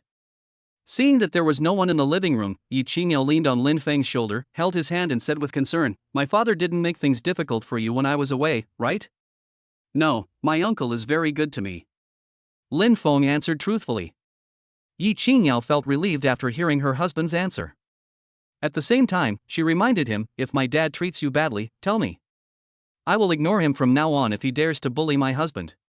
Let's see if he dares to do that again." At this time, Yi Baoshan had just sat down in the study. For some reason, he felt a draft everywhere and shivered suddenly. Chapter 34 Lin Fong shows off his skills and amazes his father-in-law. After the video conference, Yi Baoshan frowned and hurried out of the room, looking very anxious. Su Wanjun was busy preparing dinner in the kitchen. When she heard the noise in the living room, she quickly put down the kitchen knife, wiped her hands with her apron, and came out to greet them. "Old Ji, where are you going? You look anxious." There was concern and confusion in her voice, and her eyes were full of worry. Yi Baoshan stopped, took a breath, and explained briefly, "The company has a big cooperation deal to discuss with Germany. The translator who was originally found in advance cannot attend due to health reasons. This is very anxious. I have to find another German translator to replace him." His tone revealed a bit of anxiety and helplessness, and his eyes flashed with the importance he attached to this cooperation. "Time is too tight, so I won't tell you first. If I come back late, you don't have to wait for me for dinner." After saying this, he turned around and left, looking as if there was no time to lose. At this time, Ying Yao stood up from the sofa. Seeing her father's anxious look, her heart tightened and she quickly asked, "Dad, when are we going to discuss the cooperation? Is it today?" There was a hint of urgency in her voice and her eyes were full of a desire to help. Yi Baoshan nodded and said solemnly, "Today is the day." There was a hint of urgency and pressure in his tone, as if a huge rock was pressing on his heart. Just as he was about to leave, Lin Fong suddenly stood up from the sofa, his eyes firm and confident. "Uncle, I speak German, so you don't need to find another translator." Lin Feng's words were concise and clear, but they were like a stone thrown into a calm lake, causing ripples. As soon as these words were spoken, Yi Qingyao and Yi Baoshan's eyes were all focused on him, and both of their faces were filled with disbelief. Especially Yi Qingyao, she widened her eyes and asked in confusion, "Husband, you know German? Didn't you study computer science in college?" Her tone was full of surprise and curiosity, as if she had discovered an unknown treasure. Hearing this, Lin Fong doted on Yi Qingyao's forehead and smiled, "I learned German by myself. I learned it because I thought it was interesting. I didn't expect it would come in handy today." His tone was relaxed and natural, as if this was a very common thing. Lin Fong knew that although what he said was a bit exaggerated, it was much better than being used as a guinea pig in research. At this time, Yi Qingyao looked at Yi Baoshan excitedly and said, "Dad, look, Xiaofeng can speak German, so you don't have to worry." Her tone was full of excitement and anticipation, as if she had found the key to solving the problem. "When are you going to discuss cooperation today?" Yi Qingyao asked impatiently. Hearing this, Yi Baoshan's face did not show any happiness at all, but became even more worried. He looked at Lin Fong with doubt, his eyes full of disbelief. After all, this collaboration involves a lot of professional terms. Can someone who taught himself German really be competent? He shook his head, with a hint of apology in his tone. There will be a lot of professional terms in today's cooperation, and he may not be able to translate them. "Xiaofeng, Uncle knows you want to help, but I'm afraid you can't do this." "Thank you for your kindness." After hearing this, Yi Qingyao pouted and looked unhappy. She put her hands on her hips and said dissatisfiedly, "Dad, how do you know that Xiaofeng can't do it if you haven't tried it? You are prejudiced against him and look at people with tinted glasses." There was a hint of coquettishness and dissatisfaction in her tone, as if she was standing up for Lin Fong. "My husband will do it if he says he can, and won't do it if he says he can. I believe he can do it." Yi Qingyao's tone was firm and confident. She believed in Lin Feng's ability, and even more so in her own vision. Seeing that his little cotton-padded jacket was angry, Yi Baoshan sighed helplessly. He knew his daughter's temper very well. Once she made up her mind about something, it would be difficult to change her mind. Therefore, he had no choice but to hand a document in his hand to Lin Fong and said, "Please translate this article. If you can't translate it, don't force yourself. After all, German is still very difficult to learn." "Humph, who are you looking down on?" Yi Qingyao pouted, crossed her arms over her chest, and looked unconvinced. Then, she looked at Lin Fong with great confidence and said, "Hubby, translate it for him." Her eyes were full of trust and encouragement, as if she was cheering Lin Fong on. Lin Fong took the information and quickly glanced through it, his eyes focused on recognizing it. Then he took a deep breath and read out the script in fluent German. Although Yi Baoshan and his companions did not understand German, they could feel that Lin Fong spoke very fluently and accurately without any pauses or mistakes. After listening to Lin Feng's translation, Yi Baoshan and others showed surprised expressions. They didn't expect that Lin Feng's German level was so high that it was comparable to that of a professional translator. Afterwards, Yi Qingyao compared what Lin Fong read out with the translation software and found that what her husband said was absolutely correct. Yi Qingyao jumped up with excitement. She hugged Lin Feng's arm and praised him excitedly. "Husband, you can learn German so well by yourself, how come you are so amazing?"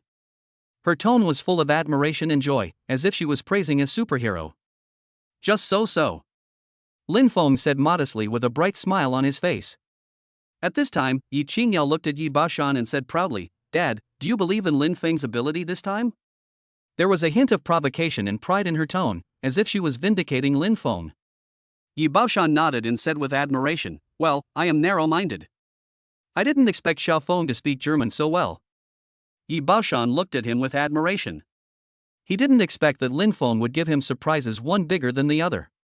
Now he felt that the young man in front of him was quite good and was barely qualified to be his son-in-law.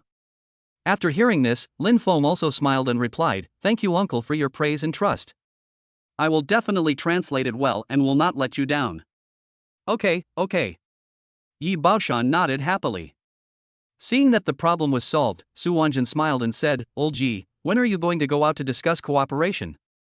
Hearing this, Yi Baoshan looked down at his watch and said, "We have to set off now." He then turned to look at Lin Fong and said, "Xiao Feng, let's go." After hearing this, Yi Qingyao reluctantly pulled Lin Feng's arm and looked at Yi Baoshan and said coquettishly, "Dad, I want to go with you to see it too." "Okay." Yi Baoshan nodded helplessly. After all, it was his precious daughter's request. Then he turned his head to look at Su Wanjin and said, "Wife, let's go first and have dinner when we come back." "Go ahead, I hope everything goes well for you." Su Wanjin smiled and sent them to the door, waving her hand. Chapter 35 Husband, Hunting Time. Inside the company, Yi Haoming was as anxious as an ant on a hot pan, running around in circles. Translator. Why hasn't the translator arrived yet? Yi Haoming paced back and forth in the office, muttering to himself, as if he could get the translator to come by reading it this way. Just then, the office door was gently pushed open, and Yi Baoshan and his party walked in slowly. "Dad, how's the translation going?" When Yi Haoming saw his father, he was anxious but also expectant. "It's done." After saying that, Yi Baoshan walked leisurely to the sofa and sat down, picked up the purple clay teapot on the coffee table, and took a sip. "Xiao Feng, sit down and try Uncle's tea. This is new tea this year and it tastes very good." Yi Baoshan waved his hand and enthusiastically greeted Lin Fong, who was standing beside him. He smiled and nodded, then obediently sat down next to Yi Baoshan, carefully picked up the teacup and savored it carefully. However, Yi Haoming had no interest in sipping tea. His mind was entirely on the upcoming cross-border negotiations. The absence of a translator is even more ridiculous than the absence of a referee in a World Cup final. "Dad, where is the translation you mentioned? Why can't I see it?" Yi Haoming's voice was filled with anxiety, helplessness, and confusion. At this time, Yi Qingyao covered her mouth and smiled, with a cunning light flashing in her eyes. "Brother, it's far away in the sky, but it's right in front of us." After saying this, she deliberately kept the audience in suspense, blinking her big eyes, as if waiting for a grand revelation. "Ah!" Yi Haoming opened his mouth in surprise, big enough to fit an egg. After a moment, he pointed at Yi Qingyao in disbelief, and said in a trembling voice, "Dad said the translator was you? How is that possible?" His face was full of disbelief. After all, he had been with Yi Qingyao for so many years, and Yi Haoming knew exactly whether she spoke German or not. What's more, he knew that his sister was studying design, which had nothing to do with minor languages. Seeing her brother's "Are you kidding me" expression, Yi Qingyao laughed angrily, pouting and muttering to herself, "Is it that unbelievable?" But then she thought, this is a good opportunity to surprise her brother, so she straightened her back, waved her fingers, and smiled proudly. "It's definitely not me, guess who it is?" Upon hearing this, Yi Haoming looked around and found that there was no one else in the office except them. His gaze finally fixed on Lin Fong, and an absurd thought arose in his mind. "Yao, the translator you were talking about can't be him." There was a hint of disbelief in his voice.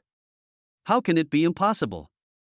Seeing her brother's disbelief, Yi Qingyao raised her chin proudly. "Lin Fong is the translator that Dad found." Yi Haoming didn't know whether to laugh or cry when he heard this. Ever since he knew that his sister was in love, he had investigated Lin Feng's background thoroughly. The other party has never attended any extracurricular tutoring classes and studied computer science in college, which has nothing to do with German.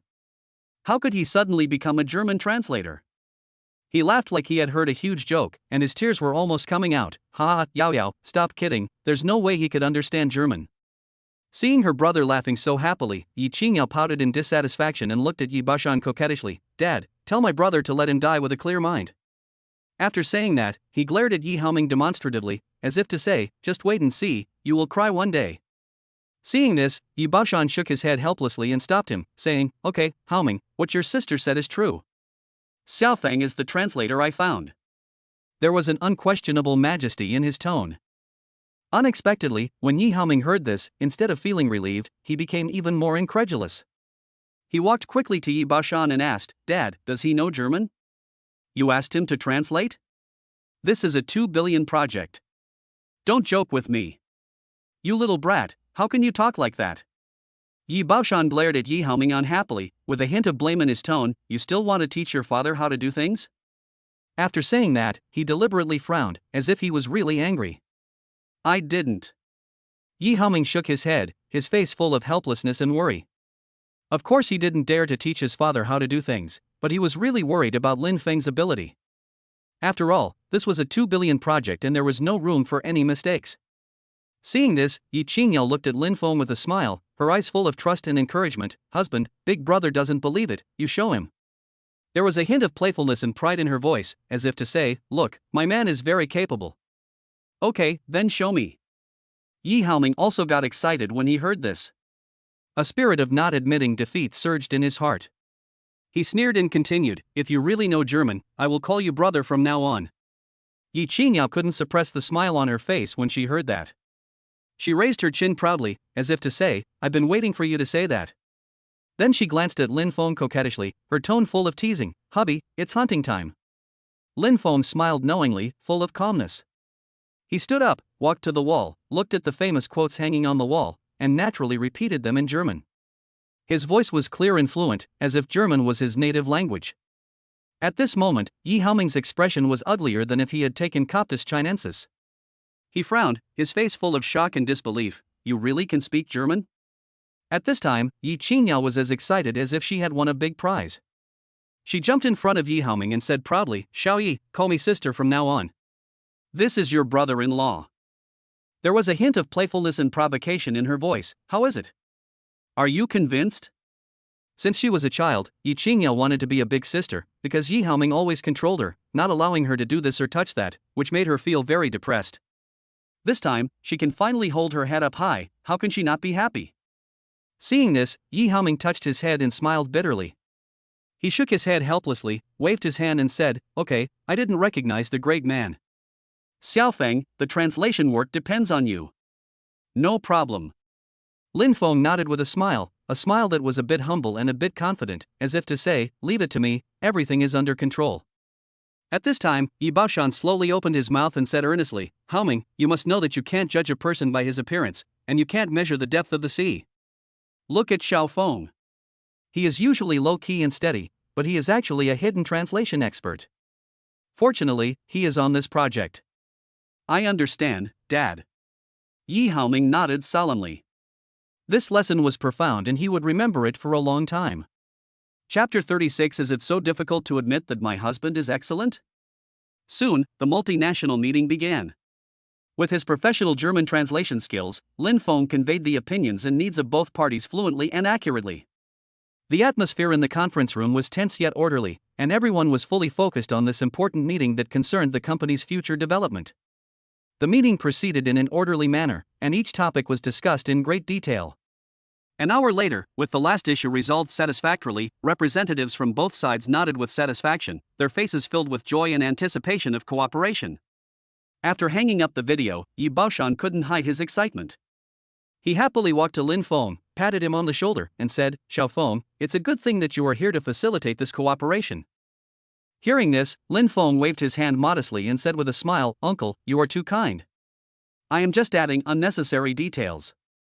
It is your plan that satisfies the other party. I am just a messenger and dare not take credit for it. Okay. Yi Baoshan became even happier when he heard Lin Feng's humble words. He looked at Lin Fong deeply, his eyes flashing with admiration and satisfaction. The young man did not take credit for others' work and was humble and polite. Not bad. Outside the door, Yi Qingyao saw that the meeting was over. She pushed the door open impatiently, ran to Lin Fong happily, took his arm, and said with a smile, Hubby, you look so handsome when you talk so eloquently. Did the cooperation succeed? Yes. Yi Haoming nodded, then patted Lin Fong on the shoulder and praised, good performance. Yi Qingyao saw that Yi Haoming still maintained his aloof appearance, but his eyes could not hide his recognition and admiration for Lin Fong. She stuck out her tongue playfully and said to Yi Haoming, Brother, are you so reluctant to admit that my husband is excellent? Smile quickly. Yi Haoming smiled dotingly, grinning and said, Of course the man you chose is the most powerful. Are you satisfied? That's right. Yi Qingyao nodded with satisfaction, a happy smile on her face. At this time, Yi Baoshan looked at the time on the wall and it was almost dinner time. He immediately said, Well, let's not stand here anymore. Your mother is waiting for us to go back for dinner. Let's go. The group left the meeting room as they talked. At the same time, sitting on the sofa in the villa was an old man with gray hair but strong spirit, Sun Zhengqing. When Su Wanjin saw Mr. Sun coming, she enthusiastically made a pot of good tea, then happily walked over with the tea tray. Mr. Sun, Baoshan has something to do at the company, but he will be back soon. Please have a cup of tea and wait for a moment. Sun Zhongqing smiled and nodded, took the teacup, took a sip, then waved his hand and said, "Don't worry about me, go and do your work, I'll just take a look." Okay. Su Wanjin heard this and went back to the kitchen to continue working. Sun Zhongqing leaned back on the sofa, his eyes inadvertently sweeping over a piece of calligraphy on the desk. His eyes suddenly lit up, as if he was deeply attracted by something. He stood up and walked to the desk, carefully looking at the words on the table. Every stroke was vigorous and powerful, and every word was elegant and free, with natural charm. Sun Zhongqing couldn't help but exclaim softly, "This calligraphy is well written, well written. It's really amazing."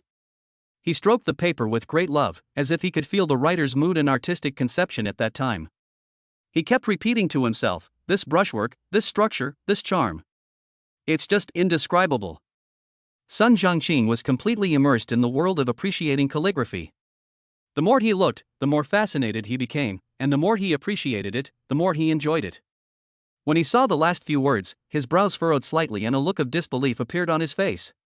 The improvement in this handwriting is too rapid. Sun Zhongqing murmured to himself. He boasted that he had a great talent for writing, but when he saw all the papers of calligraphy practice, he found that he did not even have 1/3 of the other person's talent.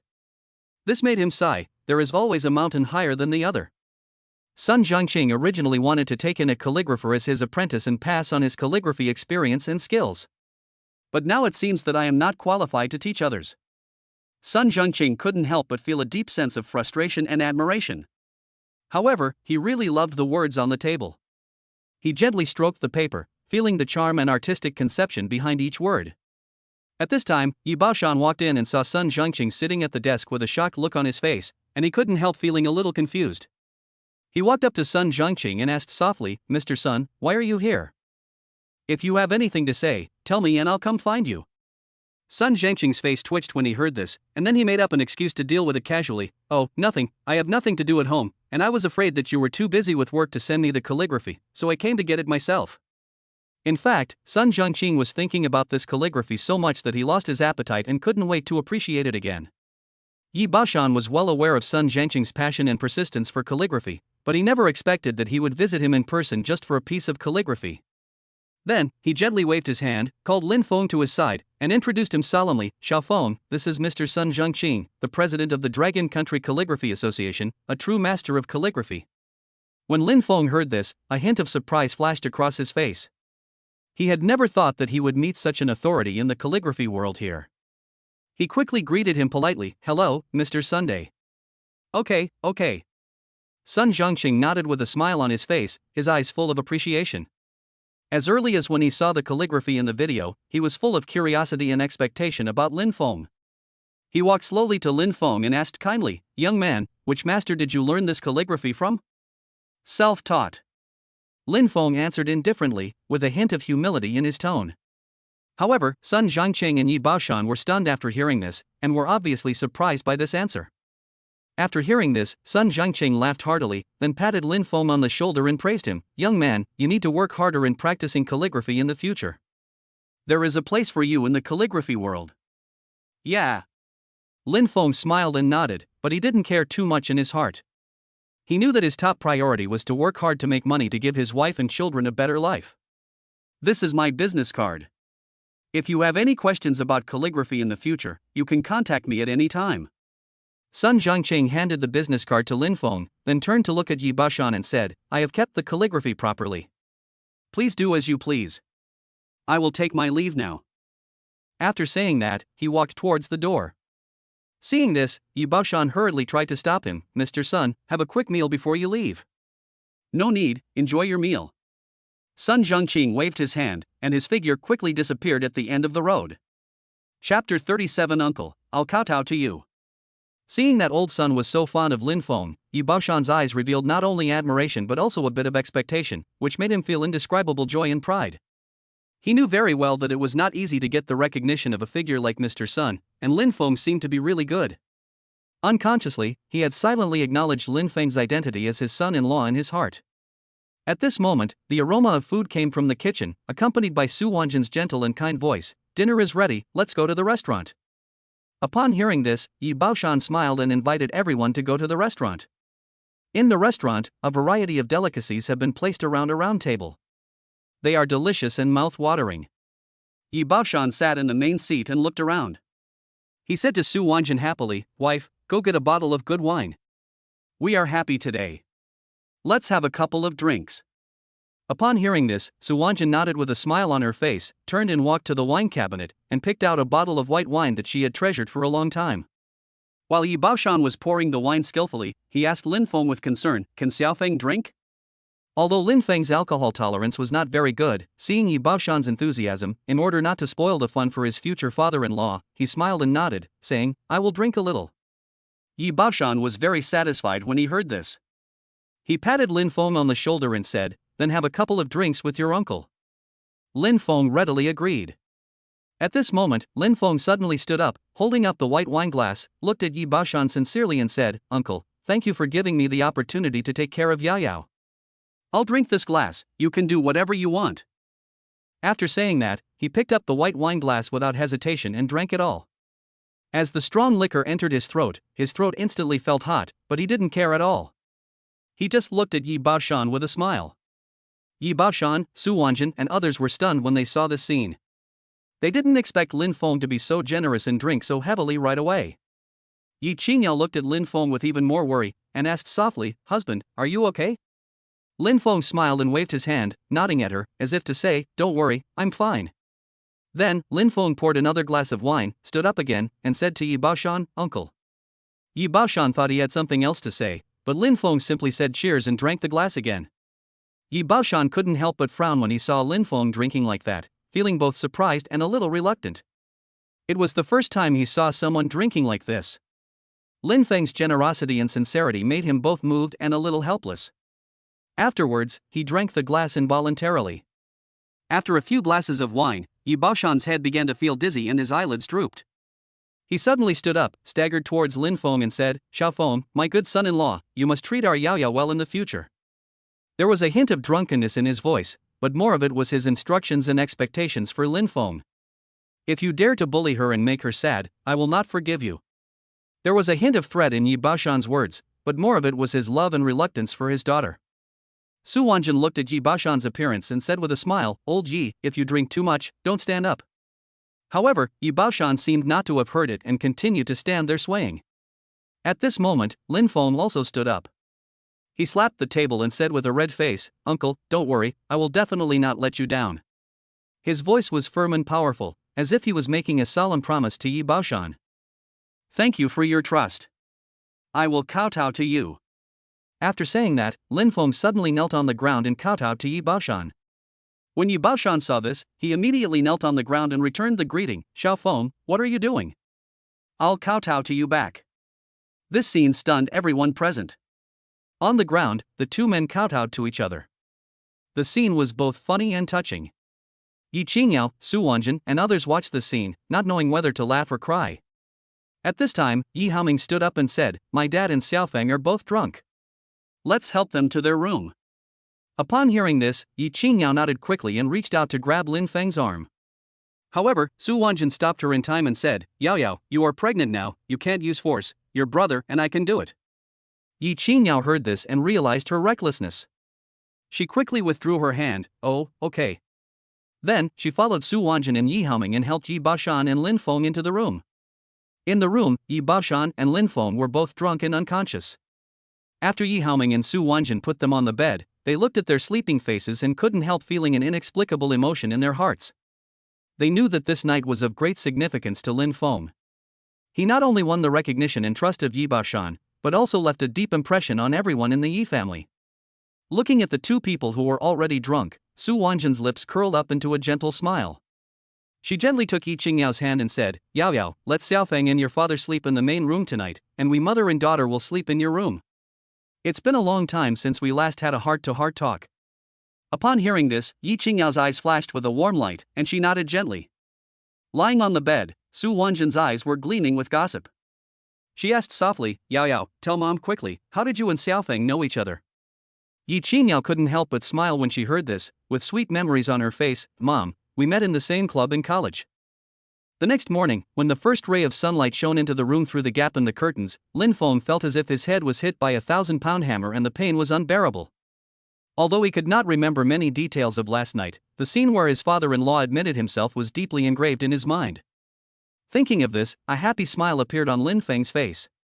He reached out his hand in a daze, grabbed the person next to him, then excitedly put his hand to his mouth and kissed it gently. Yi Baoshan felt the wetness on his hands, frowned slightly, and murmured to himself, "Wife, stop making trouble, let me sleep a little longer." When Lin Fong heard the voice, he woke up instantly. He widened his eyes and was surprised to find that the person next to him was Yi Baoshan. At this moment, the door was suddenly pushed open, and Yi Yao walked in with a gentle smile on her face. "Honey, how did you sleep last night?" Yi Yao asked with concern. "Not bad." Lin Fong nodded with a smile. He was secretly glad in his heart that he did not impulsively kick Yi Baoshan down, otherwise the recognition he had worked so hard to gain would be gone. Chapter 38, Moved to Tears? At the same time, a clear and pleasant system prompt sound suddenly rang in Lin Feng's head. Ding! The system detected that the host has been deeply recognized by the mother-in-law and father-in-law, and hereby rewards a rare courtyard house within the second ring of the imperial capital. This sudden news made Lin Fong feel indescribable excitement. The courtyard houses within the second ring road are in high demand, not to mention that this courtyard house has an excellent location. Standing on your own balcony, you can overlook the majestic Forbidden City. The corners of Lin Feng's mouth couldn't help but rise slightly, with excitement flashing in his eyes. "Honey, breakfast is ready. Come get out of bed and have breakfast." At this moment, Yi Yao's gentle and delicate voice came to his ears. "Okay, I'll be right there." Lin Fong nodded, a happy smile on his face, and then slowly got up from the bed. The family sat together at the dining table. The atmosphere was warm and harmonious. However, Yi Baoshan found that everyone seemed weird, especially Yi Yao and Su Wanjun. Whenever they looked at him, they always had an inexplicable smile on their faces, as if they were hiding some secret. Yi Baoshan couldn't help but feel confused. Was there something on his face? He subconsciously touched his cheek but found nothing. "Wife, why are you staring at me? Is there something on my face?" Yi Baoshan finally couldn't help but ask, with curiosity and confusion in his eyes. No, your face is clean." Su Wanjun smiled and waved her hands, but the smile on her face became more and more intense, as if it was about to overflow. Lin Fong also felt everyone's eyes on him from time to time, which made him feel a little uncomfortable. He wondered to himself, could it be that his performance last night was so outstanding that everyone looked at him with new eyes? Just then, the cell phone in his pocket suddenly rang, breaking the silence at the dinner table. Lin Fong nodded apologetically, then stood up, walked to the window and answered the phone. "Hello, is this Mr. Lin Fong Lin?" A man's voice came from the other end of the phone, sounding a little excited. "Yes." Lin Fong nodded. After hearing the affirmative answer, the man continued excitedly, "Mr. Lin, are you free today? I have arranged everything here and can transfer the courtyard house within the second ring road to your name at any time." "I'm free, of course I'm free." Lin Fong replied quickly, with excitement rising in his heart again. "The main thing is that I have to go back to the Magic City tonight, and I don't know when I will come to the Imperial City next time." "That's good. Let's meet at the real estate transaction center later." After the man said that, he hung up the phone. Lin Fong put away his phone and sat back in his seat, his heart full of anticipation and joy. "Xiao Feng, you are going back to the Magic City tonight, so just have fun in the Imperial City during the day," Yi Baoshan said, with some concern and reluctance in his tone. He thought for a moment and continued, "I have nothing to do in the morning, why don't you come with me to the golf course to play golf?" After hearing this, Lin Fong couldn't help but frown slightly. He had just contacted the agent and was going to transfer the house in a while. However, he didn't want to let his father-in-law down. Just when he was in a dilemma, Yi Baoshan saw his hesitation and said sympathetically, "Xiao Feng, if you have something to do, just go and do it. Don't let me delay your work." When Lin Fong heard this, a warm feeling surged in his heart. He looked at Yi Baoshan with gratitude and said tentatively, "Uncle, I have to go to transfer the house this morning, and it will be done soon. After that, we can go play golf. Do you think it's okay?" Lin Fong proposed a compromise. After hearing this, Yi Baoshan showed a puzzled expression on his face and asked, "Transfer the house? Do you want to sell the house?" Hearing this, Lin Fong quickly waved his hands and explained, No, I just bought a house. When Yao Yao and I get married in the future, we can live here, be closer to you, and spend more time with you. Having said that, Lin Feng's face showed a sincere and warm smile. When Su Wanjin heard this, her heart was warm. She didn't expect Lin Fong to be so thoughtful. She had really decided on this son-in-law. Yi Baoshan looked at Lin Fong in surprise. He didn't expect that this young man could do this for his daughter. He knew very well that Lin Feng's love for Yi Qingyao was deep and sincere, and this love made him feel comforted.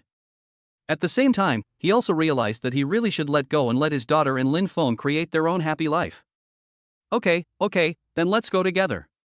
After the transfer is completed, we can go to the court to play ball. Yi Baoshan nodded with a smile. Okay, that's settled then. Lin Fong also nodded with a smile, and the stone in his heart finally fell to the ground. After dinner, Yi Qingyao went upstairs to change her clothes and prepare to go out with everyone. She hugged Lin Fong with a shy face and said, "Husband, why didn't you tell me in advance about buying a house? I thought you were going to sell the house in order to marry me." Lin Fong scratched her nose lovingly and said, "I just want to give you a surprise." At this point, Lin Fong suddenly changed the subject and said, "But speaking of which, my dear wife, can you stop worrying about this and that? You have to believe in the ability of your husband, me." Yi Qingyao's nose felt sore when she heard this, and tears welled up in her eyes. She sobbed and said, "You were so bad. If I hadn't heard you making a phone call, I wouldn't know you did so many things. Hubby, you are so good. What should I do if I can't leave you in the future?" As she was talking, Yi Qingyao actually started to cry. Lin Fong was a little at a loss as to what to do. He didn't expect that he just bought a house and his wife was moved to tears. "Oh my dear wife, please stop crying. I will feel bad if you do this." He hugged Yi Qingyao's waist and smiled evilly. "It's better to be inseparable otherwise. Where can I find such a beautiful wife?" Lin Fong spoke as he gently wiped the tears from the corners of Yi Qingyao's eyes. After hearing what Lin Fong said, Yi Qingyao burst into laughter and said, I think you just want to see me cry." After saying that, she gently punched Lin Feng's chest. Lin Fong grabbed Yi Qingyao's hand, put it to his mouth and kissed it, saying, "Why would I want to see you cry? My wife is wronged." Seeing her husband's attitude, Yi Qingyao grinned and said, Okay, let's get ready to go out. Don't keep your parents waiting anxiously. Chapter 39 Household Head Yi Qingyao. Just when Yi Qingyao was about to go downstairs, Lin Fong suddenly stopped her. "Wife, wait." Yi Qingyao stopped and turned to look at Lin Fong, her face full of confusion. "Is there anything else?" There was a gleam of curiosity and confusion in her eyes, and she seemed a little surprised by Lin Feng's sudden action. Lin Fong smiled gently, with a hint of mystery and doting in his smile. He replied calmly, "Take your ID. It will be used in a while." Lin Fong added. After hearing this, although Yi Qingyao was full of doubts, she still did as her husband said and quickly took out their identification documents from her handbag. However, just as she was about to put the ID into her pocket, she suddenly reacted and her face was instantly filled with shock and disbelief. She guessed, "Hubby, you don't want to add my name to the property certificate, do you?" Seeing this, Lin Fong curled up a playful smile, with a teasing light flashing in his eyes. "Why, is it not possible?" There was a hint of teasing and doting in his words, as if he was waiting for Yi Qingyao's response. Yi Qingyao guessed what Lin Fong was thinking, but she waved her hands and said in panic, "No, you worked so hard to buy that house, how can you put my name on it? Besides, my parents also bought me a house, so husband, you really don't have to do this." There was a hint of anxiety and uneasiness in her tone, as if she was afraid that Lin Fong would really add her name to the property certificate. However, after hearing this, Lin Fong replied with a domineering look on his face, "What's mine is yours, why can't I write your name on it? Besides, we are a family, why should we distinguish between you and me?" There was unquestionable firmness in his tone, as if he was telling Yi Qingyao that he had made up his mind on the matter and it could not be changed. Yi Qingyao wanted to say something else, but was gently interrupted by Lin Fong. "Okay, don't think about it, uncle and aunt are still waiting for us." An hour later, several people drove to the real estate transaction center. It's very lively here with people coming and going, and everyone is busy with their own things. The man was wearing a black suit and holding a thick file in his hand, which made him particularly eye-catching. His eyes kept looking towards the door, as if he was waiting for someone to arrive. At this time, Lin Fong and his group got out of the car and walked into the busy service hall. In the crowd, the man saw Lin Fong looking around and secretly complained in his heart, "Is this man here to look for someone too?" However, he couldn't believe that the man was looking for him. After all, who would dare to believe that the man who bought the Courtyard house worth hundreds of millions would be such a young man? In order to confirm his guess, the man picked up the phone and dialed Lin Feng's number. Lin Feng's voice soon came from the other end of the phone. The man was delighted. After confirming the eye contact, he ran over excitedly and said respectfully, "Hello, Mr. Lin, I am real estate agent Zhang Mingde, you can just call me Xiao Zhang." There was a bit of respect in his tone. Lin Fong smiled and nodded, and said, "Hello, Xiao Zhang, can we start now?" "Of course." Xiao Zhang nodded immediately after hearing that, and then pulled Lin Fong to the VIP window. Xiao Zhang suddenly looked at Lin Fong and said, "Mr. Lin, give me your ID."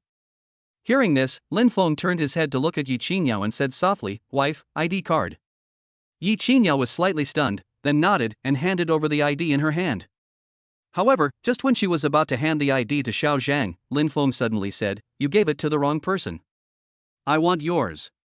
Ying Yao didn't expect that Lin Fong would really add her name to the property certificate, and she was still very happy in her heart. Lin Fong saw Ying Yao a shy look and smiled dotingly. I handed over my ID card and the staff started processing it. After seeing this scene, Su Wanjin and Yi Baoshan, who were standing by, were extremely satisfied with Lin Fong. They looked at Lin Feng's pampering and care for Ying Yao, and their hearts were filled with relief and joy. Both of their faces were filled with approval, as if telling Lin Fong, "You did a good job, we are very satisfied." After Xiao Zhang took Ying Yao's ID, he began to handle the formalities carefully. He operated the computer skillfully, input the relevant information, and then waited for the staff's confirmation. After a moment, the staff member raised his eyes and asked again, "Are you sure the name of the householder is Ying Yao?" There was a hint of caution and seriousness in his tone, as if he was confirming this important information. Hearing this, Lin Fong nodded without hesitation and said, "Confirmed." Ying Yao was stunned after hearing this. She looked at Lin Fong in disbelief and asked, "Husband, didn't you just add my name at the end of the property certificate? How come I became the head of the household?" There was some surprise and confusion in her tone. Hearing this, Lin Fong smiled proudly and said, "Wife, when did I say that I would only add your name at the end of the property certificate? I never said that." There was a hint of teasing and doting in his tone, as if he was enjoying Ying Yao's surprise and confusion. Ying Yao's face turned even redder when she heard this. She said shyly, Please change it quickly." There was a hint of coquettishness and pleading in her tone, as if she was telling Lin Fong, "I don't want to be the head of the household, so you should change it." However, Lin Fong shook his head and said, "It can't be changed." There was a bit of firmness and doting in his tone. Moreover, when the system rewarded the house, he had already made up his mind to give it to Ying Yao. Upon hearing this, Ying Yao's heart was filled with emotion and happiness. She knew that Lin Fong did this to make her happy and to let her feel his love. Xiao Zhang, who was standing by, was extremely shocked when he saw this scene. He didn't expect that this young man would be so generous as to put the Courtyard house worth hundreds of millions in his wife's name. He has to think for a long time before buying clothes worth several $100s. Xiao Zhang looked at the sweet appearance of Lin Fong and Ying Yao, and couldn't help feeling a little envious and emotional. Soon, the transfer procedures were completed.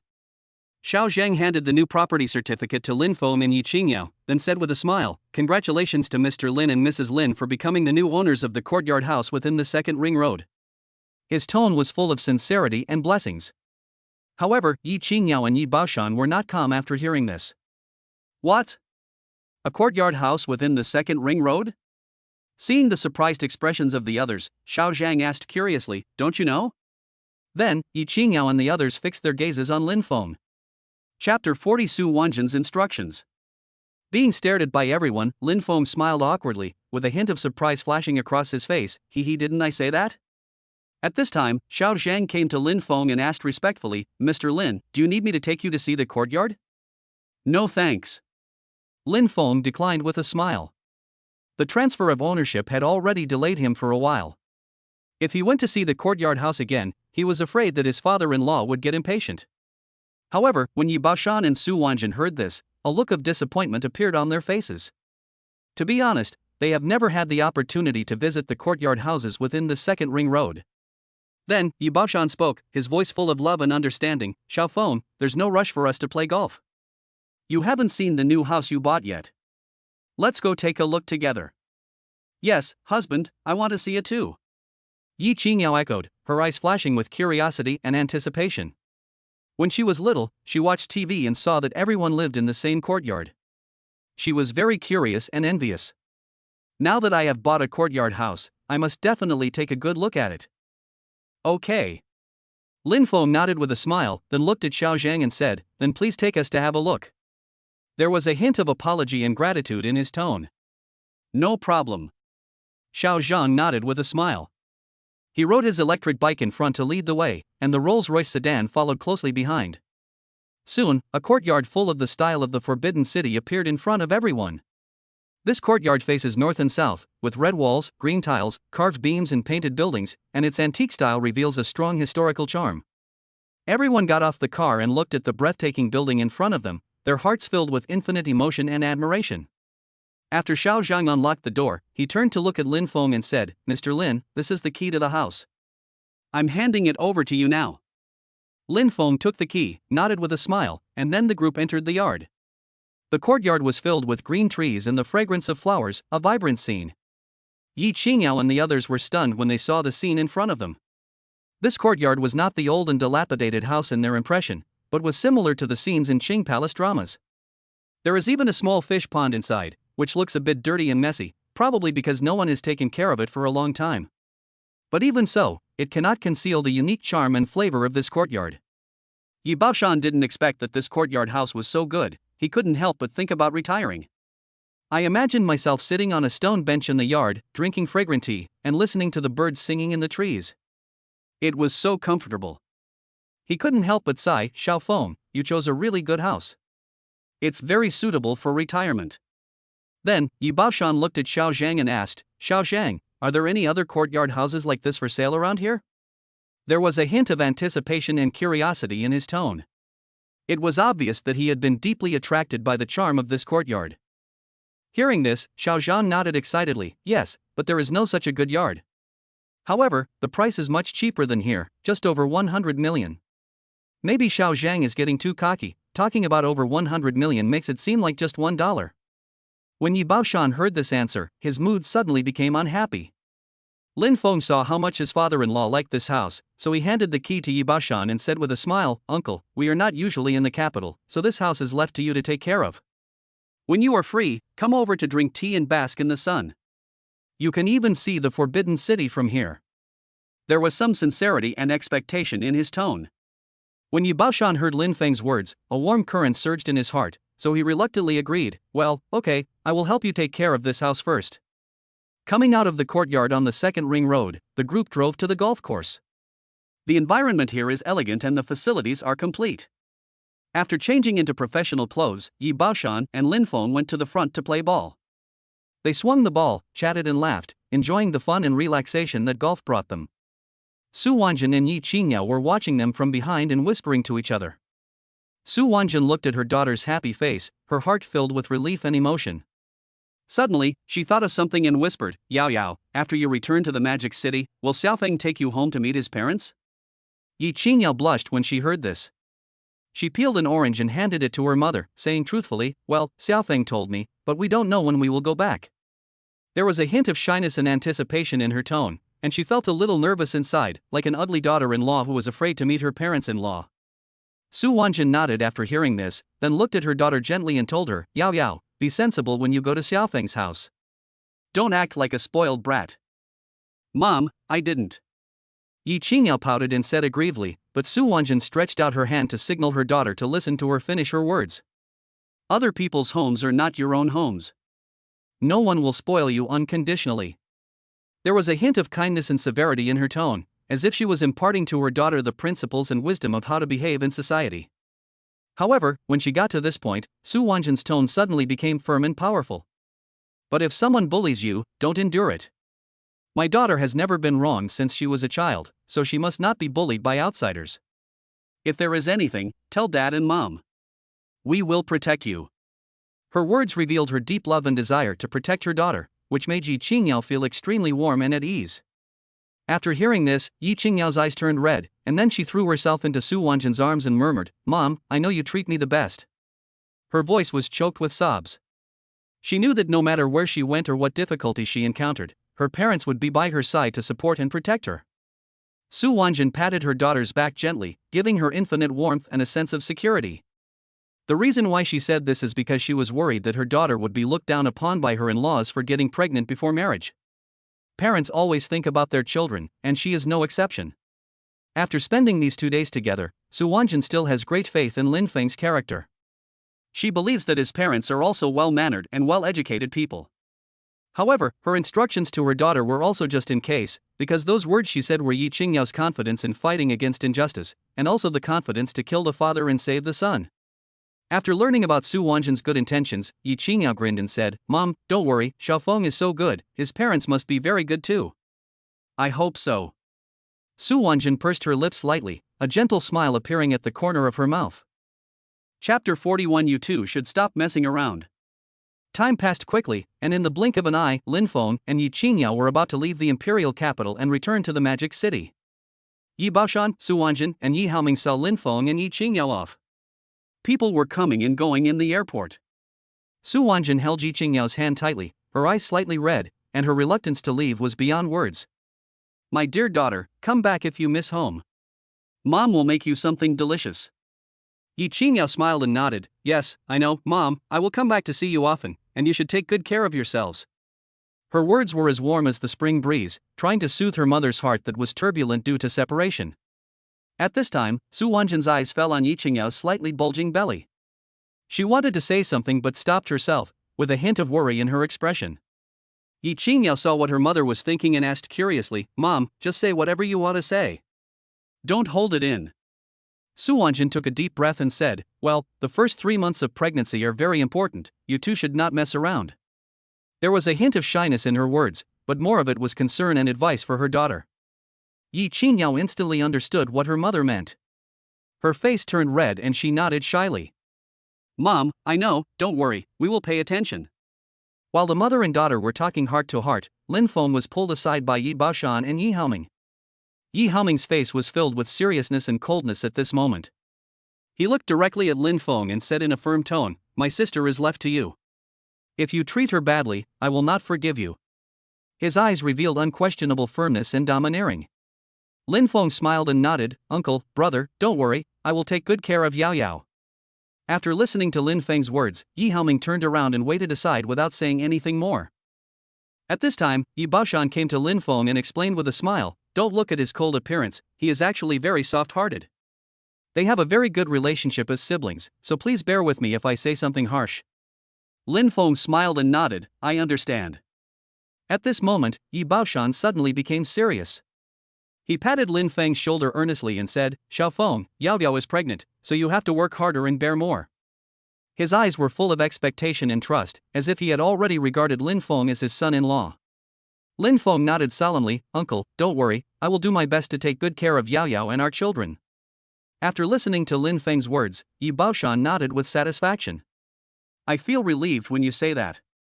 We will go to the Magic City to see you when we have time."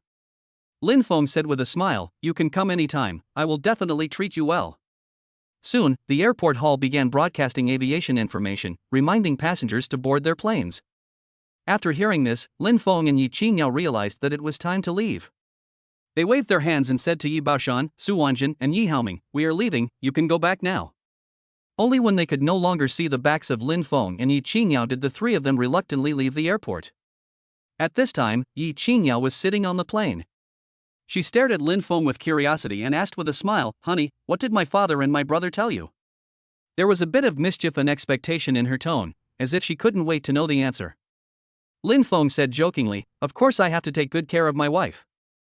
If I don't take good care of you, my fate will be miserable." There was a bit of exaggeration and humor in his tone, trying to ease Yi Qingyao's nervousness while flying. Yi Qingyao grinned after hearing this. She poked Lin Feng's nose and said with a wicked smile, "Husband, then you have to be nice to me. Otherwise I will tell on you." There was a cunning light in her eyes. Hearing this, Lin Fong stretched out his finger with a serious face and said coquettishly, "My dear wife, I will do my best and devote myself to you until my death. Please don't say bad things about me." There was a bit of exaggeration in his tone, which made Yi Qingyao couldn't help laughing out loud. "It all depends on your performance," Yi Qingyao smiled proudly. She knew that Lin Fong would not let her lose. On Monday, Lin Fong came to the classroom early because today was 8 a.m. so he couldn't sleep in. After a while, Xiao Ziao, Lu Yan, and Li Ting walked in with dark circles under their eyes and yawning. They looked exhausted, as if they had been in a fierce battle last night. Lin Fong smiled helplessly and asked, "What time did you stay up all night yesterday?" Xiao Ziao stretched out his hand tremblingly, made a 5 gesture, and said regretfully, "I forgot that I have an early class today, otherwise I would have gone to bed early." Lu Yan looked at Lin Feng's energetic appearance and smiled obscenely. "Brother Feng, it's good to have a girlfriend. How can you understand the life of us single guys? Sleepless and lonely every night." There was a hint of ridicule and self-mockery in his tone, and his eyes were full of envy. Upon hearing this, Li Ting also echoed, "If I had a girlfriend, I would definitely spend every day with her." His eyes were full of envy and desire, as if he was also looking forward to his own love. Seeing this, Lin Fong said unhappily, "You spend all your time in internet cafes playing games. You deserve to have no girlfriend." Upon hearing this, Xiao Ziao, Lu Yan, and Li Ting all lowered their heads in embarrassment. At this time, Xiao Ziao suddenly thought of something and said with a smile, "Brother Feng, the school is holding an autumn job fair this morning, let's go and take a look." "Forget it, I won't go. You guys go." Lin Fong thought, his wife is waiting for him at home, how can he always hang out with these guys? At this moment, Lin Fong suddenly received a message from Ying Yao on his phone, "Hubby, Ting Ting and I have an appointment to go shopping, so you don't have to come back to make breakfast for me. Let's go out to eat. I love you, heart." "Okay, be safe. I'll pick you up when you're back." Lin Fong typed with a smile on his face. The 3 single guys were deeply jealous of him when they saw him like this. Xiao Ziao even made a sincere wish, "God, please give me a girlfriend." After turning off his phone, Lin Fong looked at the 3 of them and said, "After class, I'll go to the job fair with you guys." Humph, a guy who values women over friends. The 3 of them complained, and the bell rang, and the professional course teacher started muttering. At the same time, Ying Yao dressed up a little, put on some light makeup and went out.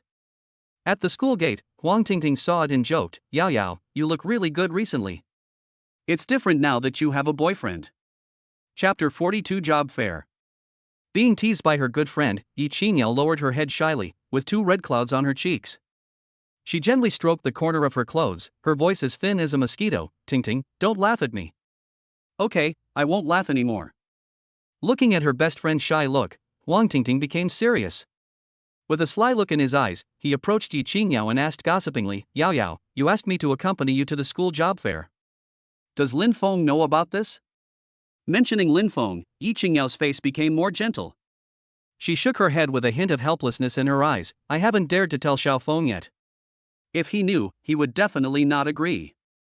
The main reason is that I'm pregnant and at home now, and I feel too bored. I want to find a part-time job as a designer to enrich myself and kill time. What's more, I'm only 2 months pregnant. Some people are about to give birth but still insist on going to work. Compared with them, my situation is nothing." Seeing her best friend's worried look, Ying Yao continued, "I will be responsible for providing the manuscripts, and I don't have to go to the company to work, so I shouldn't be too tired." After Ying Yao finished speaking, she looked at Huang Tingting earnestly and said, "Ting, you are my best friend. You must not tell Lin Fong, otherwise she will definitely not agree."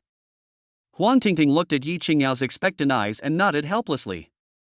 "Okay, I promise you, but you have to promise me that you won't make yourself too tired, okay?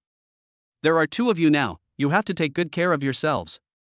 "Don't worry, I will." As Ying Yao spoke, she subconsciously touched her bulging belly, a happy smile on her face. Suddenly she stretched out 3 fingers and said to Huang Tingting happily, "You are wrong, it's 3 people." "What? You have 2 babies in your belly?" Hearing this, Huang Tingting opened her mouth in surprise. He Lin Fong is really powerful, our Yao Yao will definitely be very sexually happy in the future. Realizing that Huang Tingting's words were ill-intentioned, she shyly pushed her shoulders and said coquettishly, "Tingting, if you do this again, I will ignore you." "Alright, you are not allowed to tell the truth." Huang Tingting rolled her eyes with a wry smile, "I won't say anything anymore, let's go to the job fair." Then, the 2 of them walked into the school. The autumn job fair was held on the school playground. As a 985 university, Shanghai University attracts many large factories and well-known companies to recruit every year. The playground was crowded and bustling, and the recruitment booths of various companies were surrounded by students who came to apply for the jobs. Ying Yao's major was animation design, so she could only find a job in this field.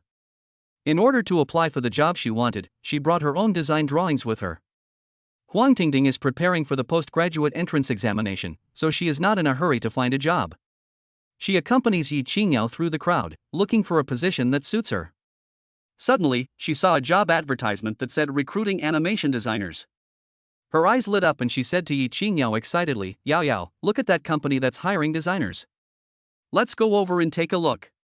Ying Yao became excited upon hearing this, and followed Huang Tingting to the recruitment booth of that company. The person in charge of recruitment was a very elegantly dressed woman who looked to be in her 30s, with an elegant temperament and sharp eyes. Seeing Ying Yao and Huang Tingting stop, she hurried forward and asked, Are you two students majoring in design? We are recruiting animation designers here. Yes, we are. Ying Yao nodded, and then asked tentatively, Hello, are you hiring part-time workers here? Part-time job? Upon hearing this answer, the woman frowned slightly, obviously a little surprised. However, she quickly regained her composure and continued to ask, Did you bring your work? I want to see your design level. Seeing this, Ying Yao was delighted and quickly handed her work to the woman. The woman took the work and began to read it carefully. Her eyes became brighter and brighter, with a gleam of surprise in her eyes. Obviously, Ying Yao's work deeply attracted her. The work is very good. Your design is very creative and the color matching is very harmonious. The woman raised her head, looked at Ying Yao and said, Would you consider working full-time? Our company really needs talents like you. Ying Yao shook her head after hearing this and replied politely, Sorry, I just want to work part-time. The woman obviously didn't want to let go of such a good designer. She looked at Ying Yao with a hint of reluctance in her eyes. However, she soon compromised and said, Okay, it's fine if you want to work part-time. We can discuss the remuneration based on the project. What do you think? That's great. Upon hearing that, Ying Yao showed a bright smile on her face. She nodded happily, exchanged contact information with the woman, and agreed on follow-up cooperation matters. At the same time, the bell rang, and Xiao Ziao, Lu Yan, and Li Ting pulled Lin Fong out of the classroom and went straight to the playground. The playground was bustling with people, and there were many companies recruiting. Xiao Ziao and his three companions were walking among the crowd, looking for jobs that suited them. Lu Yan looked at the scene in front of him and said excitedly, I wonder how much money students in our major can get per month after graduation. Let's go and take a look. The four of them were browsing the recruitment booth. After a moment, Xiao Ziao's eyes flashed with excitement. He found something quite interesting. He then smiled and waved to the three people, Come here and take a look at this. Here is a notice to recruit actors for short plays. The monthly salary is as high as 50,000. There was a hint of excitement in his words. How about I go for an audition? Xiao Ziao suggested. Upon hearing this, Lin Fong and the other two couldn't help but smile at each other, looking him up and down with a bit of helplessness and ridicule. Lu Yan even joked bluntly, You, stop daydreaming. With your looks, you can only play a beggar. Hey! The role of a beggar is not easy to play. Even if I can't be the leading actor, I still have the confidence to compete for the second male lead. Xiao Ziao retorted unwillingly. At this moment, Lin Fong suddenly heard a call in his ears. He looked around and saw a middle-aged man in a suit and tie waving at him. This person is the boss of Green Fruit Company, Su Changqing. When Lin Fong saw Su Changqing, he couldn't help feeling a little surprised, and when Su Changqing saw him, he also showed a look of surprise. Su Changqing secretly wondered in his heart, could it be that the person who invested in his company was a college student? After Lin Fong had a few brief exchanges with his roommates, he walked towards Su Changqing and said politely, Mr. Su, I didn't expect to meet you here. What are you doing? Lin Fong asked with a smile. Chapter 43, You still remember that I'm your mother. I'm here to select some actors. Su Changqing answered with a smile. Speaking of filming, Lin Fong at the side asked curiously, Mr. Su, how is the filming of the short play going? Although Lin Fong didn't know much about the short drama industry, he was well aware that the work was related to their income, so he paid special attention to the progress. After hearing this, Su Changqing answered professionally and in detail, the first 2 short dramas have been filmed and are now in the post-production stage. All aspects including editing, dubbing, special effects, etc. are in full swing and will be online soon. As he spoke, his face was filled with confidence and anticipation for the work. Oh. Lin Fong nodded. He really didn't know much about filming, but if it was online sooner, he could make money sooner. After a few more polite words, Lin Fong prepared to leave. At this time, Xiao Ziyao couldn't help but feel suspicious when he saw Lin Fong chatting so enthusiastically with others about recruitment. He asked curiously, "Brother Fong, do you know him?" "Well, I guess so." "What's wrong?" Lin Fong nodded. He could see that the boy had something on his mind, so he asked casually. Seeing the other party being hesitant and embarrassed to speak, he suddenly asked in surprise, "Suntu, you don't really want to make a skit, do you?" Xiao Ziyao was touched upon by this and said angrily, "What's wrong with filming a short drama? As long as I can make money, that's fine." Xiao Ziyao's family situation is not very good. He is a child from a divorced family and has lived with his mother since childhood. In order to support him, his mother never remarried and worked hard to raise him all by herself until he went to college. Now that he sees that there is such a high salary for making short dramas, of course he is very tempted. What's more, Xiao Ziyao actually looks pretty good, it's just that his roommates often complain about his appearance. Seeing how serious he was, Lin Fong patted his shoulder and said, "Okay, I'll ask for you." Since his roommate had a need, he would naturally do his best to help. "Oh, okay, thank you, Brother Fong." Xiao Ziyao nodded happily, with anticipation gleaming in his eyes. Afterwards, the few of them went through all the computer-related job openings. Lu Yan said with a disappointed look on his face, "Programmers only get 7,000 yuan a month during the internship period, and the internship period will last for another 3 months. Only after becoming a regular employee will they have 5 insurances and 1 housing fund, and a salary of 10,000 yuan. So, it's better to play a beggar with Suntu." After hearing this, Xiao Ziyao felt a little proud, but he came to his senses and patted Lu Yan on the back of his head in an unpleasant tone, saying, "You are the one playing the beggar." "Ha ha, ha ha." Everyone laughed. At this time, Li Ting touched Lin Fang's shoulder and said, "Brother Fong, isn't that my sister-in-law?" "Impossible." Lin Fong smiled and shook his head. His wife went shopping with her best friend today, so how could she appear here? However, Li Ting firmly believed that he was not mistaken. He said anxiously, "It's my sister-in-law. If you don't believe me, take a look." As he spoke, he pointed to a figure not far away.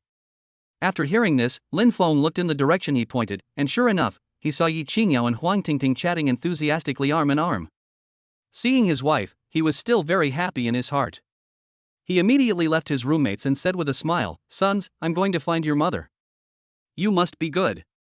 Seeing this, the roommates rolled their eyes and started complaining. "Wipe. Day. It's a piece of shit." On the other side, Lin Fong came behind Ying Yao and patted her shoulder quietly. Ying Yao turned around and saw Lin Fong. A hint of surprise flashed across her face, and then she smiled naturally and said, "Husband? Wife, didn't you go shopping?" Lin Fong asked puzzledly. After hearing this, Ying Yao rolled her eyes and said with a smile, "Tingting wants me to accompany her to the job fair." As she said this, she winked at her best friend. After hearing this, Huang Tingting immediately nodded and said, "Yes, I asked Yao Yao to accompany me." Afraid of accidentally revealing the truth, she said with a smile, "I won't be a light bulb for you. I'm leaving now." Looking at Huang Tingting's back, Lin Fong asked doubtfully, "Wife, isn't Tingting preparing for the postgraduate entrance examination? Why is she still here at the job fair?" Ying Yao heard this and said unhappily, "Husband, you are a junior now, why are you here too?" "Oh, I'm narrow-minded." Lin Fong grinned, feeling that there was indeed something wrong with what he said. He didn't think much about it and simply thought that Huang Tingting might want to come and see the market situation of college students. Afterwards, he took the bag his wife was carrying and asked with concern, "Wife, have you had breakfast?" "I ate." Ying Yao smiled helplessly. She felt like she spent the whole day eating. After becoming pregnant, she became very hungry and always wanted to eat. She muttered to herself, "Could it be that both babies are greedy cats?" In an old residential building in Jiangsu province, Lin Chaotian was putting food into his bowl while chatting with his wife. "Wife, you see, some universities have already had their winter vacation. Did Xiaofeng tell you when he will be back?" "No, I don't know what your son is busy with recently. He hasn't contacted me for a long time." Zhang Wanrong complained as she walked, holding a plate of peanuts. Suddenly, as if she had thought of something, she asked tentatively, "Do you think our son is in love?" "That shouldn't be the case. Our son is so honest, he definitely won't do that." Lin Chaotian waved his hands. He knew his son quite well. "Don't be so confident. Our son is already old enough, it's time for him to fall in love." Zhang Wanrong's face was full of anticipation. She really wanted her son to bring her a girlfriend. Speak of the devil, and at this moment, the cell phone on the sofa suddenly rang. Zhang Wanrong saw that it was her son calling. She picked up the phone excitedly and said angrily, "You stinky son, you still know you have a mother." When Lin Fong heard this, he knew that his mother was complaining to him again for not contacting her for a long time. Lin Fong then responded sweetly, "Although I didn't call you, I think about you every day." "Humph. You little brat, you still have some conscience." Zhang Wanrong grinned. After seeing this, Lin Xiaotian shook his head helplessly, wondering in his heart who his son inherited these sweet words from. At this time, Zhang Wanrong asked with concern, "Xiao Feng, when will your school have holidays? Do you want me and your dad to pick you up?" "No need, I'll go back this week," Lin Fong said as he looked at Yi Qingyao lying on the bed in the bedroom, a happy smile on his face. "Okay." Zhang Wanrong nodded happily. Her son was about to come home, and she was so happy. "On the day you come home, Mom will cook a few more of your favorite dishes." "Well, okay." Lin Fong nodded. He was afraid of mistreating Yi Qingyao, so he reminded her, "Mom, make a few more dishes. I'll bring a classmate back when the time comes." Zhang Wanrong heard this and asked with surprise, "Male or female?" Chapter 44. You are the best gift. Lin Fong looked at his mother's appearance, with a helpless smile on his face. He pursed his lips and deliberately kept it a secret. "You will know when the time comes." This understated answer was like a stone thrown into my mother's heart, causing ripples. Seeing her son's mysterious look, Zhang Wanrong was so curious that she almost jumped up and asked, "Tell me about this in advance so I can prepare." Seeing that his mother was about to keep questioning him, Lin Fong pretended that the signal was bad and said, "Mom, I can't hear your voice over here." "Maybe the signal is bad. I'll hang up first." After saying that, he did not forget to quickly press the hang up button, leaving his mother alone on the other end of the phone in a daze. "Hey! Child, why are you like this?" Zhang Wanrong wanted to say something, but she only heard a busy tone on the phone. She stomped her feet in anger, but there was nothing she could do. Seeing this, Lin Xiaotian looked at Zhang Wanrong in confusion, frowning slightly. "What did your son say to you? Did he say when the holiday will be?" "It should be this Saturday. He said he would be back on Saturday and bring a classmate with him." "Old Lin, you said you brought back a classmate? Could it be your girlfriend?" Zhang Wanrong couldn't contain her excitement. She sat next to Lin Xiaotian and gossiped in a low voice. Lin Xiaotian didn't show much surprise when he heard this. He said calmly, "Don't have such high expectations. What if your son brings back a boy?" However, Zhang Wanrong was like a cat whose tail was stepped on. She was furious. "It shouldn't be the case. My son asked me to cook a few delicious dishes, so it must be a girl. If it's a boy, there's no need to say it specifically." There was a hint of determination and anxiety in her voice, as if she had already determined that the child her son brought back was a girl. "That's possible." Lin Xiaotian shook his head slightly. He knew very well that there were too many variables in real life and anything could happen. After hearing this, Zhang Wanrong was even more furious. She slapped Lin Xiaotian on the face and said unceremoniously, "Mr. Lin, can you say something nice? If there is a problem with my son's sexual orientation, it will be your fault." There was a hint of blame and dissatisfaction in her tone, as if it was all Lin Xiaotian's fault. After saying that, Zhang Wanrong turned back to the bedroom, came out holding a quilt, and threw it on the sofa mercilessly, saying angrily, "You will sleep on the sofa tonight." Snort! Lin Xiaotian looked at his wife's back, sighed helplessly, then sat silently on the sofa and spread the quilt. He muttered to himself, "I just said that the child he brought back might be a boy. I didn't say that his sexual orientation was problematic. He's really a paper tiger that can be easily ignited." Although he thought so in his heart, he didn't dare to say it out loud, for fear of making his wife angry again. Sigh. Lin Xiaotian sighed, his eyes revealing a hint of helplessness and grievance. At the same time, on the other side, Yi Qingyao saw Lin Fong coming into the room. She curiously put down the book in her hand and looked up at him. "Husband, who did you call just now?" "My mother." Lin Fong smiled slightly, with a happy smile on his face. He walked over to Yi Qingyao and sat down, gently holding her hand, and continued, "I told her I'll be home this Saturday." Yi Qingyao became nervous when she heard this. Although she had already prepared to meet her in-laws, she still couldn't help feeling uneasy when she actually had to face them. Lin Fong sensed her nervousness and uneasiness, and then he gently patted the back of her hand and comforted her gently. Don't be afraid, honey. I'll take care of everything. My parents are very easy to get along with and talk to, and they will definitely like you. His tone was firm yet gentle, as if injecting an invisible force into Ying Yao. Hearing this, Ying Yao felt a warm feeling in her heart. She looked at Lin Feng's determined eyes and nodded with a smile. Then, she hugged Lin Feng's arm, leaned on him and asked, Husband, when are you free these days? Let's go to the mall to pick out some gifts for uncle and aunt. No need. Lin Fong smiled and shook his head. He gently pinched Ying Yao's chin, his eyes full of tenderness and doting. You are their best gift for meeting you. After hearing this, Ying Yao blushed with shyness. She lowered her head, pouted and said embarrassedly, You just like to tease me. But I still have to buy gifts. The more gifts, the less blame. Just accompany me to pick some. Ying Yao raised her head and looked at Lin Fong with her big watery eyes. Her eyes were full of expectation and pleading. Her voice was soft and coquettish, making it impossible to refuse. Okay. Lin Fong nodded with a smile. He touched Ying Yao's head lovingly, and then said, I have fewer classes on Thursday, so I'll go with you then. Okay. Ying Yao happily hugged Lin Feng's shoulders, with a happy smile on her face. Since adding the part-time job as WeChat contact information at the job fair, Ying Yao received her first task the next day. Lin Fong went to school, and she painted at home. In the blink of an eye, it was Thursday. Ying Yao sat in front of the dressing table and painted carefully. At the same time, Lin Fong did not slack off at all. He considerately picked up his wife's bag, put in some snacks, and filled the thermos with warm water in case of emergency. Honey, I'm ready, let's go. Ying Yao said softly with a happy smile on her face. Okay, let's go. Lin Fong picked up the bag, naturally took his wife's arm, and they walked out of the house side by side.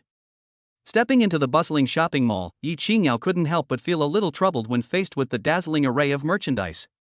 Honey, what do uncle and aunt usually like? She turned to look at Lin Fong, with a questioning gleam in her eyes. Lin Fong thought for a moment and gently suggested, Let's buy my dad an exquisite fountain pen, he has always liked writing. As for my mom, skincare products should be very suitable, what do you think? Upon hearing this, Ying Yao nodded in agreement and immediately had a clear goal in mind. Afterwards, the two walked hand in hand into a skincare product store, where the clerk with delicate makeup greeted them with a big smile. Hello, welcome. Would you like to choose some skincare products? The clerk's voice was gentle and kind. Ying Yao smiled and nodded, Yes, I want to see an anti-aging kit suitable for women in their 40s. Of course, no problem. Please follow me. The clerk led them enthusiastically and soon they arrived in front of a set of exquisite yellow gift boxes. Chapter 45, Husband, don't underestimate me, I'm very rich. The clerk carefully introduced the unique functions of each product in the set, from deep cleansing to nourishing and repairing, to daily moisturizing and so on. After hearing this, Ying Yao showed a satisfied smile on her face. She turned her head slightly and looked at Lin Fong who was standing beside her, and said softly, Husband, I think this set is good. Do you think Auntie will like it when she receives it? Hearing this, Lin Feng's eyes fell gently on Ying Yao's face. He nodded gently, with a hint of doting in his tone, Of course, my mother will like it. After saying that, he turned to the waiter and said, We want this set of skincare products. Please pack it for us. Yes, sir. The salesperson responded excitedly with a professional smile on his face. After packing, she smiled and reminded, Sir, madam, the price of this gift box is 5,988 yuan. Lin Fong was about to take out his bank card from his pocket and hand it over, but was gently stopped by Ying Yao. She looked at Lin Fong with a smile, her eyes full of determination, Husband, I'll pay. Hearing this, Lin Fong smiled dotingly and gently scratched Ying Yao's nose, It doesn't matter who pays. Isn't my card your card? However, Ying Yao insisted and shook her head, with a hint of arrogance in her tone, It's different. This is a gift from me to my aunt. I have to pay for it myself to show my sincerity. Besides, don't underestimate me, husband. I am very rich. After saying that, Ying Yao took out a bank card from her bag and handed it to the salesperson proudly, Swipe this card. The salesperson took the bank card and quickly completed the card swiping procedure. She handed the card back to Ying Yao with a sincere smile on her face, Ma'am, it's done. This is your card. Please keep it safe. Welcome to visit our store again next time. Yi Qingyao took the card with a smile, and she and Lin Fong walked out of the skincare store hand in hand. The two took the elevator upstairs and saw a store specializing in fountain pens in the middle of the fourth floor, which attracted their attention. When you walk into the store, you will see all kinds of pens on the counter. Some are simple and elegant, some are gorgeous and exquisite. The two were a little dazzled for a moment and didn't know how to choose. Lin Fong and Yi Qingyao knew nothing about fountain pens. At this time, a salesperson came over and asked about their needs with a smile. Yi Qingyao thought about it and knew that you get what you pay for. She smiled and said, "Hello, let me see your most expensive fountain pen." There was a hint of curiosity and anticipation in his tone. When the salesperson heard this, he was stunned for a moment, as if he didn't expect them to choose the most expensive pen. But soon she reacted, smiled and nodded in agreement, then turned around to look for the pen. After a while, she came over with a shiny black pen and placed it gently on the counter. The first time Yi Qingyao saw the pen, she was attracted by its gorgeousness. She looked at the pen carefully and saw that its surface was as smooth as a mirror, reflecting dazzling light. She asked the salesperson in confusion, "Is there any difference between this pen and other pens?" The salesperson explained earnestly, "The appearance design of this fountain pen is very gorgeous, and its inner core is replaceable, which is very convenient. Other fountain pens cannot have their inner cores replaced, and once they are worn out, the entire pen needs to be replaced." After hearing this, Yi Qingyao nodded and felt that this pen was indeed very unique. She then said, "Please wrap up this pen for me. I want it." When the salesperson heard this, a puzzled look appeared on her face. She hesitated for a moment, but still reminded, "Madam, although this pen is gorgeous, the price is relatively high, and it is relatively flashy. We have other cheaper and more durable pens in our store. Would you like to consider it?" After hearing this, Yi Qingyao smiled and shook her head. She waved her hand to indicate that it didn't matter. "It's okay, just choose this one." Seeing this, the salesperson had no choice but to nod helplessly, and then followed the customer's instructions and carefully wrapped the pen. Holding the packaging bags, Yi Qingyao and Lin Fong walked out of the store. Lin Fong looked at the gift in his hand, his heart full of doubts. "Wife, why did you buy such an expensive pen? Isn't the cheaper one next to it good too?" Yi Qingyao shook her head and said with a smile, "I'm used to this fountain pen, so I don't want to buy a new one. The one I bought can replace the inner core, which will be more convenient for Uncle to use." "Oh, so that's how it is." Lin Fong nodded. He didn't expect his wife to be so caring towards her family. He was really touched. Lin Fong looked at Yi Qingyao gratefully and said, "Thank you, my wife." Yi Qingyao heard this and waved her hands happily, "Hubby, this is what I should do, you're welcome." The gifts were bought, and the two returned home from the mall. Yi Qingyao looked at the gift in her hand and couldn't help but look forward to the day when she would go home with Lin Fong. That day, early in the morning, when it was still dark outside, Su Wanrong kicked Lin Chaotian awake from his sleep. "Lao Lin, wake up quickly, we have to go to the morning market today. It's only 5 o'clock, let me take a nap." Lin Chaotian muttered in the quilt, unwilling to face the winter cold. There was a cold wind outside the window and the temperature had already dropped below 0 degrees. Lin Chaotian huddled in the quilt, reluctant to get up. Seeing this, Su Wanrong quickly pulled back his quilt. The cold air instantly rushed in, and Lin Chaotian couldn't help but shiver. He wanted to retort, but when he saw his wife's unquestionable expression, he had to get up and get dressed in dejection. The two walked out of the house, and the cold wind was as sharp as a knife. Lin Chaotian complained as he walked, "Wife, why don't you just go to the market to buy vegetables? Why do we have to go to the morning market so early? This is the first time my son brings his classmates home, so we have to treat them well. The things at the morning market are the freshest. Stop talking so much and let's go." Su Wanrong urged as she spoke, although there was a hint of impatience in her tone. Fortunately, the morning market is not far from their residential building, and it only takes 15 minutes to walk there. At this time, the morning market is already bustling with many vendors riding tricycles busy purchasing goods. The morning market not only accepts both wholesale and retail transactions, but is also extremely convenient and is deeply loved by nearby residents. As she walked into the market, she saw the pork lying on the chopping board at a glance. Seeing this, Su Wanrong walked forward excitedly. The meat was so fresh that it made her salivate, especially the well-defined layers of fat and lean pork belly and the neatly arranged ribs, which made her very happy. She smiled and said to the boss, "I want both the pork belly and the ribs." "Boss, could you please help me chop the ribs?" "Okay." The boss responded, sharpened his knife, and then started cutting the meat skillfully. After a while, Su Wanrong squeezed out from the bustling crowd carrying a heavy plastic bag. Chapter 46. The ugly daughter-in-law will meet her parents-in-law today. Looking at Lin Xiaotian, who was squeezed on the periphery and looking around bored, Su Wanrong threw the bag of meat in her hand at him in annoyance. Take it and don't lose it. Okay. Lin Xiaotian nodded angrily, then followed his wife. In addition to buying some fresh pork, Su Wanrong also specially selected some high-quality lamb and beef, intending to cook some of each. After coming out of the morning market, Su Wanrong picked some fresh vegetables and fruits from the stall on the road in front of the door. She picked out various kinds of fruits, and looking at the full plastic bags, the two of them went home contentedly.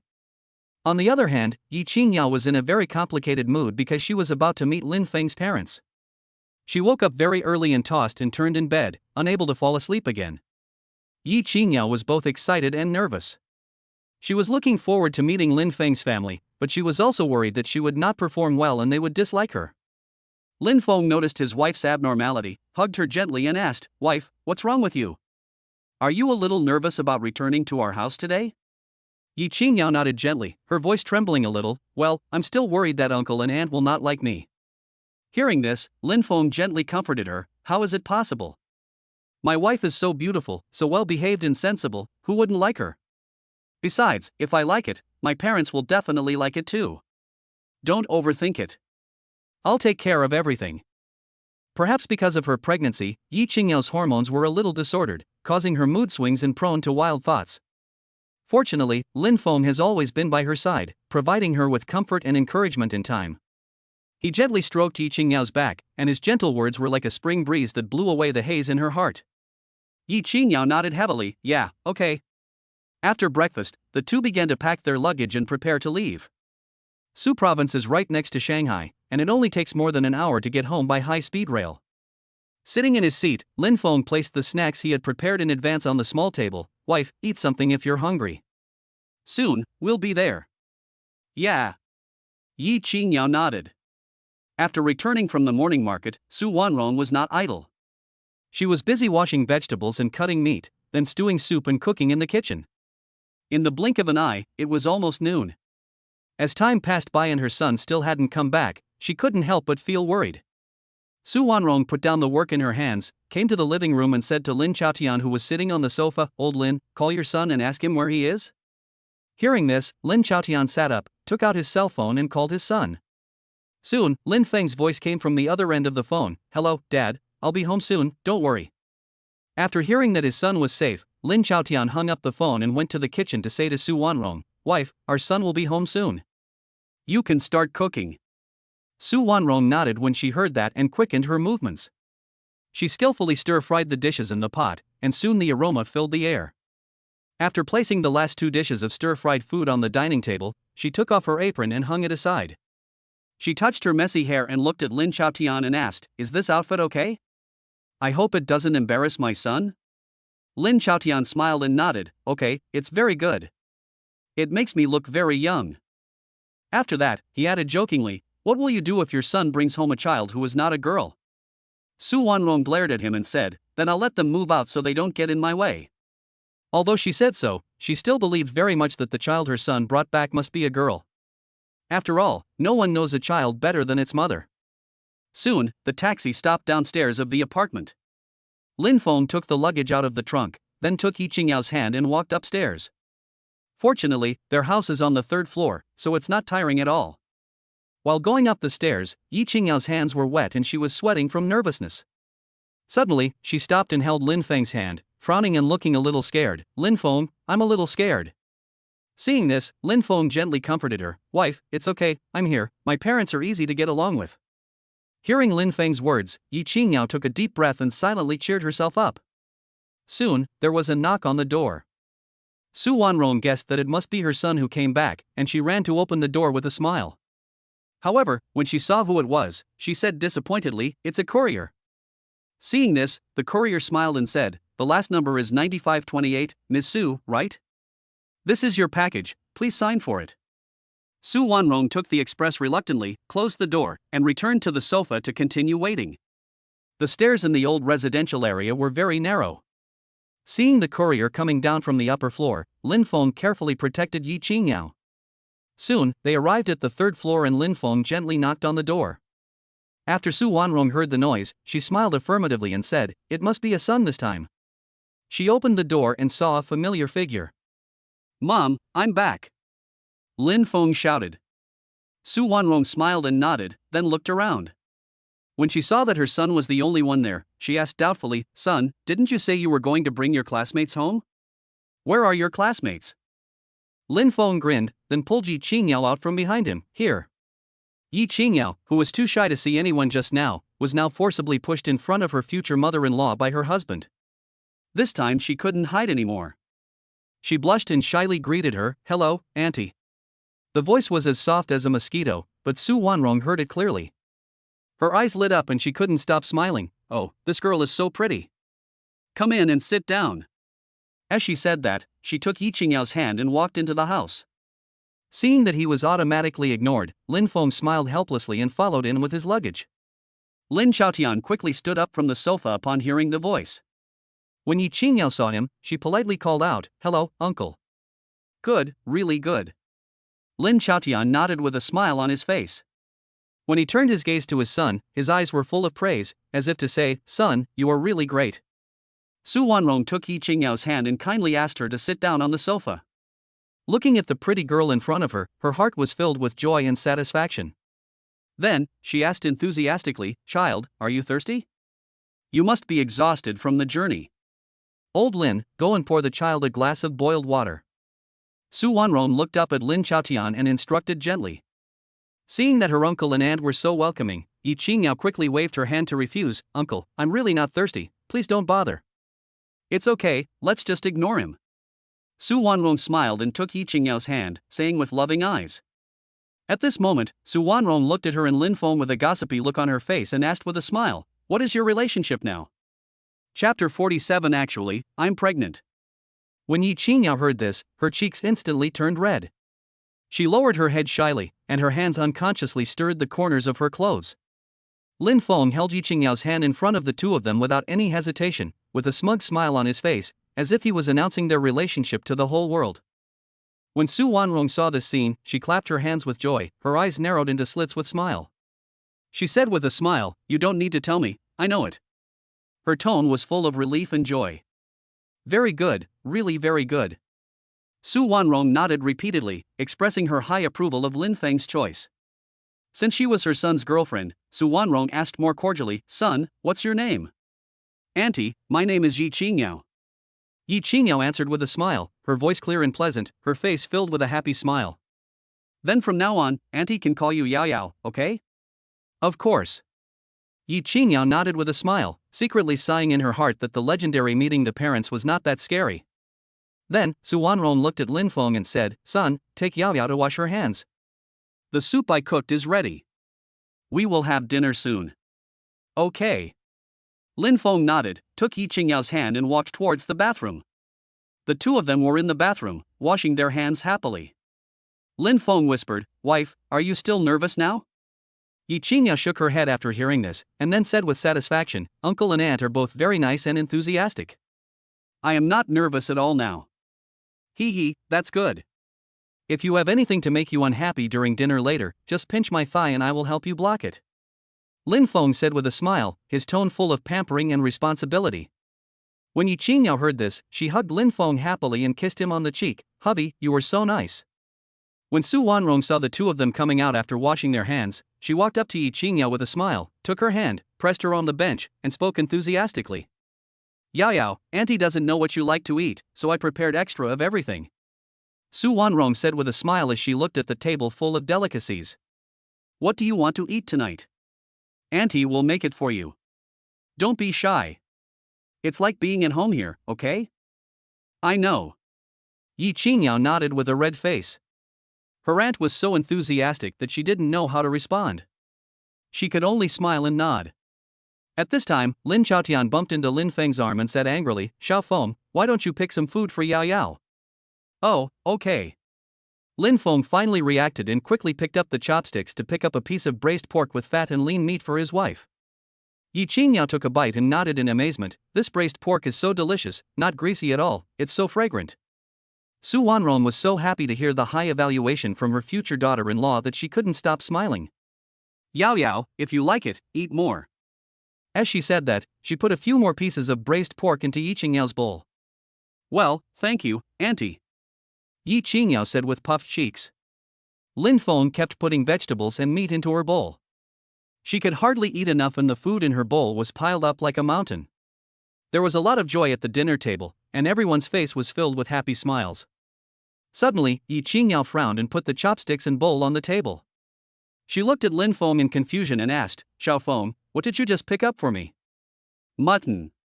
Lin Fong said puzzledly, with an ominous premonition in his heart. Yi Qingyao covered her mouth, got down from the bench and ran straight to the bathroom. Su Wanrong was stunned when she saw this scene. She looked at Lin Fong complainingly and said, is it because Yao Yao can't eat mutton? As her boyfriend, don't you know this? Oh. Su Wanrong sighed, her eyes full of disappointment and blame. After hearing this, Lin Fong was so embarrassed that he couldn't wash himself clean even if he jumped into the Yellow River. His wife could eat mutton. He even made mutton soup with steamed buns for Yi Qingyao 2 days ago. He looked at his mother innocently, wanting to explain but not knowing where to start. Su Wanjin looked at Lin Feng's dazed expression, patted his head unhappily and said, why don't you go and ask Yao Yao if anything is wrong? Her tone was full of anxiety and blame. Oh. Lin Fong nodded, and quickly ran to the bathroom door, asking through the door, Yao Yao, how are you? Are you feeling better? After a while, Yi Qingyao came out. Her eyes were red. She patted her chest and said, I feel much better after vomiting. There was a hint of weakness and fatigue in her voice.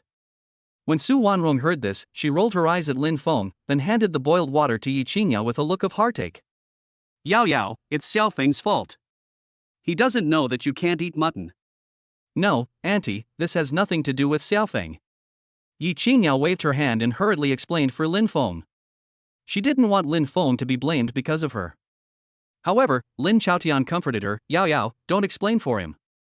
Uncle and aunt will take care of it for you. His tone was firm and powerful, as if he was assuring Yi Qingyao that he would seek justice for her. Su Wanrong also agreed, he is not qualified as a boyfriend if he doesn't know his girlfriend's preferences. Then she glared at Lin Fong again. Lin Fong stood aside, watching his parents frantically trying to please Yi Qingyao. He even suspected that he had heard wrongly. Are these still the parents who loved him? Why is he so unloved now? He smiled helplessly, and sighed in his heart, alas. His wife is so spoiled that he has no temper at all. However, seeing Yi Qingyao being loved so much by her parents, he was also very happy in his heart. After all, this was the person he loved the most. However, Yi Qingyao felt very sorry for Lin Fong. Seeing her husband being scolded, she hurriedly stopped him and said, Uncle and Aunt, don't blame Xiao Feng. Actually, I'm pregnant. What? The two people who heard this were shocked. They stood there in a daze, unable to recover for a long time. Su Wanrong asked again with even more uncertainty, Yao Yao, are you pregnant? Yes. Fearing that the old couple might misunderstand, Yi Qingyao added, the child is Lin Feng's. When Lin Chaotian heard this, his face suddenly changed. It was a good thing that his son had a girlfriend, but he couldn't accept that his girlfriend got pregnant before she graduated from college. In his opinion, his son did not take the other person's health seriously at all. How could a beautiful girl become a mother before she even graduates from college? Lin Chaotian stood up menacingly, pulled out his belt, looked at Lin Fong with a sullen face and said, You, come here. Chapter 48 All the mistakes are my fault. Hit me if you want. Lin Fong felt the strong aura emanating from his father, and his heart tightened involuntarily, but he still forced himself to remain calm and slowly stood up from the chair. He knew that this was something he had to face. After all, this incident was indeed caused by him, and he should indeed be taught a lesson. Kneel down. Lin Chaotian became even angrier as he watched Lin Fong approach. Hearing this, Lin Feng's body trembled slightly, and then he knelt on the ground with a plop, and his knees made a dull sound when they touched the cold floor tiles. Immediately afterwards, Lin Chaotian's belt hit him on the body, making snapping sounds, and each snapping sound was accompanied by a slight tremor in Lin Feng's body. Yi Qingyao, who was standing nearby, saw the scene and felt a pain in her heart. Her face was filled with anxiety and heartache. Her hands were clenched tightly together, and her knuckles turned white from the force. She wanted to rush forward to stop Lin Chaotian, but Su Wanrong noticed and hurried forward to hold her hand, saying gently but firmly, Yao Yao, don't go, let your uncle make the decision for you.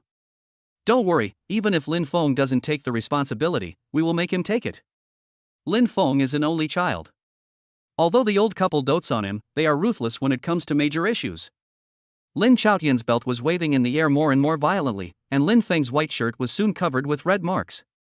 Ying Yao saw it with her own eyes and felt pain in her heart. She suddenly broke free from Su Wanrong's pull and threw herself on Lin Fong, protecting him with her thin body. She cried and said distressfully, Uncle, it's all my fault. Please don't hit Lin Fong. If you want to hit me, go ahead. I have my reasons for this, and I want to have the child too. Ying Yao closed her eyes, tears rolling down her cheeks. Seeing this, Lin Fong felt a warm current in his heart. He quickly pushed Ying Yao away and grinned, his eyes full of determination and gratitude. Silly boy, I'm fine. This is my fault and I deserve to be punished.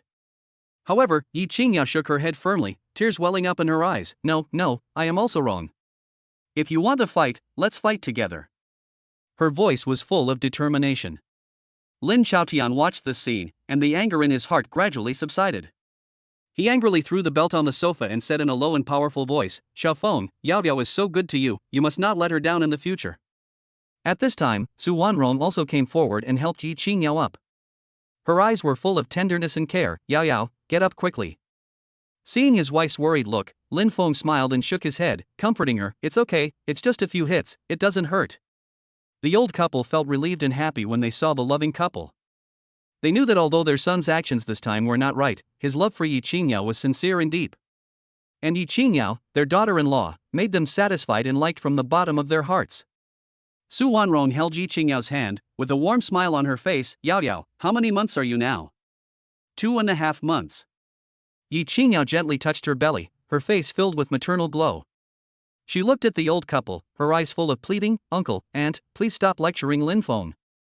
This is really not his fault. Okay, as long as you don't blame him. Su Wanrong patted Ying Yao's hand and said with a smile. Although their son acted a little impulsively and immaturely this time, the old couple were still very satisfied with the daughter-in-law chosen by their son. Afterwards, Su Wanrong lovingly pulled Ying Yao to the dining table and said with a smile, Yao Yao, if you don't want to eat mutton, don't eat it. Just pick up whatever you want to eat. If you want to eat something else in the evening, Auntie will make it for you. I guarantee that you will eat it until you are plump and white. Ying Yao grinned and revealed 2 cute dimples when she heard this. Thank you, Auntie. She had morning sickness for a while before, but it got better later. This time, she couldn't help it because she smelled the mutton. Lin Chaotian saw Ying Yao's feelings. He stood up silently, took the mutton off the table and put it in the corner of the kitchen to prevent his future daughter-in-law from smelling the smell and vomiting. Ying Yao felt the love and care from Lin Feng's family, and her heart was filled with happiness and satisfaction. She knew that she had not only chosen the right lover, but also a warm and happy family. At this time, while Ying Yao was eating spare ribs, she suddenly thought of something and a mysterious smile appeared on her face. By the way, uncle and aunt, I am pregnant with twins. What? They're twins? Upon hearing this, Su Wanrong became visibly happy, with surprise and excitement sparkling in her eyes. She held Ying Yao's hand, her voice trembling. Yao Yao, you have worked hard during this period. After that, she looked at Lin Fong and instructed, Xiaofeng, you must take good care of Yao Yao, otherwise I will hold you accountable. Yes. Lin Fong smiled helplessly. He felt that his family status was declining rapidly.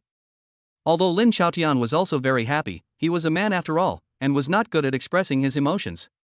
He just raised the corners of his mouth slightly, and his eyes were full of tenderness and expectation. He looked at Ying Yao, his voice low and powerful. Yao Yao, you are the hero of the old Lin family. If Xiaofeng does anything that makes you unhappy, tell your uncle and aunt, and we will take care of him. Ying Yao heard this and nodded with a smile. Yeah, okay. Then she looked at Lin Fong with a smug look, as if to say, husband, you better be careful in the future. At that time, Lin Fong sat aside, not daring to breathe, for fear that he would be dragged away by his father to be punished by the family law again. However, the atmosphere did not remain so relaxed. Lin Chaotian took a sip of wine, then turned his head to look at Lin Fong, with a hint of seriousness in his voice. Xiaofeng, what are your plans for the future? Hearing this, Lin Fong looked at Ying Yao, his eyes full of determination and love. We plan to hold the wedding during the winter vacation. Hearing this, Lin Chaotian frowned slightly and said, "It will be difficult for you to pass the test at Yao Yao's house. If it doesn't work, we will take you to apologize for your crime."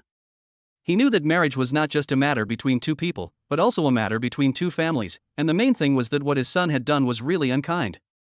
After hearing this, Ying Yao waved her hands and said with a smile, "Uncle, no need, my family has already agreed to my marriage with Lin Fong, they like Xiao Feng very much."